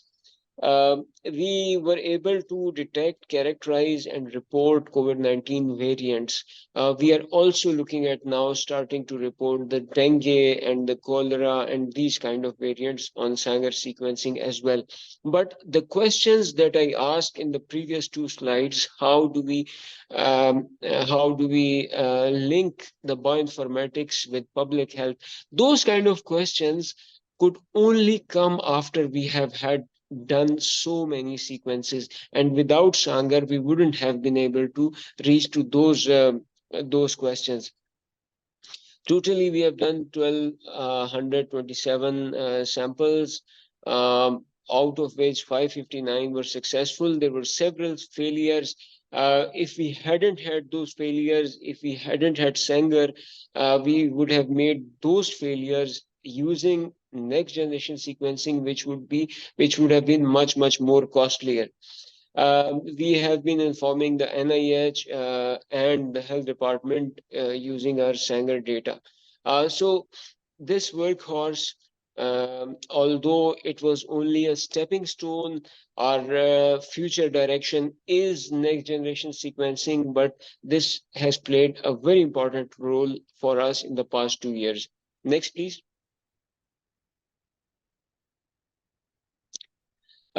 It has been cost effective for us. The reagents are readily available, something that,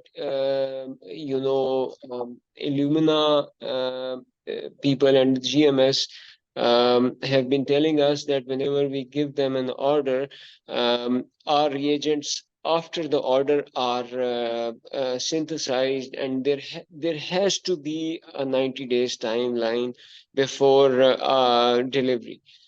This problem wasn't in case of Sanger sequencing. The reagents are readily available in local stocks because it is sort of an open machine. Variant calling with sufficient confidence, even if we are not doing whole genome, even if we are not doing phylogenetics, we can still detect variants. Whereas variant detection is also possible in PCR, but PCR kits cannot detect any novel variant or the variant that comes after the kit was synthesized. Reporting results time is short in Sanger sequencing. We targeted the RBD and the S2 regions of the gene because they are most commonly affected. The survey covered the prevalence of 3 leading SARS-CoV-2 variants in Alpha, Delta, and Omicron. We are quite confident that if another variant comes, our method that covers the entire S2 region should be able to identify unique spots and be able to identify that variant as well. We use this as an economic alternative, and it was also useful, extremely useful for our training purposes. Our future is next generation sequencing. Our future is Illumina and mini-ion, but this has been a really useful tool for us to play with, get trained on, and train other students and, do our day-to-day chores. Next, please. We are hoping to expand our pathogen surveillance. We are hoping to use this for AMR surveillance as well, because we are getting lots and lots of Salmonella XDR cases. We want to integrate this with NGS. We recently did a whole genome, human whole genome, using the HiSeq from abroad, and the mutations we identified on human whole genome, we will hopefully validate those on our Sanger. We are lucky to be part of the national consortium. Again, Dr. Musab was a key player in including us, and we are providing education and training for our students on this machine. With this, I thank you very much and for giving me this this platform. We are extremely excited to talk to the international Illumina team. We are hoping to collaborate further, and we are looking for training resources. And I think this was an excellent platform for us to get introduced to you guys, and hopefully we take this further. Thank you very much. And if there are any questions, I'm here. Any questions, please?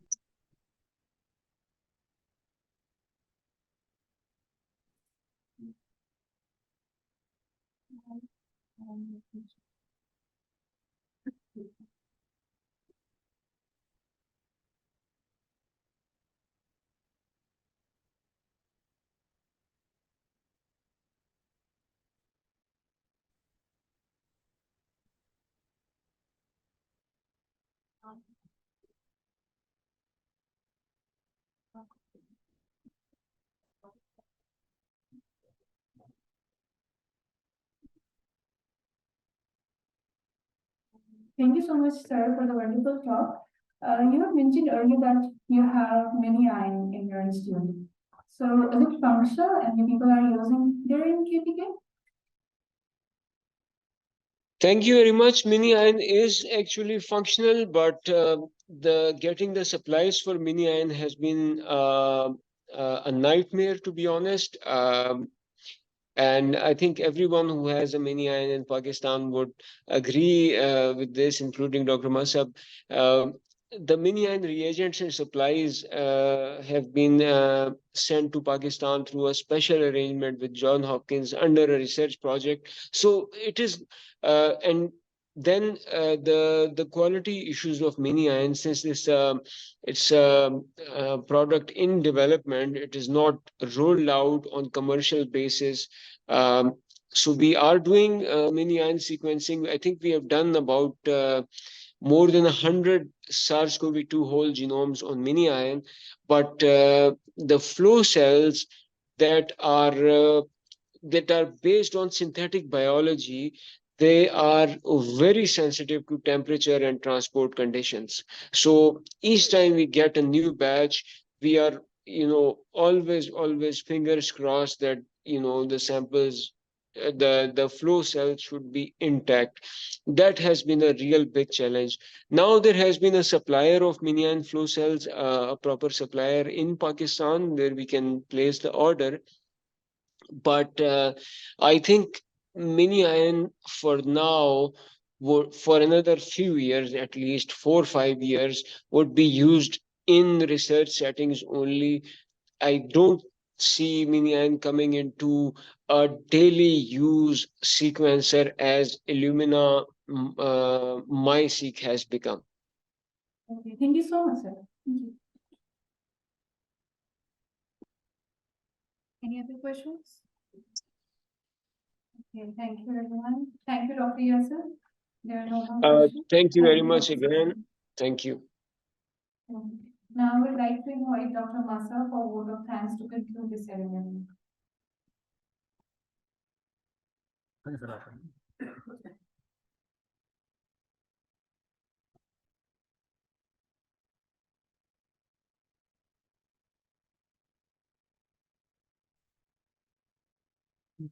Ladies and gentlemen, distinguished guests and esteemed speakers, as we bring the first national conference on utility of next generation sequencing in microbial genomics and AMR to a close, I have the distinct honor and privilege of extending our heartfelt gratitude to all those who have contributed to the success of this event. First and foremost, our deepest appreciation goes to our esteemed speakers who generously shared their expertise and insights, enriching our understanding of next generation sequencing and its pivotal role in microbial genomics, antimicrobial resistance surveillance, and rare genetic disorders. Your contributions have been invaluable, and we are grateful for your time and dedication. A special acknowledgement goes to our organizing committee and volunteers whose tireless efforts, meticulous planning, and unwavering commitment made this event possible. Your dedication behind the scene has not gone unnoticed. We also extend our gratitude to our sponsors and partners, GMS and Illumina, without whose support and collaboration, this conference would not have been possible. I would personally like to thank Mr. Zain Zaidi, Dr. Sami for traveling all the way from UAE to attend this conference. Special thanks to GMS team, Ms. Sabia and Dr. Zain for coordinating this event. We extend our sincere thanks to our participants who actively engage in thought-provoking discussions and brought diverse perspectives to the forefront. Your enthusiasm and curiosity has been the driving force behind the success of this conference.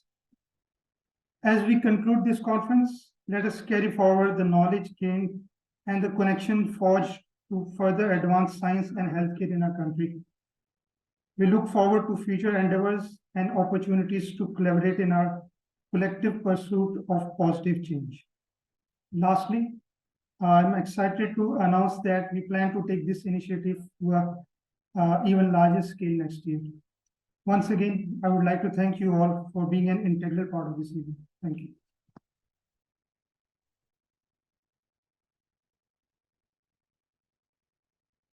Thank you so much, sir.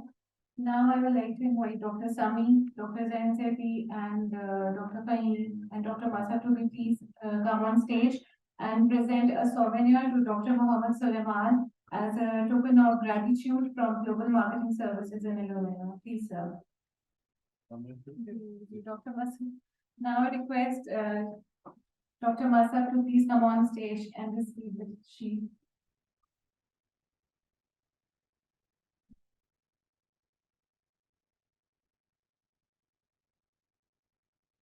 With deep appreciation, without Dr. Masud's leadership and serviceable role, it was not possible to arrange the first national conference on NGOs. Thank you, sir. Now I request Dr. Aisha to please come on stage and receive your shield. Thank you so much for your recognition of the outstanding contributions in our event.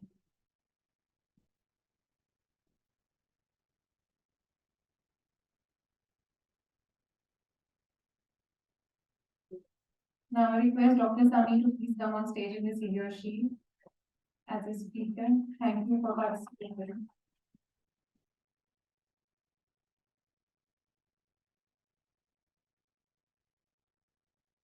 Now I request Dr. Ansar to please come on stage and receive your shield. Thank you so much for coming to our event.